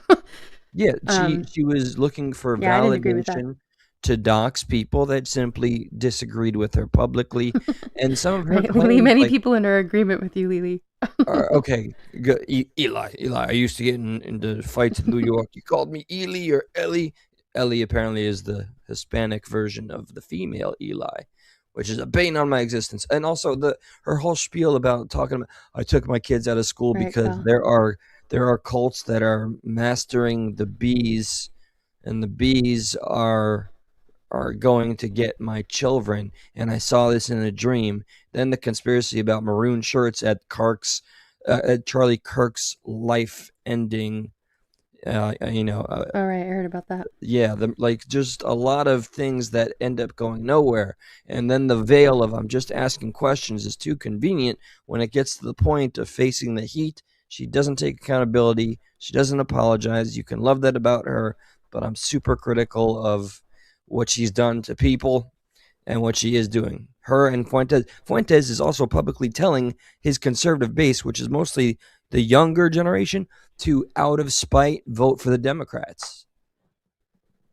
That's the move right now. I mean, see, this is where I feel like it gets so easy to get into that left-right paradigm, but I think that's an illusion. I mean, I really do think in the long term, they're working towards the same goals. Really quickly, I just put a link in the chat, and I'll try to grab it and put it in the private chat so it's easier for you to get, Eli, but it's by a channel that Algo actually introduced me to called Mind Unveiled. And I've been really enjoying a lot of his videos. He kind of does some deep dives on different sort of rabbit hole, I'd say, topics. But this is in current events, but this is his dive on Candace. And there were a lot of things that I learned, not so much about her, but about her husband that I had no idea about. Buddy. Right. He's yeah. super tight with the Tate brothers too. Yep. And very, tied in with kind of the royal lineage and all of that. So I just put the link there in the private chat too. Also, thank you. Yep, I think I may have to go because this is getting above my pay grade. I don't. No, it's up to you. Is it complicated? Should I stay? It's up to you. No, you're more than welcome to stay. Is it complicated? Because I'm not a very smart guy. No. My question, honestly, is, I mean, do you know Candace Owens and or Nick Fuentes? Okay, if you don't. It's refreshing if you don't. No, I don't. Puff? Okay. So this is new to me. Okay. Oh, okay. Thank you, Puff. Sorry to interrupt. It's social autopsy. There we go. I knew we'd get to it. Yeah, Bran. Thanks. Bran the man. Oh, look it. I got to both of you at the same time in both chats. All right. I'm sticking around. I'm going to listen to this. Well, it's up to you. Yeah, you're awesome. Is there a general? Oh, I'm sorry. Was I talking over you? No, you're good. Go ahead. Is there a general opinion? See, I'm not just looking at Owens and Fuentes. Is there a general opinion about the influencer sphere and politics right now, and how? Do you have a generic trust because they're outside of the mainstream, allegedly, or more of a cautious approach because they could also all be plants? You talking to me? Everybody. I mean, do you listen to any, if influencer is not a familiar word, just an online persona like Alex Jones, for example? I sort of take all of them with a grain of salt. Anybody that has been allowed to stay online and have a mass following, I think there's a reason for it. So, and I know this, but I had it explained to me in a way that made me realize it differently. But even smaller channels that are promoted, and you see, I think a lot of channels that have bots, but where it'll have like hundreds of people in their chat, but then their views are really low afterwards, or, or they'll have like, 80,000 subs, but there's 5 people in their chat. So, and I'm not naming anything specific. So if it lines up, I'm not calling out any channel. I'm just saying in general, I see that often.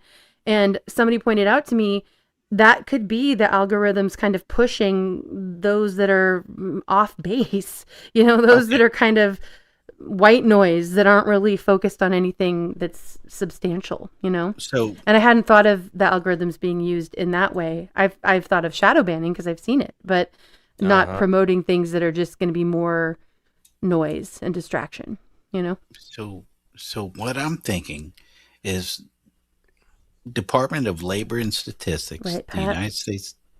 Can you hear me? Yep. Go ahead. Yeah, Department of Labor and Statistics is going to have to take in StreamYard accounts, and then how much money's coming in.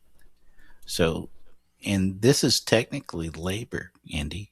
You're working right now. You're breaking your back. You're bending over backwards.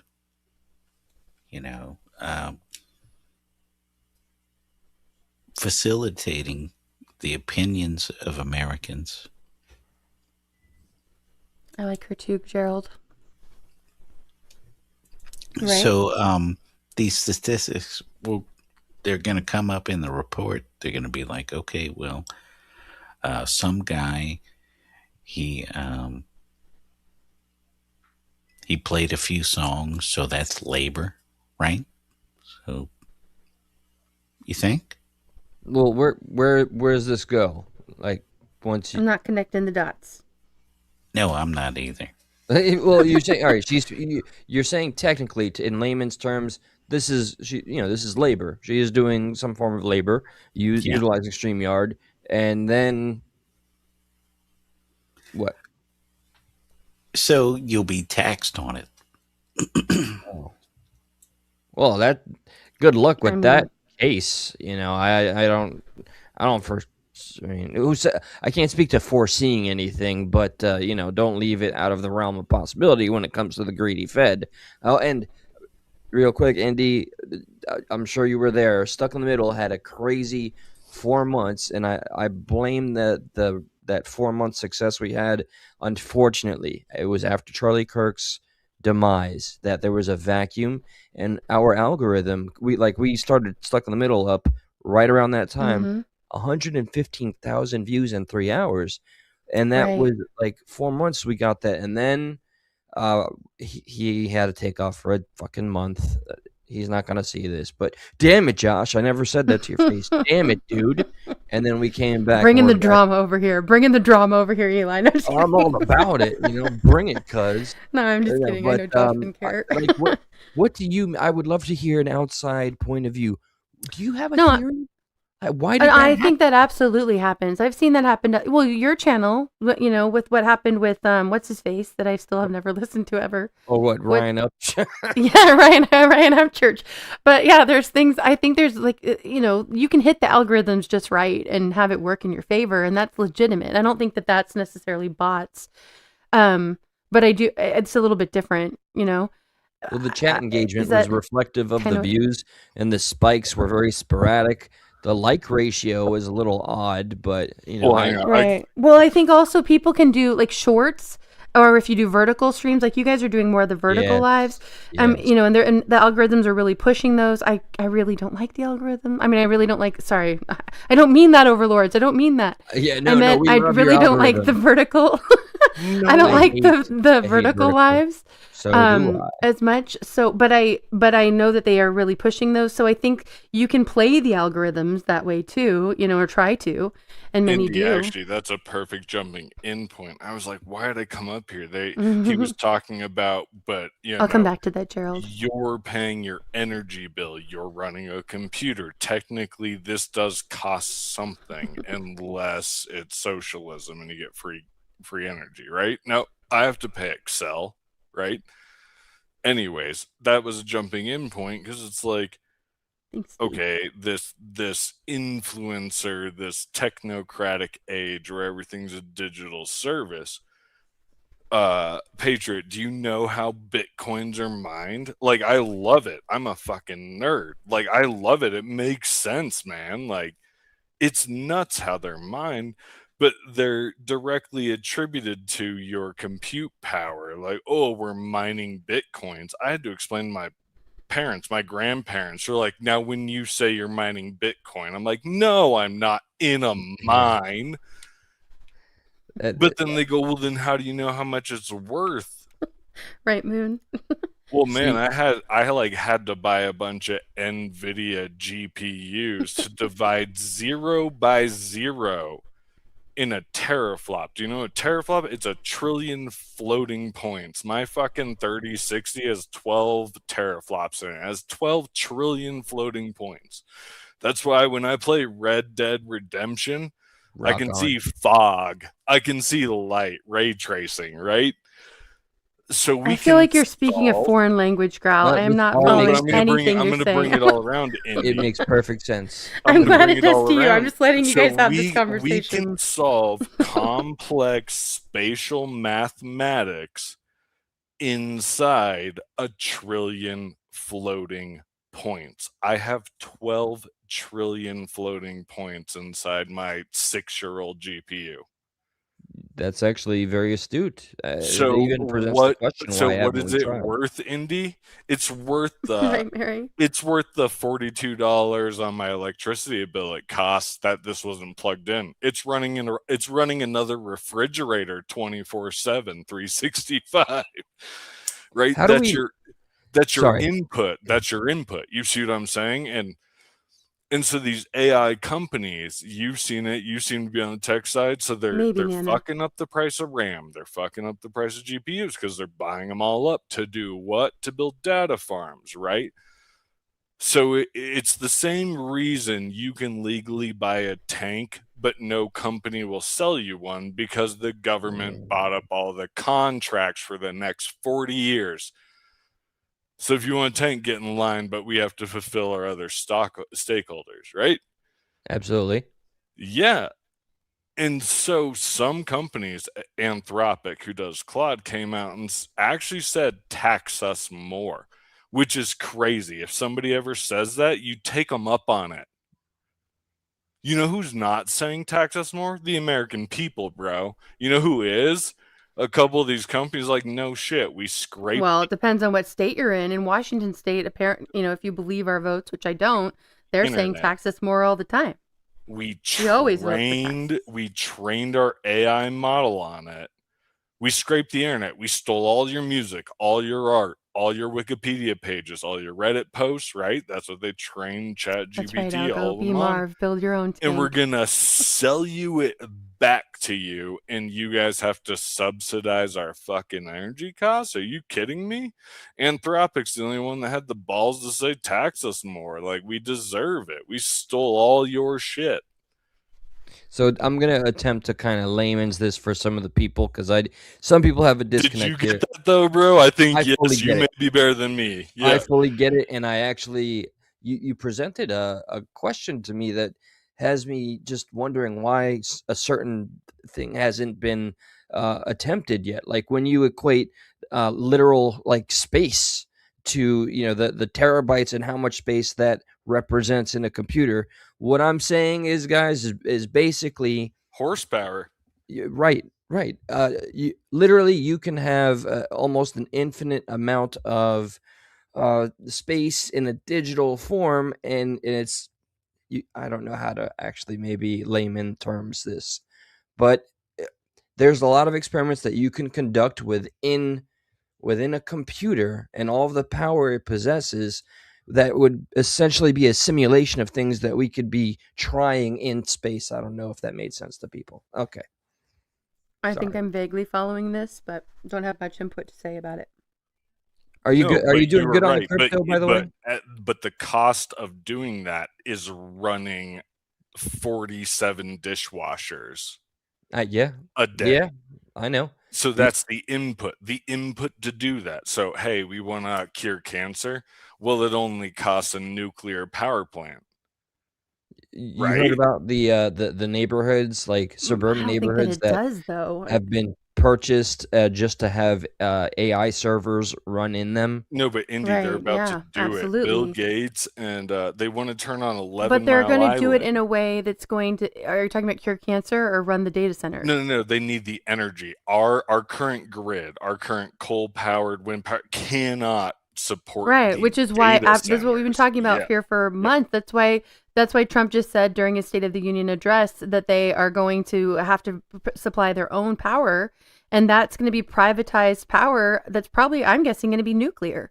Okay, so I think they're going to be introducing that where all the data centers are. They're going to start having nuclear power plants, but it's all going to be privatized, and we're all going to be slaves to that system when they make ours crash by enforcing electric vehicles and electric stoves and everything else.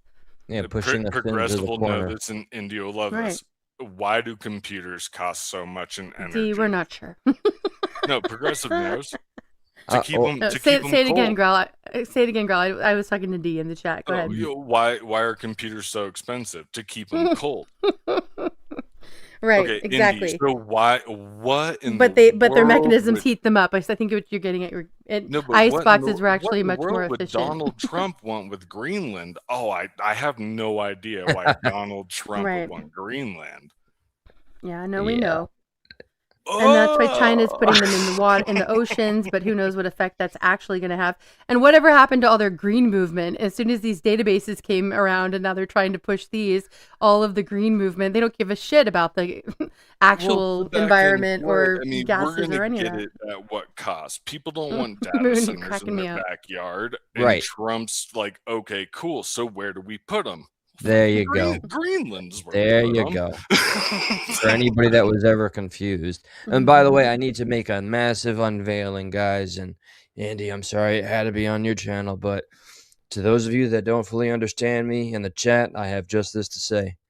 Where is John Connor? Yeah. Or who is John Galt, for that No, matter? where is John Connor? I am the Terminator, and I am here to find John Connor. Have Indy you thinking seen I him? was gonna run back, be like, "Who's John Galt?" Yep. Right.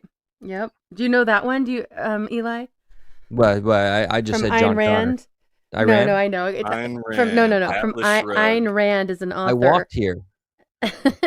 And if you don't know who is John Galt, then you probably don't know. But what is the name of that movie? I'm trying, or the book? Atlas Shrugged. Atlas Shrugged. Oh, yeah, you yeah. should, you should watch that if you haven't watched it or read it. You Okay, guys are for cracking me up sure. in chat. Okay, I want to kind of refocus us a little bit, and I have some more videos I wanted to play. I saw some conversation about JP, so it's yeah, thank you guys. Atlas Shrugged, that's right. And there's just a few. These are a little bit shorter, but this is one by JP Sears, and it's talking about Zionism, and I'm kind of glad you're here for this. All right, here we go. No nukes coming in. Beautiful day. Yep, not yet. Hey, I've been seeing the Zionist stuff all over, but what's that mean? Zionism, is that a religion, like a form of Judaism? Oh, no, it's not a religion, it's a political movement. Became an organized movement in the 1890s with major financial backing from the Rothschilds. The Rothschilds? Yeah, you know, the control banking, world government, secretive global control family. Those Rothschilds? Yep. Those Rothschilds. Specifically, it was Edmund D. Rothschild that helped launch Zionism. So it's not the same thing as Judaism? No. What Zionism is runs in opposition to actual Judaism, which technically makes Zionism anti-Semitic when you think about it. But I don't think you're supposed to think about it because that creates problems for powerful people. Okay, so actual Judaism is not Zionism. Correct. Zionism violates the values of Judaism, so they're not the same and kind of very different. I thought Judaism and Zionism just went together. That's confusing. I think it's meant to be confusing. I thought Zionism was biblical. No, it's a political ideology from the 1890s. Judaism is the biblical one. Rothschilds, Zionism. So you're saying it's the same Rothschilds that most of us think control governments around the world? Yeah, same name, same bloodline. Huh. How would the Rothschilds control the U.S.? You ever hear of Israel? What do the Rothschilds have to do with Israel? They helped create it. They played a very pivotal role in the early development of the Zionist community in Palestine and the eventual creation of the State of Israel. So you think the Rothschilds might have some influence and control over something that they created? Yeah. Maybe. Huh, weird. So why are all the Zionists wanting this war with Iran? Well, what would you say is at the heart of all corrupt power? Well, I'd say the desire to accumulate more power and control at the expense of human welfare. I would agree. I don't know about that. I've been hearing a lot of Zionists on interviews lately, Lindsey Graham's doing a lot of them, saying we have to do the war with Iran to protect Israel because God wants us to. What have all parties throughout all religious wars and all of history said was their motive for killing and destruction? God wanted them to. And what about opposing sides in the same religious war? God wanted them to. Both of them. Do you think God's schizophrenic? Probably not. Or do you think evil would use the name of God to justify corrupt actions? I suppose it might. But I follow some Zionists online and they don't seem like they have evil intentions. They seem like genuinely good people supporting what they think is good. Yep. I agree. So why would good people support something evil? Well, because of weaponized morality. Huh? Weaponized morality. It's when evil movements convince good people that the good thing to do is the bad thing. But they use lies, deception, and manipulation to convince people that the bad thing is the good thing. Weaponized morality.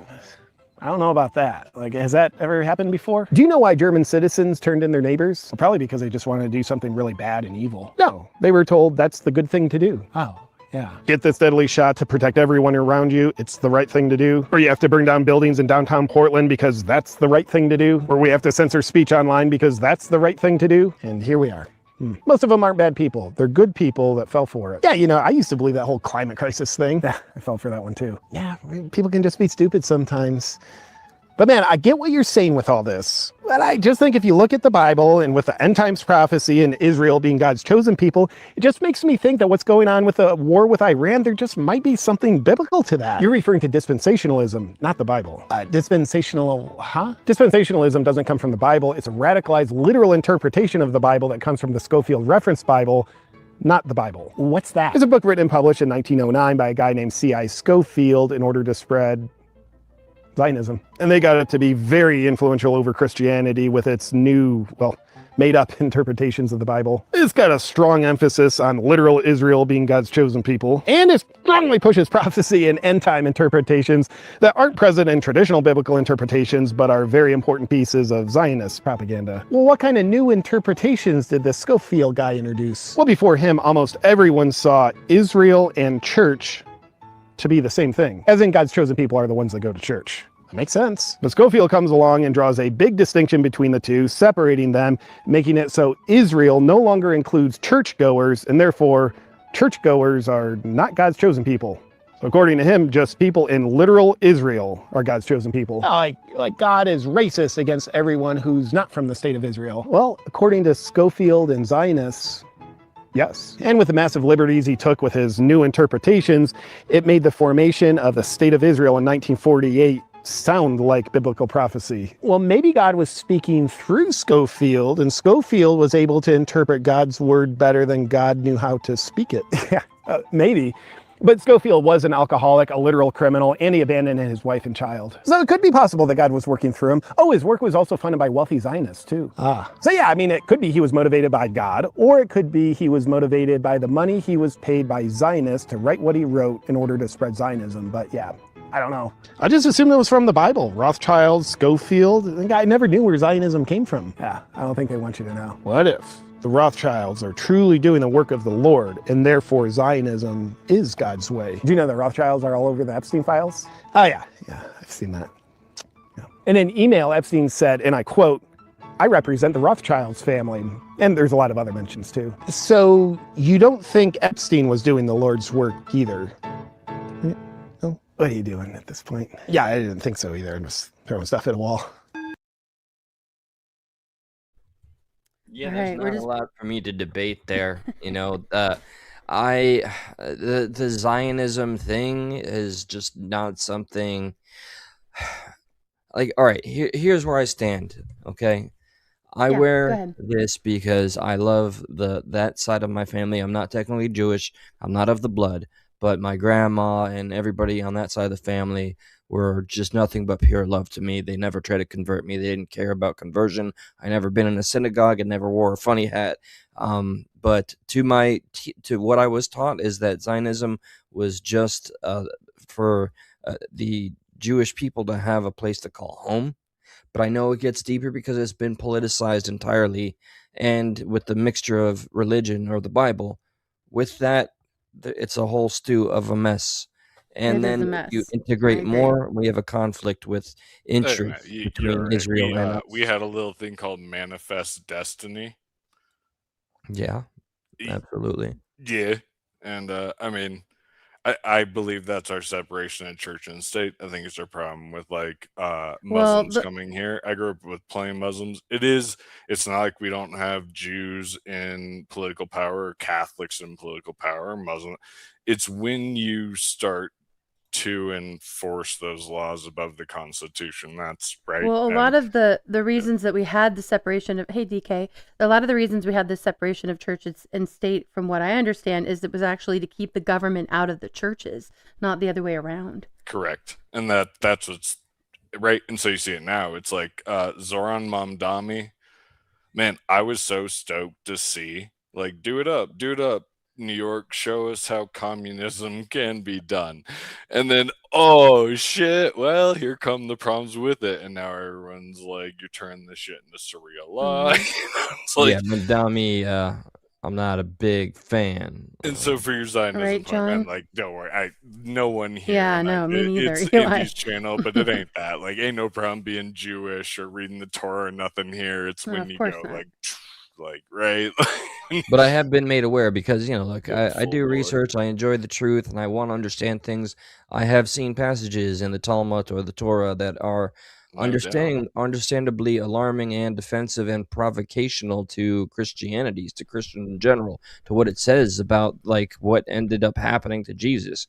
I fully understand where people want to get actually defensive and or Right, aggressive. D.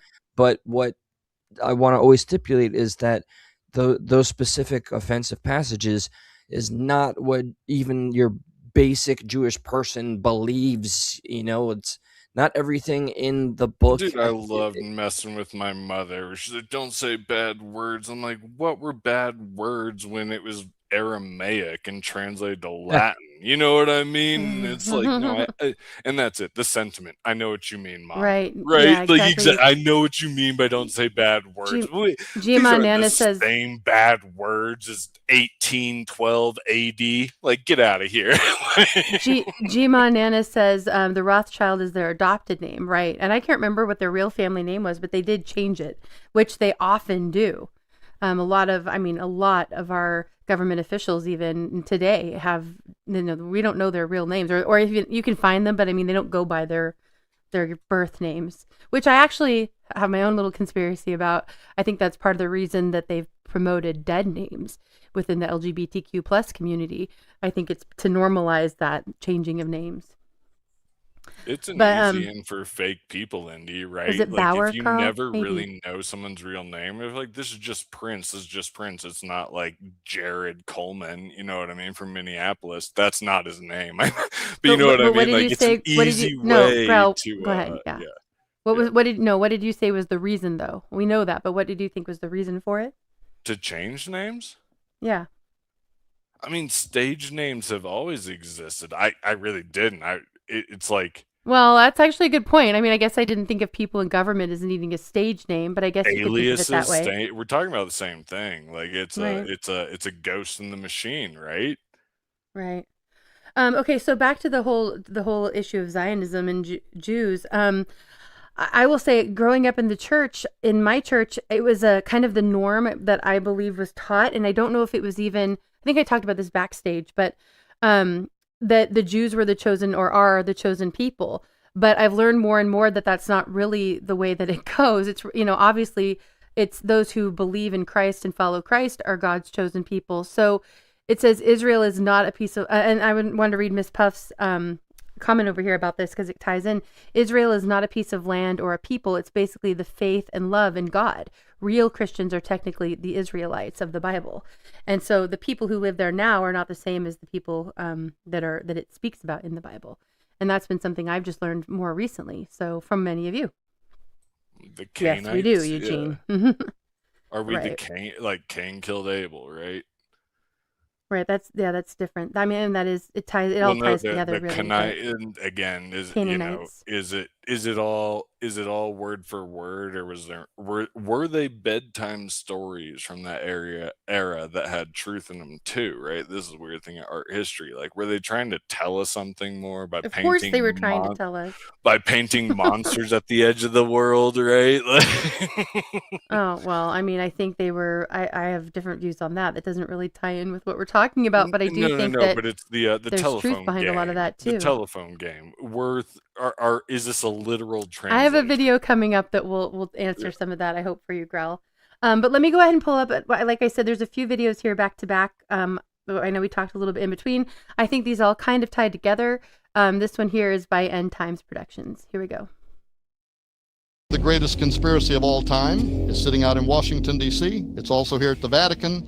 This is the ancient structural representation of the womb of Isis. This is the ancient structural representation of the erect male phallus of Osiris. Your capital city is laid out as a magical construct based on ancient Egyptian beliefs for the exact purpose of raising Osiris from the dead so that he could be incarnated within every U.S. president. That's the way the city's laid out. It's also laid out that way at the Vatican. It was dedicated to Osiris, Isis, and the sun god Ra.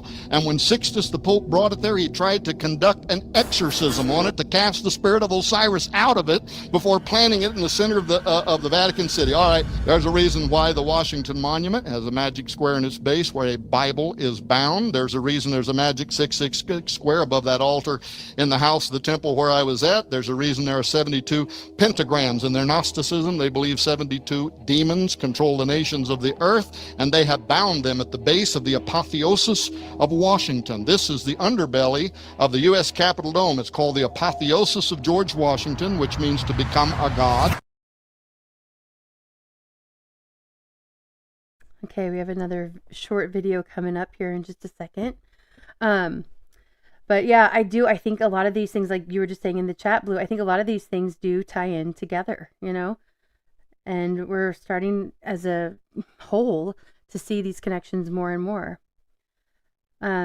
This next video is one that is shared, by Anthony Chaffee, MD. Here we go. Kellogg's is vertically integrated. This is something I learned from Dr. Fetke recently, and he and his wife have just done a lot of work in this. That they're vertically integrated, which is great. I think that's a good thing to do. So they grow their own crops that make their own processed crap, and they ship this out. It's all vertically integrated. They own all the steps in the chain. One of the steps that they also own is they're actually involved in making pharmaceuticals. What pharmaceuticals are they making? They're making diabetes medication. They're making blood sugar lowering medication, right? So they're growing the crops, making the processed crap, paying for the research, paying for the politicians to push this crap out, writing the curriculum in nutritional sciences to make you eat this garbage, and then selling you the medicine that they know is going to be a consequence of eating this crap. And so to me, that makes me think that they know exactly what they're damn well doing. And honestly, that at that point, I think that's criminal. I just wanted to jump in. Sorry, I got Yeah, pulled go away. There was other things occurring, but thank you for the time. I have to wrap it up. God Yeah, bless you thanks all. for joining So today, much. Eli. I'm so glad you were here and part of the conversation. I want to be here more. Like, this is a literal goal. Being here is, I'll be honest. The church that's nearest to me is a little too mega churchy. Let me give a quick example. When Right. I went there and I needed prayer and service and like a pastor in community, they played a movie, the bucket list, and they edited it up into snippets on a big screen. It was a movie theme, serving popcorn, and they had the pastor edited into portions of this movie to explain how it relates to the Bible. So I say all that to say this is more of a church to me than that. And this like that. community means a lot to me. All of you, no matter how brief it was we've known each other, the fact that we still know each other, it means something to me. I hope that anything I do on my channel is worthy of your time. I'm always aspiring to be something better. My channel's for fun. Again, if you want to see me with my A game or where I'm trying, do the @ sign stuck in the middle. That's all the plugging. I'm sorry I'm shilling, but God bless That's all y'all. right. I miss y'all. Indy. Yeah, You're my thanks for first being up here, PayPal, by Eli. the way. First ever. I've never used the damn thing. Take care, guys. Good night. Yep, much love. All right, I'm going to go ahead and put Progressive Patriot, Eli, and Stuck in the Middle's links there in the chat again. You guys can go and sub up. Good to see you, Landon. Thanks for coming in. And Tiger, much love to you. Yeah, okay, so I think a lot of these things tie in together. I'm sort of playing these for a reason. But we've got, I think, 2 more videos I'm going to pull up here real quick. This one is on Johnny Cool's channel. Here we go. On the back of the Social Security card will be numbers in red. On the front will be in blue or black, but on the back will be in red. The numbers on the back of a Social Security card in red designate your body. It is the serial number of your stock. And this is why if you're wealthy, you are preferred stock. If you're poor, you are common stock. But you are a stock on the stock market. Your body is bought and sold through the use of your birth certificate. This is why when you were born, you have to have a birth certificate. Therefore, your birth certificate is signed by your mother, and where your mother signed on the birth certificate, get it, you will see it does not say parent or mother, it says informant. Your mother was informing the bank that she has just produced another product to be bought and sold. England, the British Crown, through international banking, owns your physical body. And that's the law. So you can think it's funny all you want. So the bottom line is that you are a Maritime Admiralty product. And if you could get your original birth certificate back, you would find that on the back of the birth certificate are all the banks around the world. All over the world, banks have used your birth certificate. All right. I know this is review for some of us, but new information to others. And yes, I absolutely agree, Tiger. Tiger Stripes about the food in the UK and versus what's here in America. There's the link to that video we just watched. Algo, welcome up. Thanks for coming and joining us. Glad you're here. Hey, thanks for having me. How's it going? Yeah. Things are good. It's been a good night.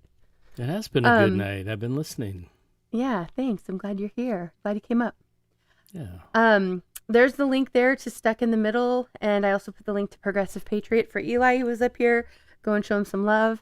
And then also, when we were talking a little bit about food here, if you haven't watched the Down the Rabbit Hole toxic food video that's on my channel, you can go and check that out. It's a good kind of listen in the background or, replay. So go check that one out if you can.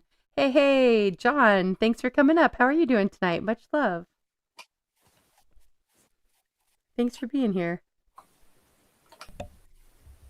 I had to mute. Yep, no worries. Yeah, you got a pretty good conversation going on. Yeah, I'm glad you came to be a part of it. A lot of things, like the more I dig, the more I find. Right. And it's kind of like I put in the chat, I think we're suffering from technology shock because it's just so much to take in. And I think a lot of people, maybe that scares them. Mm-hmm. But two, a lot of things, when we look at it, it's like we're learning a lot about history and finances. We're learning everything, really. Right. A lot of times we're using words like, this was hidden. It's like, no, it was in a book, somewhere. But the mainstream, that's true. but the mainstream does have its agenda or its narrative it wants to maintain. Right. Yeah, and absolutely. A lot of times we go into a negative perspective of things because we don't see the whole picture. Right. And it's not to say that it's good. It's just that maybe, I'm not afraid to say I was wrong. Right. For me. Which is, I think, becoming more and more rare, but something that needs to be valued, Yeah. To be able to admit that we're wrong and keep an open mind. Because throughout time, I've changed my mind so many times because I thought, well, especially like a lot of people are saying, well, it's the Jews, it's the Jesuits, it's the Catholics, it's the, and the list goes on and on. Mm-hmm. Who is behind all of this? And that's all, I think it's more of a group effort. Things happen because the masses allow it to. But it's been going on because the masses weren't aware. We didn't have this technology. That's like when I was growing up, all I knew was, I needed to work. I needed to pay my bills and my taxes and raise my family. And, and we called it the rut. You get into the rut. Right. You're just we say doing the hamster wheel, they keep us like, or I think of it as they. I think it's because I do think that was by design. We have to stay on this wheel and kind of focus on our immediate lives and not the bigger picture. But I think that's the change because, now, I mean, like in my time, you had what they called higher education. And then you had people who were more worldly. Mm-hmm. They traveled the world. They'd seen, like we might think the a certain group of people are Right, Tiger. barbaric and just murderous killers. But people that's been in that part of the world, they're like, what are these people? Where did that come from? Because it's always that division they want to maintain. You'll notice, like, even, Democrat, Republican, everything's got an opposite to it. And that's not really natural. But sometimes it's necessary in order to maintain a balance, because that's like a lot of people use freedom. Freedom's you were born free, but with that comes responsibilities and having a self what would you call it? Like self-pride, self-discipline, these things like that, because some people don't have that. And that's where laws come in, because we do need somebody. But this is where I think a lot of things are broken, because we have the laws. I mean, gee whiz, there's, over 60,000 rules and regulations and laws. But we don't have no enforcement. And right. Doesn't it seem like we no longer have the checks and balances we were kind of talking about earlier? They don't seem to be in place right now either. Well, I think that becomes like, the criminals get into the higher positions to where now they're in it for themselves. Right. So now we got they're wanting us to stay divided. So we never see this, we never see Good that call, the Tiger.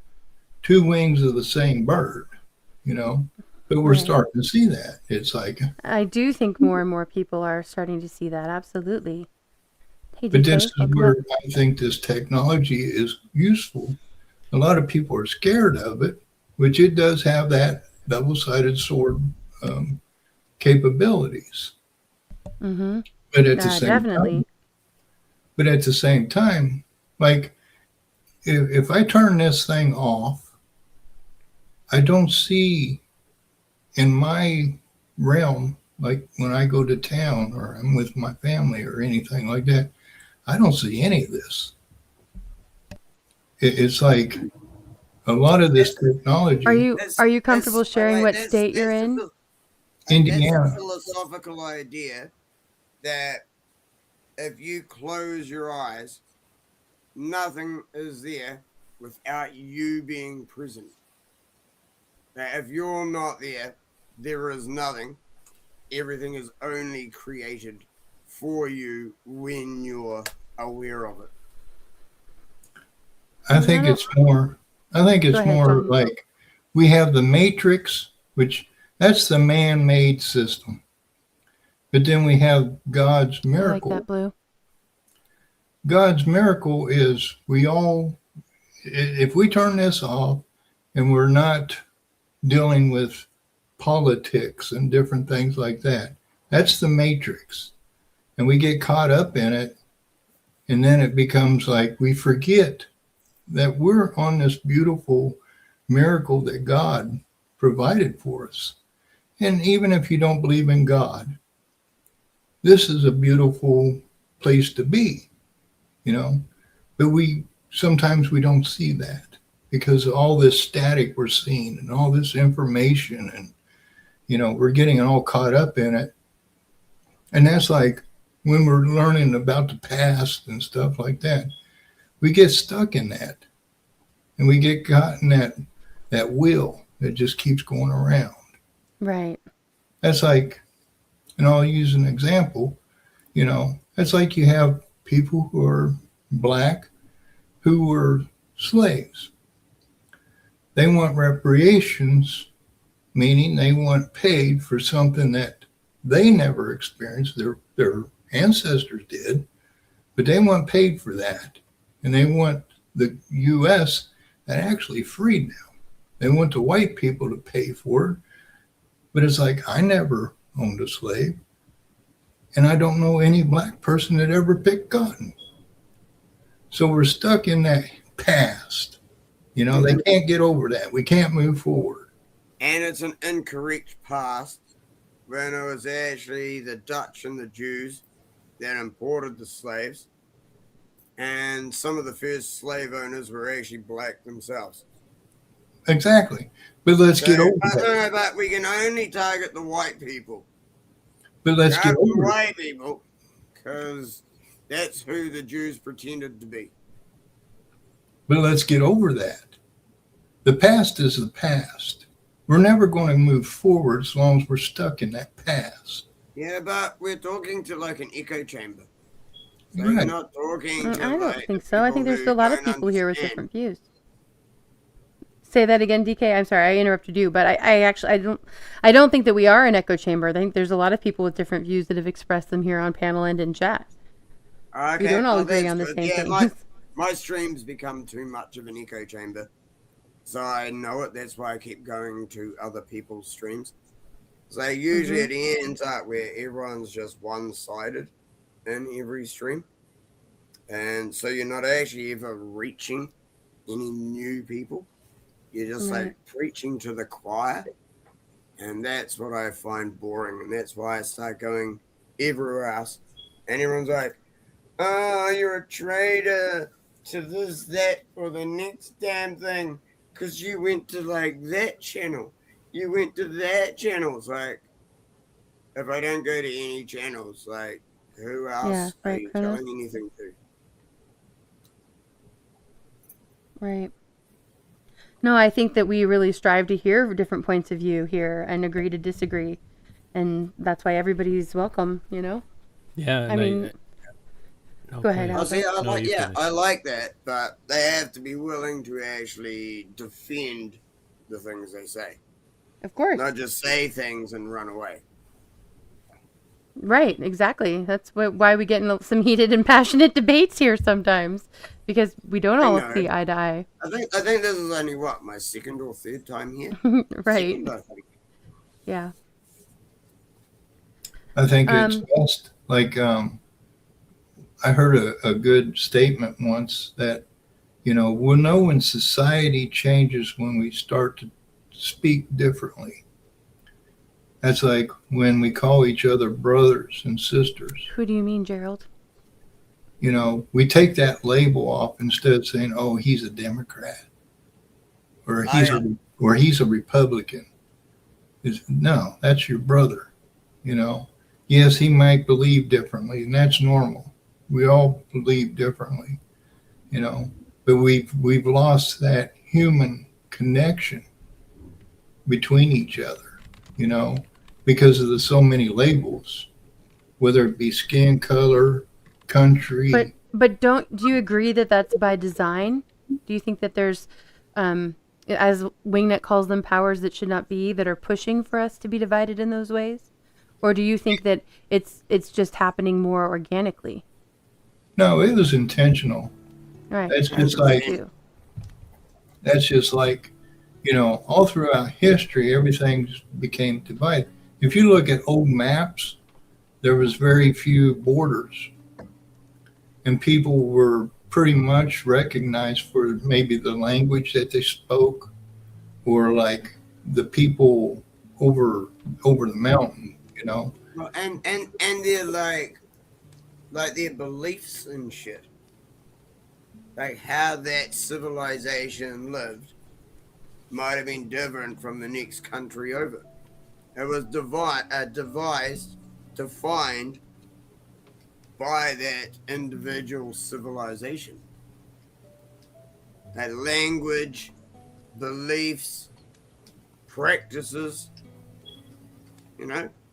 Yeah, that's like if we were to go back in time to, let's say, Jerusalem. Jerusalem wasn't called Jerusalem. People didn't speak English. The letter J was not created yet. That's right, it was an I. Right. J was created in the 1600s. Yeah, honestly, they used an I. So, you know, and different regions went by what were called rune. something that then it was interpreted and translated, and through all of that, we've lost so much.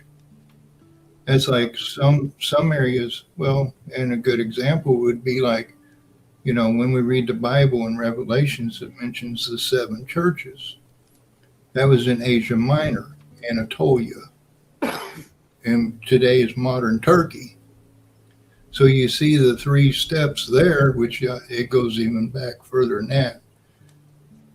But that's just an example how if we went to look at history, you have to look at it through a different lens.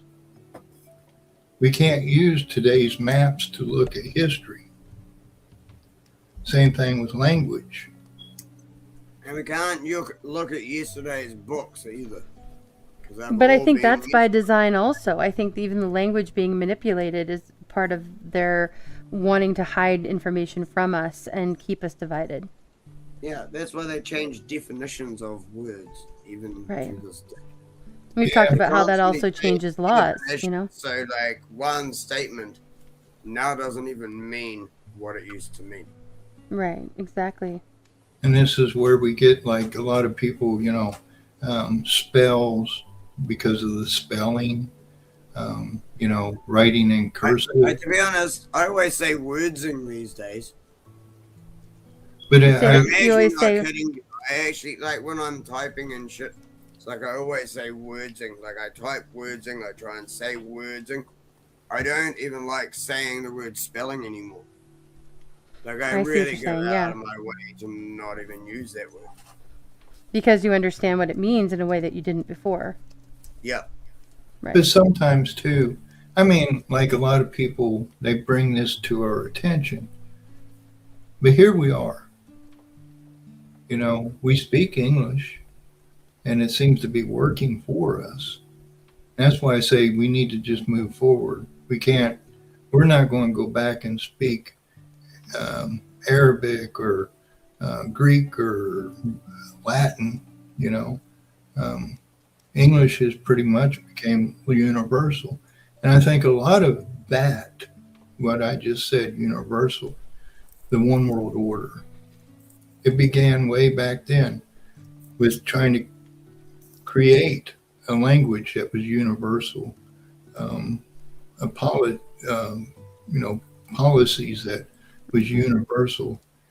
This is the one world order being kind of created in an effort maybe to bring people together, Right. as a positive thing and not a negative. And two, right now there's a big push. The thing is, like, when you say you want to bring everyone Good to together, see you, Hawk. What's your cutoff point? Like, which people do you actually want to bring together, and for which purpose?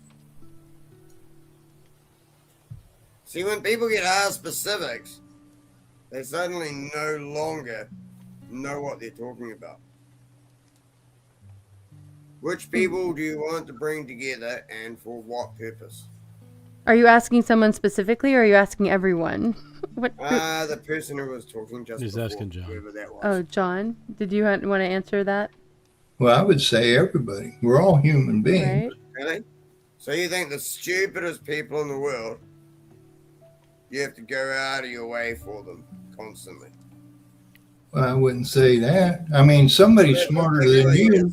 Somebody's smarter than you, and somebody's smarter than me. I would hope they would have enough empathy to say, man, these people are stupid. Let's help them out. Wouldn't you think that would be a good thing? You don't think there's DK? Hold on, DK. You don't think there's value? DK, you don't think there's value in every person? Right. You don't think there's value in every person, DK? Some people are actually more cost than value. Depends. That depends on your definition. What is a life worth? What is your life worth? What is mine? Depends what you've contributed. Well, we all contribute. Do you? Just by being here. Just in our. No. Do you though? Which one's yours? Yes. It reminds me of this. That reminds me of a line from a show called Utopia that I watched recently, and the technocrat character says the same line. I'm gonna try to remember it, but he says over and over again something like, "What did you do to earn your place in this world?" There you go. And that is the Crowded. antithesis of Christ, because he says that we have value and we were all born with value. And so, See, I disagree. with the You teachings of disagree with Christ, Jesus? But honestly, I actually disagree. I think there are people that yeah, you have that right. are inherently not worth the effort that it requires to try and bring them up to our level. Who makes that determination? Oh, how much have you paid for all your illegal immigrants? Glad you're here, Kronos. But this is all. Right, exactly, Boo. Here's a straight up question right now. I can give you How the much answer, have you DK. paid for all the illegal immigrants, and is that a benefit to your country? I can give you the answer, DK. We paid $0. They borrowed money for them. That's not, we don't pay for that. We pay for the interest on the loan. They borrow money for them. It's been a net negative, but that doesn't mean those people don't have value. No, it really does. Good to see you, TZ. Monetary value, fair, but the value in the eyes of, like, Dude, if you're just gonna suck like the diversion DEI dick, it's like I don't know what to say anymore. well, okay. Well, but then you're kind of, then DK, you're kind of doing the same thing you accused others of doing. Needs to actually be saved. Like, do you actually think America Good doesn't night, need Gerald. to be saved and it should be invaded? do I know? Then why are you supporting its invasion? But Oh, that- no. Those are not the same arguments. But this is, you're not. We're not. Exactly the same arguments. You're using a political and a economical situation, and you're portraying that on other people, other human beings. Hey, I'm telling you exactly what it is. In your If view. if you can prove I'm wrong, instead of saying you don't like me saying it. Prove me wrong. Prove you wrong in what aspect? If you're, So go for it. if you're for America, why would you be pro illegals flooding your country and making Who said that they are? Nobody here's pro illegals. I don't know what you're talking about, At all. DK, because nobody here has That's said why that. everyone just started arguing with me before. No, I just No. told you. I told you they're two different issues. You're talking about two separate issues. I said they're not. I said they're the same. Because you don't live here and you don't live among them and you don't understand that. They're the same issue, and you're trying to tell me they're different. No, I'm explaining. If you'd let me, I'd explain why it's different. Agreed, Bran. So there are people in my community who do not have legal representation to be in this country, and they help out the citizens, and they help out their neighbors, and they shovel their old lady snow, and so they have human value. I don't agree. My point too, though, hold on, DK. My point though was I think they have human value even if they don't do those things. But I hear what you're saying too, Aldo. I can't, DK. I can't even understand you if you're interrupting and talking over people. But go ahead. They can fuck off to their own country and do that. So you're speaking only of. Give them a benefit. Okay, but but DK. So you're saying, DK, I'm gonna mute you for a second because you're just barking over everybody. You're saying I'm saying that they have value. I think that illegal immigrants still have value as humans. I don't think that they should be in our country. I think they should come in legally. But I don't think that they are devalued as a human because I think they shouldn't be within the boundaries of the borders of our country unlawfully. That's not the same thing. You think that they don't have value at all? Only because they're here illegally? Is that what you're actually saying, DK? Or do you want to clarify?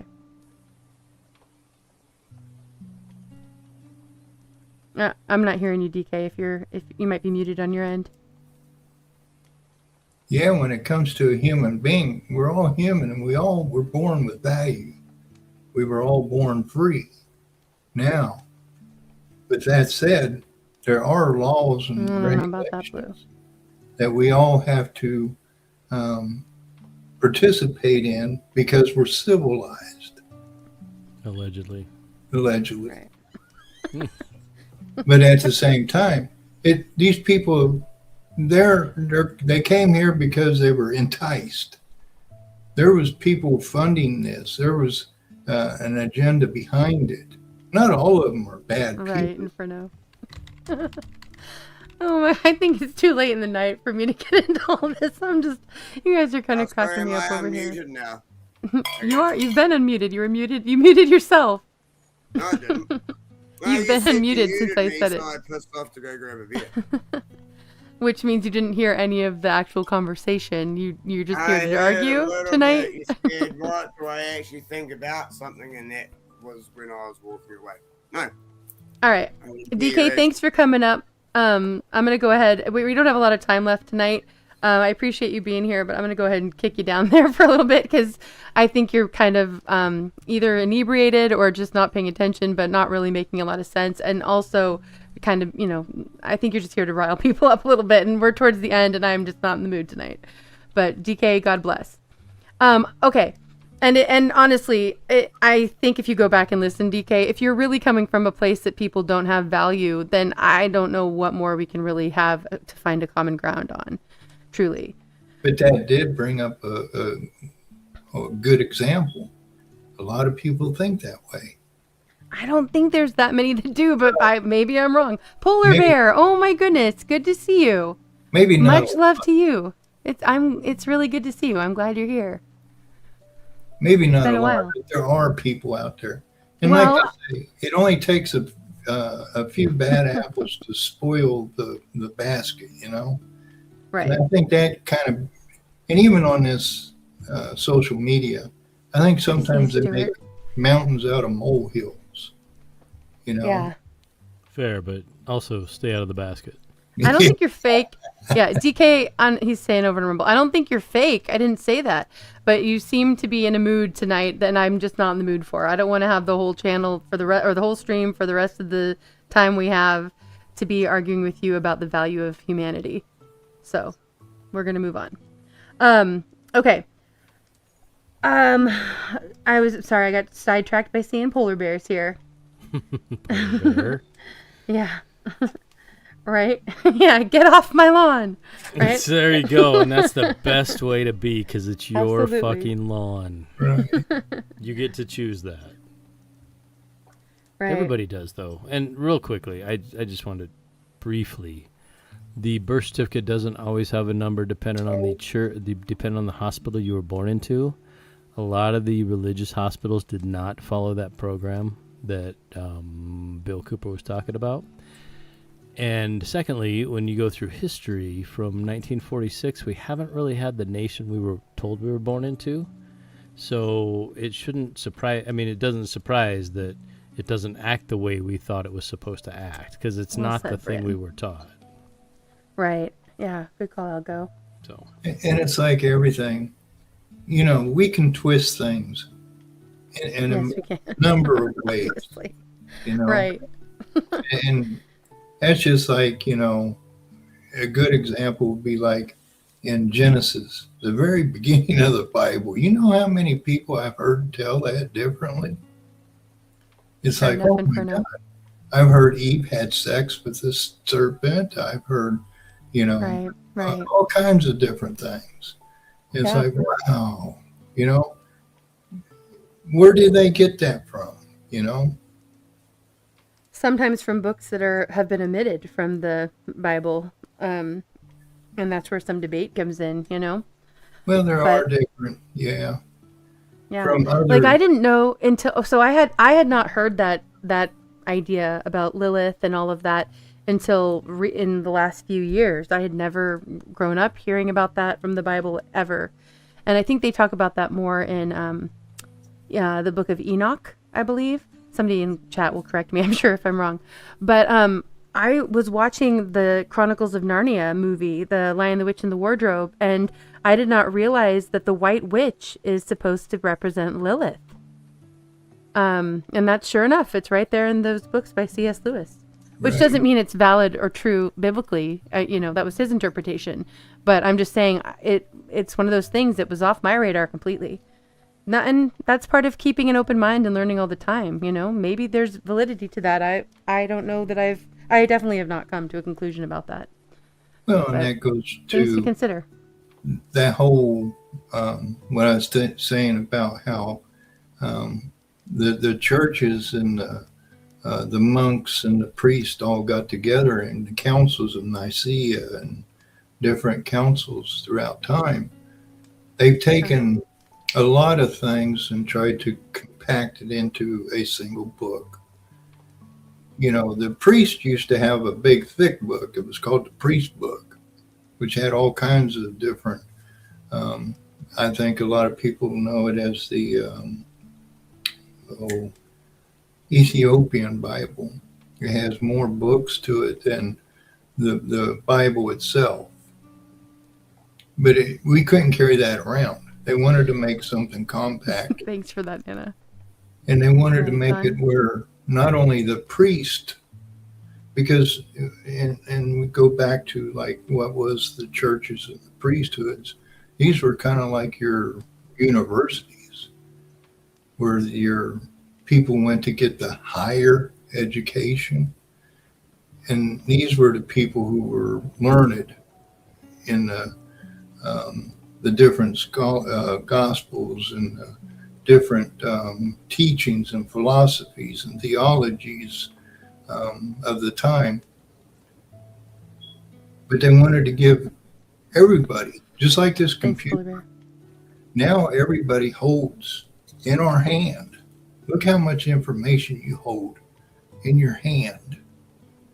And at the time when the Bible or the printing press came out, they went through kind of a similar thing. They went through a information shock to where it's like, people were reading more.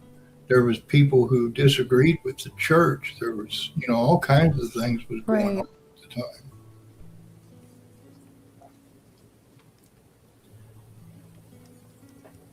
It's interesting. I just find things interesting. And I'm It's kind of, I think, in a way like that Ouroboros. Again, we brought that up earlier too, in a different way, where I think it's a very good thing for us to be more knowledgeable, for us to be knowing the truth, and obviously for people to be educated enough to read, to educate ourselves, and not be dependent on others teaching us. Obviously that's a good thing, but I think that I think it's also by design that they have taken it to the extreme. And with the internet, we now are inundated with so much information that we oftentimes don't know what's true and what's reality. So it's like we've gone to the other end of that spiral. We live in a post-truth world. And I think too, that's just like in every debate, you have two opponents. And it's good to hear both sides, or if there's multiple sides, it's good to hear it for you to come up with your own perspective of things. Right. I think throughout time, we used the term mainstream Good to media, see you, Mike. the mainstream academics, and we were being fed what certain groups wanted us to be fed. We didn't get both sides, and I think we're dealing with that now, because now we have to use what the terminology cognitive dissonance. We have to decipher this. Yeah, well, critical, can I jump in? But we always had that. You sound much older than me. I don't want to mean that as an insult, but like, Good night, Gerald. but spin has always existed, right? Like, we are being delivered news in such an onslaught that we don't know what is true because of the quantity. I think spin always existed, did it not? Like, you still had to read between the lines, is what you're saying. Right. I think my generation, millennial, like, it's just the onslaught, man. Everybody's a blogger, everybody's a journalist, everybody's an influencer, right? But I think too, that's like, how many times have you watched a video Disagree, Blue and Inferno. Mm-mm. and you've seen somebody cry with no tears? No, Right. true, John. You know, or you see a dead body move. Well, Grout. You know, there's a certain. We're The being crazier phenomenon is people getting on camera to cry.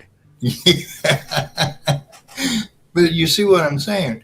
Now we're exposed to propaganda and different things like that, which even that, you know, we have to be able to see through it. Like I said, you know, I noticed there's no tears. A lot of people don't. They get emotional. That's right. What's your prescription, right? Like, it's been around forever. What, Right. like, how'd you survive it, right? Right. I'm always looking for wisdom, man. Okay, so Grau, to your point, Walter Cronkite, when he announced that Kennedy had been shot, they cut to the hypnotic commercial of a coffee manufacturer, and they had a pendulum swinging in the background. And anybody that knows anything about the past or hypnosis, literally, they hypnotize the audience. It used to be a lot more subtle and covert. No, subliminal messaging. It's illegal to do. It's not. I mean, you can say it's illegal, but it's not. You put one frame in a 60 frame per second movie that says candy and popcorn. Right. No, I get they you. They didn't see it, but they subconsciously saw it because their brain is actually that quick. Right, just like you know, in Fight Club. That's what I meant by subliminal messaging. It's a no. It is illegal by any ethical standard. Yeah, sure. But so, what my point is that from the '60s, when television came out, and even radio was not just mass communication. It was mind control, and television's been mind control since like when it came out. And then we went along through the wars and the stuff, and they noticed people were a little bit squirrely about it, so then they changed up their method. And then in 2012, when Obama signed, or 2016, I can't remember which one, the Smith Modernization Act, they just said, fuck it, we're just going to propagandize you, and you can't do anything about it. Right. And so, to me, when I listen to all these things, it's good to try to have discernment, and I think if you listen to your instincts, you maybe will have some discernment. But if you're trying to rationalize Candace Owens or trying to rationalize anybody, Bibi or Trump or the Biden who apparently now died in 2019 and they had clones and masks and stuff, it's a waste of mental energy to try to rationalize it. If you can discern it intuitively, then I think you're probably onto something, and I hope that serves you well. Well, you're saying I'll go like surface level. It's hard to understand. Then when you start to look, it gets funky real quick. Of course, Yeah. And if it's coming out of a device, you shouldn't believe it on first run. Well, and to the subliminal last thing, like frame rates, man. Mm-hmm. It was kind of what Progressive Patriot, where I was like, like, what is the cost of a Bitcoin? Well, it's your energy bill. Not saying that's what it costs, right? But yes, that is the perceived.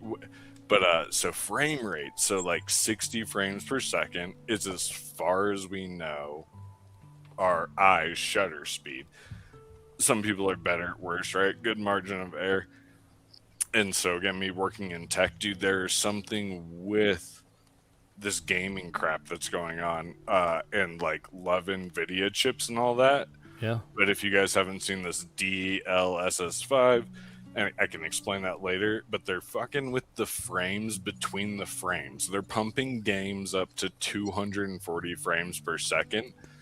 And so you don't see it. Your eyes can't even see it, but your brain saw it. Yep, they're mass marketing MK Ultra. Okay, they're mass marketing MK Ultra. And it goes even deeper than that, because a lot of our military and government and everything, they use game theory. Right. As far as like, in this scenario, what would be the projected outcome? Yeah, you're right. Carrot stick, and best reward for. Yeah. Yep. Well, which is different though. No, but what game theory is, objective, goal, reward, right? Right. But at the same time, they're using this as kind of like they're mixing it with psychology. They know exactly how our brain works. Sure. So, and something I was looking at was like Project 908, which was kind of like military. What was the odds of during 9/11, there was like six military scenarios being played out that same day. There were simulations going on at the same time. Yeah, Right? FEMA was already on site. Yep. They already had a construction crew there, or a cleanup crew. Well, Josh, they've already, John Dunning, they've already heard me say it. The one thing my dad told, he's working for DARPA. What do you do? Don't know, but it's hologram. And then Michael Jackson performed at Red Rocks after he was dead. Yeah, there's just so much. It's all perception, man. It's smoke and mirrors. And something too. That's like when you start looking at like pattern. You start seeing patterns being played out. And then technology, like how much technology is there actually inexistent, but we don't know about? What if Pearl Harbor was actually drones? What if actually, and I know Marilyn Monroe, she worked at a drone factory. I mean, why we protect Taiwan on the the machine to make silicon wafer CP. Do you know how I can't even comprehend it. My dad's an electrical engineer. Oh yeah, no, at this wavelength, there's only like 2 of them in the world. They cost like more than the GDP of many companies to make, and that was the whole Chips and Science Act. That's why we're still, dude, to build one in Kentucky. Do you guys know how a CPU is made? And they weigh like 20 tons, or it's the most bullshit black magic thing I've ever actually heard. When somebody's like that, and that's how we do it, I'm like, bullshit. But when you look at things like in the Bible, it talks about military. I think the word spies is mentioned 27 times in the Bible. And they're talking about military movements. If you look at all the military leaders throughout time, basically, what is the most powerful, we use the term carrot and stick. What is the stick? Perception of time. It would be the military. All throughout time, you hear about like Napoleon and Caesar and all these other, it always has these military. When you go to the Temple of DC, which is the capital, you walk up the steps, you go into the rotunda, and you look up. What do you see? You see what I'm asking, John, is what was the pursuit? Wait. What do you see, John? You see George Washington up there. Oh, in the Baphomet symbol? Yeah. Right. No. Okay, sorry. Just Washington. In the Basilica in Rome, it's got Jesus Christ. In D.C., it's got George Washington. Gotcha. So, so the military is always your final determination. And we're seeing that played out right now. We went down, we stole a president from a country, but yet we can't go and get some of these bad people. That's what I hate the most, man. We knew every Tom, Dick, and Sally and their dog's name at January 6th, but we can't figure this out. Right. Yeah. Well, so John, that lends me to the idea that not individuals, but as a people, as a species, we are violent and irrational and greedy and all of the 7 deadly sins, basically, on the whole. And we've seen that play out over and over and over and over. And as an individual who doesn't want to participate in those 7 deadly sins, then you look, it's like us sitting there looking at them going like, you're going to go to war with Iran for Israel? Right. Well, and that was something I was, there was probably a CIA operative on one of these panels, and they were talking about the war over in Iran. And I was thinking, 9/11 took us into war. Pearl Harbor took us in war. Different things. There was always kind of like this, what we call false flag that took us into war. What took us into Iran or Venezuela or Ukraine? When you said signal and noise, how do you get the false flag? That's my frustration. I'm sorry, but it's like, why now, right? Why did we all wait until there were actual weapons of mass destruction? Well, fair. I mean, and don't be sorry ever. No, that's the wax poetic. I know it's non-productive. You see what I'm saying? I get you. No, it's fair. but why? Yeah. Yeah. Well, I tell you, the Epstein anger was getting pretty palpable in the U.S. and people were. I really believe in the world simulation, that they do have a database of every single human. And they do postulate what they're going to do based on all their past. I believe that exists. And I think they were almost at that critical mass level from the Epstein thing that they had to do something. Right. I agree. I did not check this for myself, but I did hear that searches on Epstein went down 95% once everything with Iran kicked off. I think it was J.P. Sears that said that. Yeah, there's so much. Like I said, in some way, we are, they know what we're going to do. And that, they know that we're getting with this technology. And actually, the algorithms and everything like that is reporting back, hey, these people get catching on pretty quick, Right, Puff. So we need to do something, And I think that's kind of what we're seeing. And I believe they do want, or whoever, I think it's military mainly, that's kind of guiding some of this, because like I said, they're the ones who have the stick. COVID was under the military. My optimism's there though, John. They think they know we're dangerous because they don't know what we're gonna do. Obviously, it's clear. Doesn't matter how you got right. Like people, that's the problem with people. Dang, they're too smart. Really quickly, I want to read a couple comments here from chat. Over on Rumble, Ms. Puff Puff says, funny how it was all the same people that started those. And yeah, I don't think that the Iran thing would close. I didn't think that the Iran thing would close out the Epstein stuff, but it really is annoying how stupid people are and now forget about it. But it doesn't help that they got mass-fed podcasts changing the subject. And I do think that that's what I mean by controlled opposition. I think sometimes people, I think, can be involved in that without even realizing it, too. I don't think that it's always intentionally done.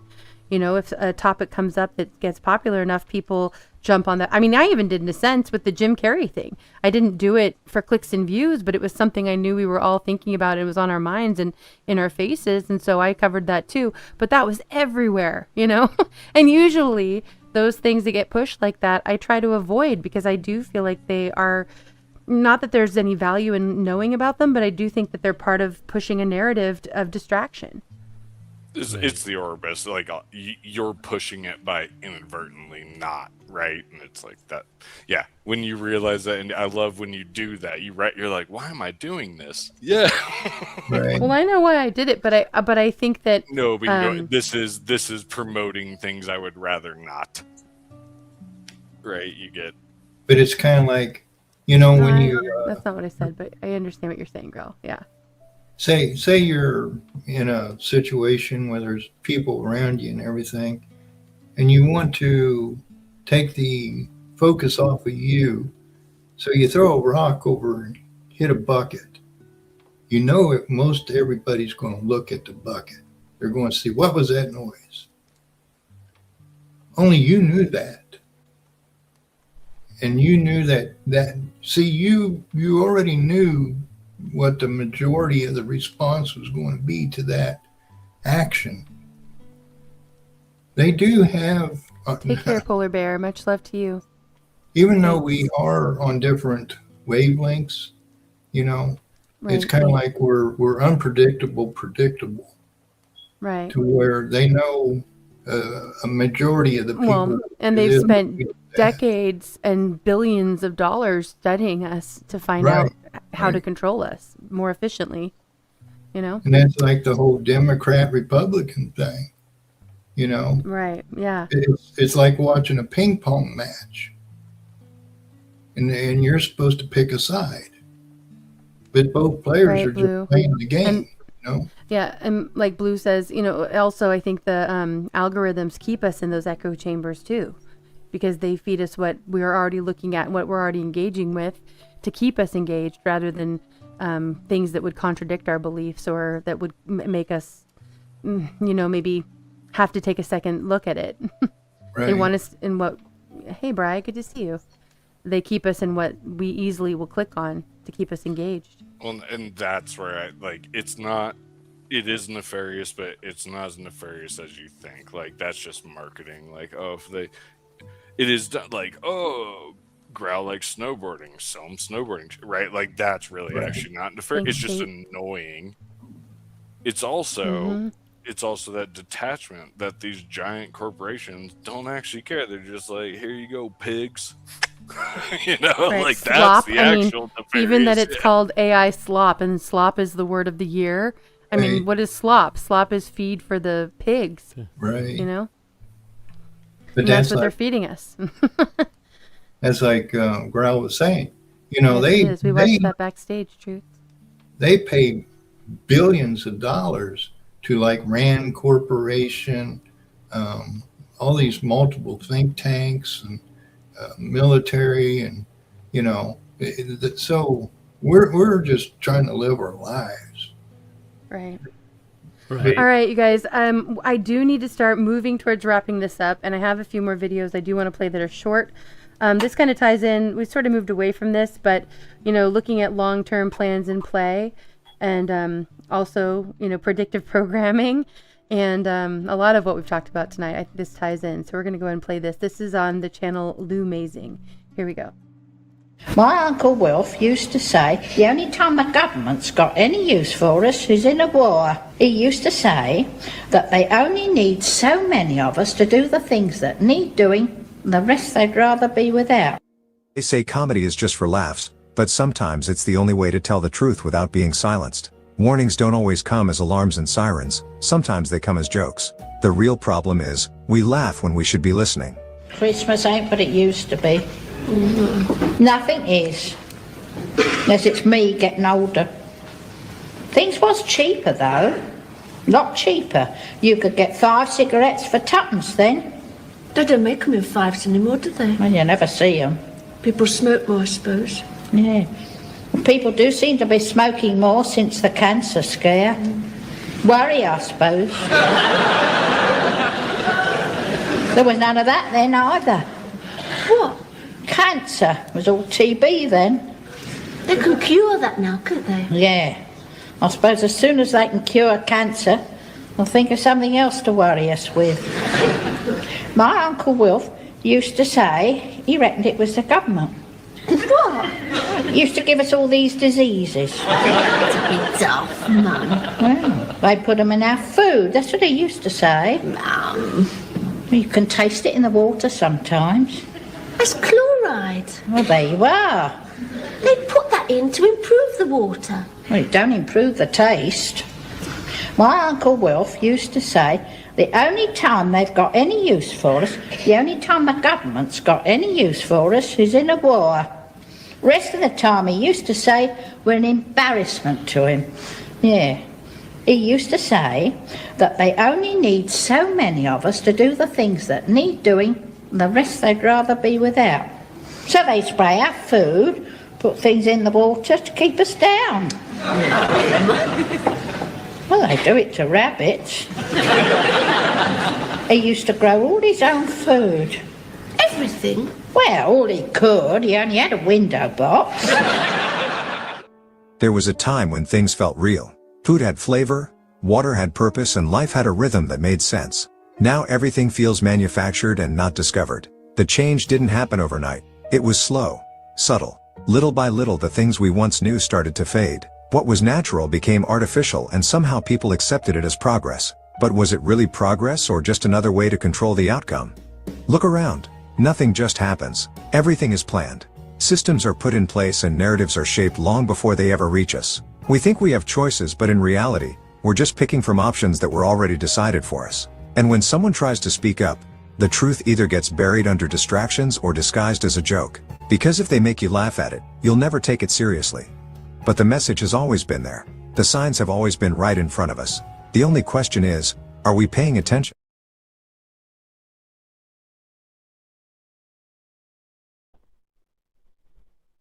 All right. We have another video coming up here. Brent's pulling it up here in just a second.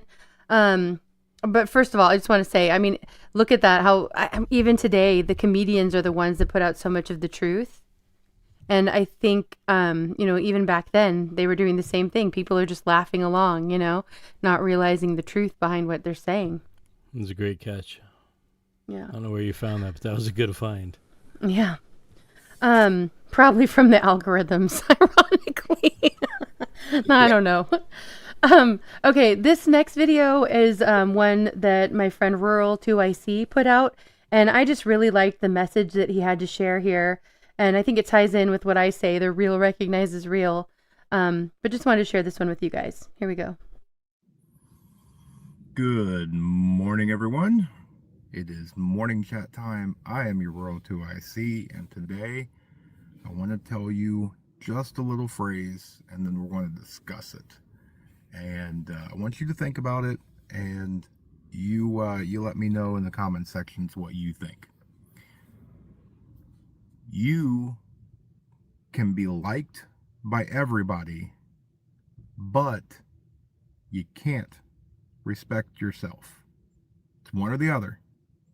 You either have it to where you can either live your life where you can wake up every day and look in the mirror and respect who you are, or you can try and be liked by everybody. And that goes through every facet of your life. That's your personal life. That's by your work and professional life. That's why your prepping life and all that, right? There's a lot of people out there that they do not want to come off to where they start offending people. And so what they do is they try and change, and they try and tweak, and they try and do various things so that way they can appeal to absolutely everybody. We'll go back and start thinking of various people all throughout history that were really well loved, right? Whether it is some sort of sports athlete, musician, movie star, actor, actress, different people all over the place. Doesn't matter, right? You can have it to where they're extremely popular, extremely liked by a lot of people, but there's still a group that does not like them. And you can't appeal to that group. And technically, you really don't want to, right? We should go through life trying to be the best person, the best individual that we can be, right? We want to make ourselves as best as possible. That will in turn attract the people that find those qualities attractive. There's a lot of people, especially in today's society, it is all about me, me, me. It's all about being selfish. It's all about being superficial. It's always, what it is in the moment. And so there will be people that go, well, do they have the look? Well, if you have the right money, you can buy the look. Yes, you can be born with some sort of a look, but looks fade over time.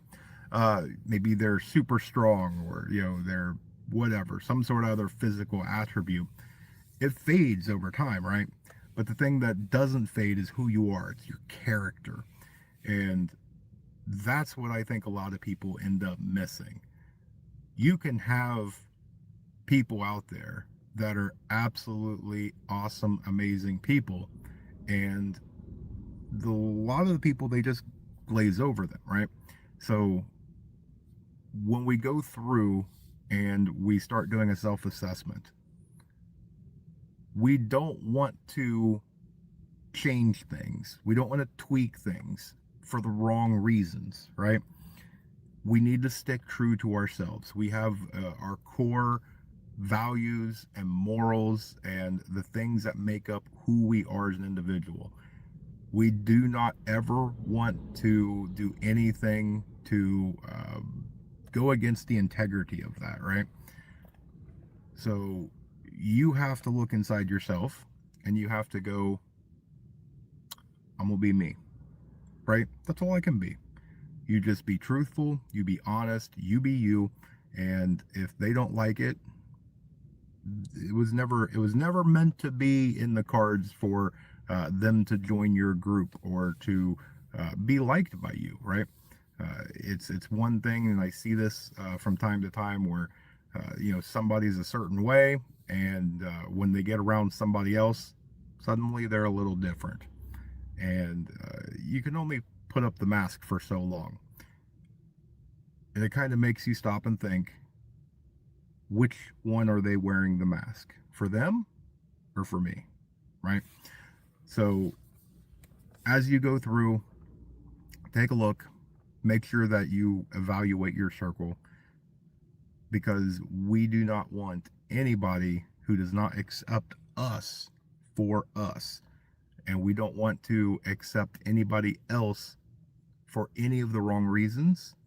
We want to accept them for them, right? At the end of the day, when SHTF happens, not really caring who likes me, right? I want to be surrounded by people that I know, I care about, and I trust. And so in peacetime, if I am me and I am respected by them and I respect myself for it, during SHTF, I'm going to continue to be me. I think things will work out. So just something to think about. Hope you guys have a great day, an amazing day, a blessed day. Stay tuned because there's more information to come. With that, please remember, remain united because we're all prepping with this together. All right, just some good reminders and deep thoughts there from Rural. Really liked how he put that and what he had to say. Okay, I have one more video we're going to pull up here by Faith Unfiltered, or Brand's going to pull up more accurately, and kind of ties in with some of the conversation going on in the chat and we've been having tonight. A different video, Brand. Go ahead and grab the one by Faith Unfiltered. That'd be great. And then we're going to have some final thoughts from people up on panel and do a closing song. But thank you so much to everybody who's been here throughout the night. If you missed the first half, the music was just really a great time, you guys. So much talent and up on panel and shared in the videos, and just a really good time. So come and check it out. You can replay. And next week, just a reminder that it is flipped. I know I said that last week, but I was off a week. And so next week we will have the flipped, and it'll be the conversation first and then music the second half at 11 p.m. Eastern. So hopefully some people that, don't get to come up for conversation will be able to come up a little earlier, and some musicians who are in different times and not able to come earlier will be able to make it to the second half. So it should be a great night. I'm looking forward to that. We have the Backstage Speakeasy coming up on Friday, and that is going to be 2 movies, which I'm not remembering right now, that I have not seen. I don't think. I think one of them actually I have seen, but I'm not sure, and the other one I have not seen. But let me get to it real quick. It's the Act of Valor is the first movie we'll be playing on Friday, and the second one is The Kingdom. And I think I've maybe seen The Kingdom, but I'm not remembering it well, obviously. And then Act of Valor I haven't seen yet, but should be really good. I've heard these are all usually the movies I pick are from different people who've come to the Backstage Speakeasy and have made suggestions. So thank you to those of you who do. For the Backstage Speakeasy, the link is pinned at the top of the chat like it is here, but the only difference is that we don't go live. So you can come backstage and be able to hang out with people and get to know people better back there. I am planning to do another Down the Rabbit Hole on Thursday, but, and you're hearing it here, 15th Bend is hopefully going to be doing a stream this coming Thursday. So, and actually, if one of my mods, Tate, if you would grab 15th link and put it in, that would be great. If you're not subbed up, go and sub up and set the notification so that if he does do a live stream, you'll see him over there. So I will most likely do my Down the Rabbit Hole before his stream, a little bit earlier on Thursday, probably around 3:30 or 4 p.m. Pacific, which is 3 hours ahead of Eastern. But anyway, I'll get it posted here pretty soon once I decide. And thank you, Nana. And I'm looking forward to this next one. It should be pretty good. I'm not going to say the topic, but when I post it, I'll put it. I've got a few ideas and some different playlists going, and I think I know which direction I'm going to go with it, but I'm not 100% yet. All right, let me go ahead and pull up this video, and then we'll get to closing thoughts from the panel. Here we go. If you think the Bible is man-made, you need to watch this. Okay, here's what you're looking at right here. This is like one of my favorite diagrams. That is a diagram of every cross-reference in the Bible. So every time that the Bible connects to, directly or indirectly, another part of the Bible. Now what you got there is you have 63,779 connections from one part of the Bible to another part of the Bible. Now let me just say this, bro. You look at that thing. If one person did that, if somebody wrote a book that did that, everyone in the world would say, masterpiece. Like, greatest author that ever lived. Nobody's ever done this before. But that book was not written by one guy. That book was written down by 40 different men over 1,500 years across 3 continents, Europe, Asia, and Africa, in 3 different languages, Greek, Hebrew, and Aramaic. It has one united story. It has 0 contradictions. Let me just say this. There is only one answer to how that can happen. It was written down by men. It was authored by the living God. So listen to, when he's just making naked assertions, not one page of the Bible is written by God. You're just making a naked assertion with no evidence. In fact, in the face of all the evidence, and in contradiction to what the Bible says about itself, where the Bible itself says that it was inspired by God. If the Bible was written by... Okay, wanted to share that since it kind of tied in. Thank you, Tate, for dropping the link to 15th Bend. Go set the notification. And closing thoughts from people up on panel. So let's start with you, Growl. Do you have some closing thoughts for what we've been talking about tonight, or anything you want to say before we head backstage? That we didn't know how dope the Bible was until we built a computer and asked the computer, like, how cool is it? And then it was just like, here's that. And we're like, shit. No, I don't think that's the case, but I think it is a good point to make when we're like talking about AI and everything else, and we're like, look at the connections the computer made. All right, good call. Fair enough, Growl. Like it. Okay, John, thanks for coming up and joining us tonight. Any closing thoughts? Basically what that one fellow was saying, how can I change this world? I start with myself, because you're the example. You're the light. You can be the light. You can be the beacon in this world, and once one starts, another one starts, and another one starts. I believe this is how we're going to actually make progress. We discussed a lot of stuff here tonight. There's a lot of propaganda, and there's a lot of things. Don't let the world tell you who you are. Right. That's all I got. I like that. That's great. Absolutely. Thank you, John. John, you always have great words to say. I love it. Algo, closing thoughts for tonight? Sure, yeah. For one, fantastic music section. Great artists. Good stories. Super talented. Tony blows me away every single time. Right, I know. Me too. And just like amazing. And Alex Lowry is an interesting, fun character who has a lot to say. That being said, I appreciate that you do this each week. And I know 6 hours of someone's time is a lot to give. And you ask nothing in return. And the people that support you financially, kudos. And the ones that don't, maybe if you can, do.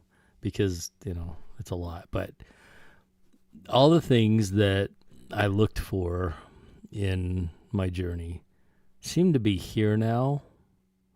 And it's not a plus for Team Humanity. It's a negative. And there's going to be things that we are going to go through, I think, through this year especially. My goodness. It's only March. I can't believe it's only March, but as we go through these things, find a way to not be as rattled by it as maybe you probably should be. But there will be a lot of changes that we're going to experience reminiscent of the COVID operation and some different things that have happened. And realize that even if it gets really bad, it's still okay. It literally is still okay. It's going to suck, but it's still going to be all right. So that's all I have to share. Thanks, Algo. Thank you also to all of my mods who've been here throughout the night, slinging links, keeping people connected on YouTube and over on Rumble. And thanks to everybody who's hung out over on Rumble. I know it's kind of like these two different... sorry, I just saw a comment over there. There's these two separate chats going, and it's funny because they can be in like totally different vibes, and sometimes they sync up. It's interesting. And I wish that I could highlight the comments over here in StreamYard. Unfortunately, I can't. But I want you guys over on Rumble to know how appreciated you are for being here, as well as everybody over here on YouTube. Okay. Thank you, Bran, for sharing videos rather throughout the night. Very much appreciated. We will be hanging out backstage, and I'll put the link in a comment on the YouTube stream and also on the Rumble stream in a few minutes after we end and head backstage. And if anybody wants to click the pinned link and come upstage or come up now, I'll leave you in. I won't bring you up on panel until we're backstage and offline, so you can make your way up. Thank you, Tate, and thanks again, everybody. All right. And thank you for the Rumble rant, Ms. Puff Puff. Very much appreciated. Thank you. Thanks to everybody who's donated or shown support that way. I very much appreciate everybody's support, mostly in just being here and being a part of it. Thanks, Moon. Okay, this closing song, I thought we'd kind of end on a good vibe here. This is from Rainer Sachs, and it's his cover of I Can See Clearly Now. Here we go.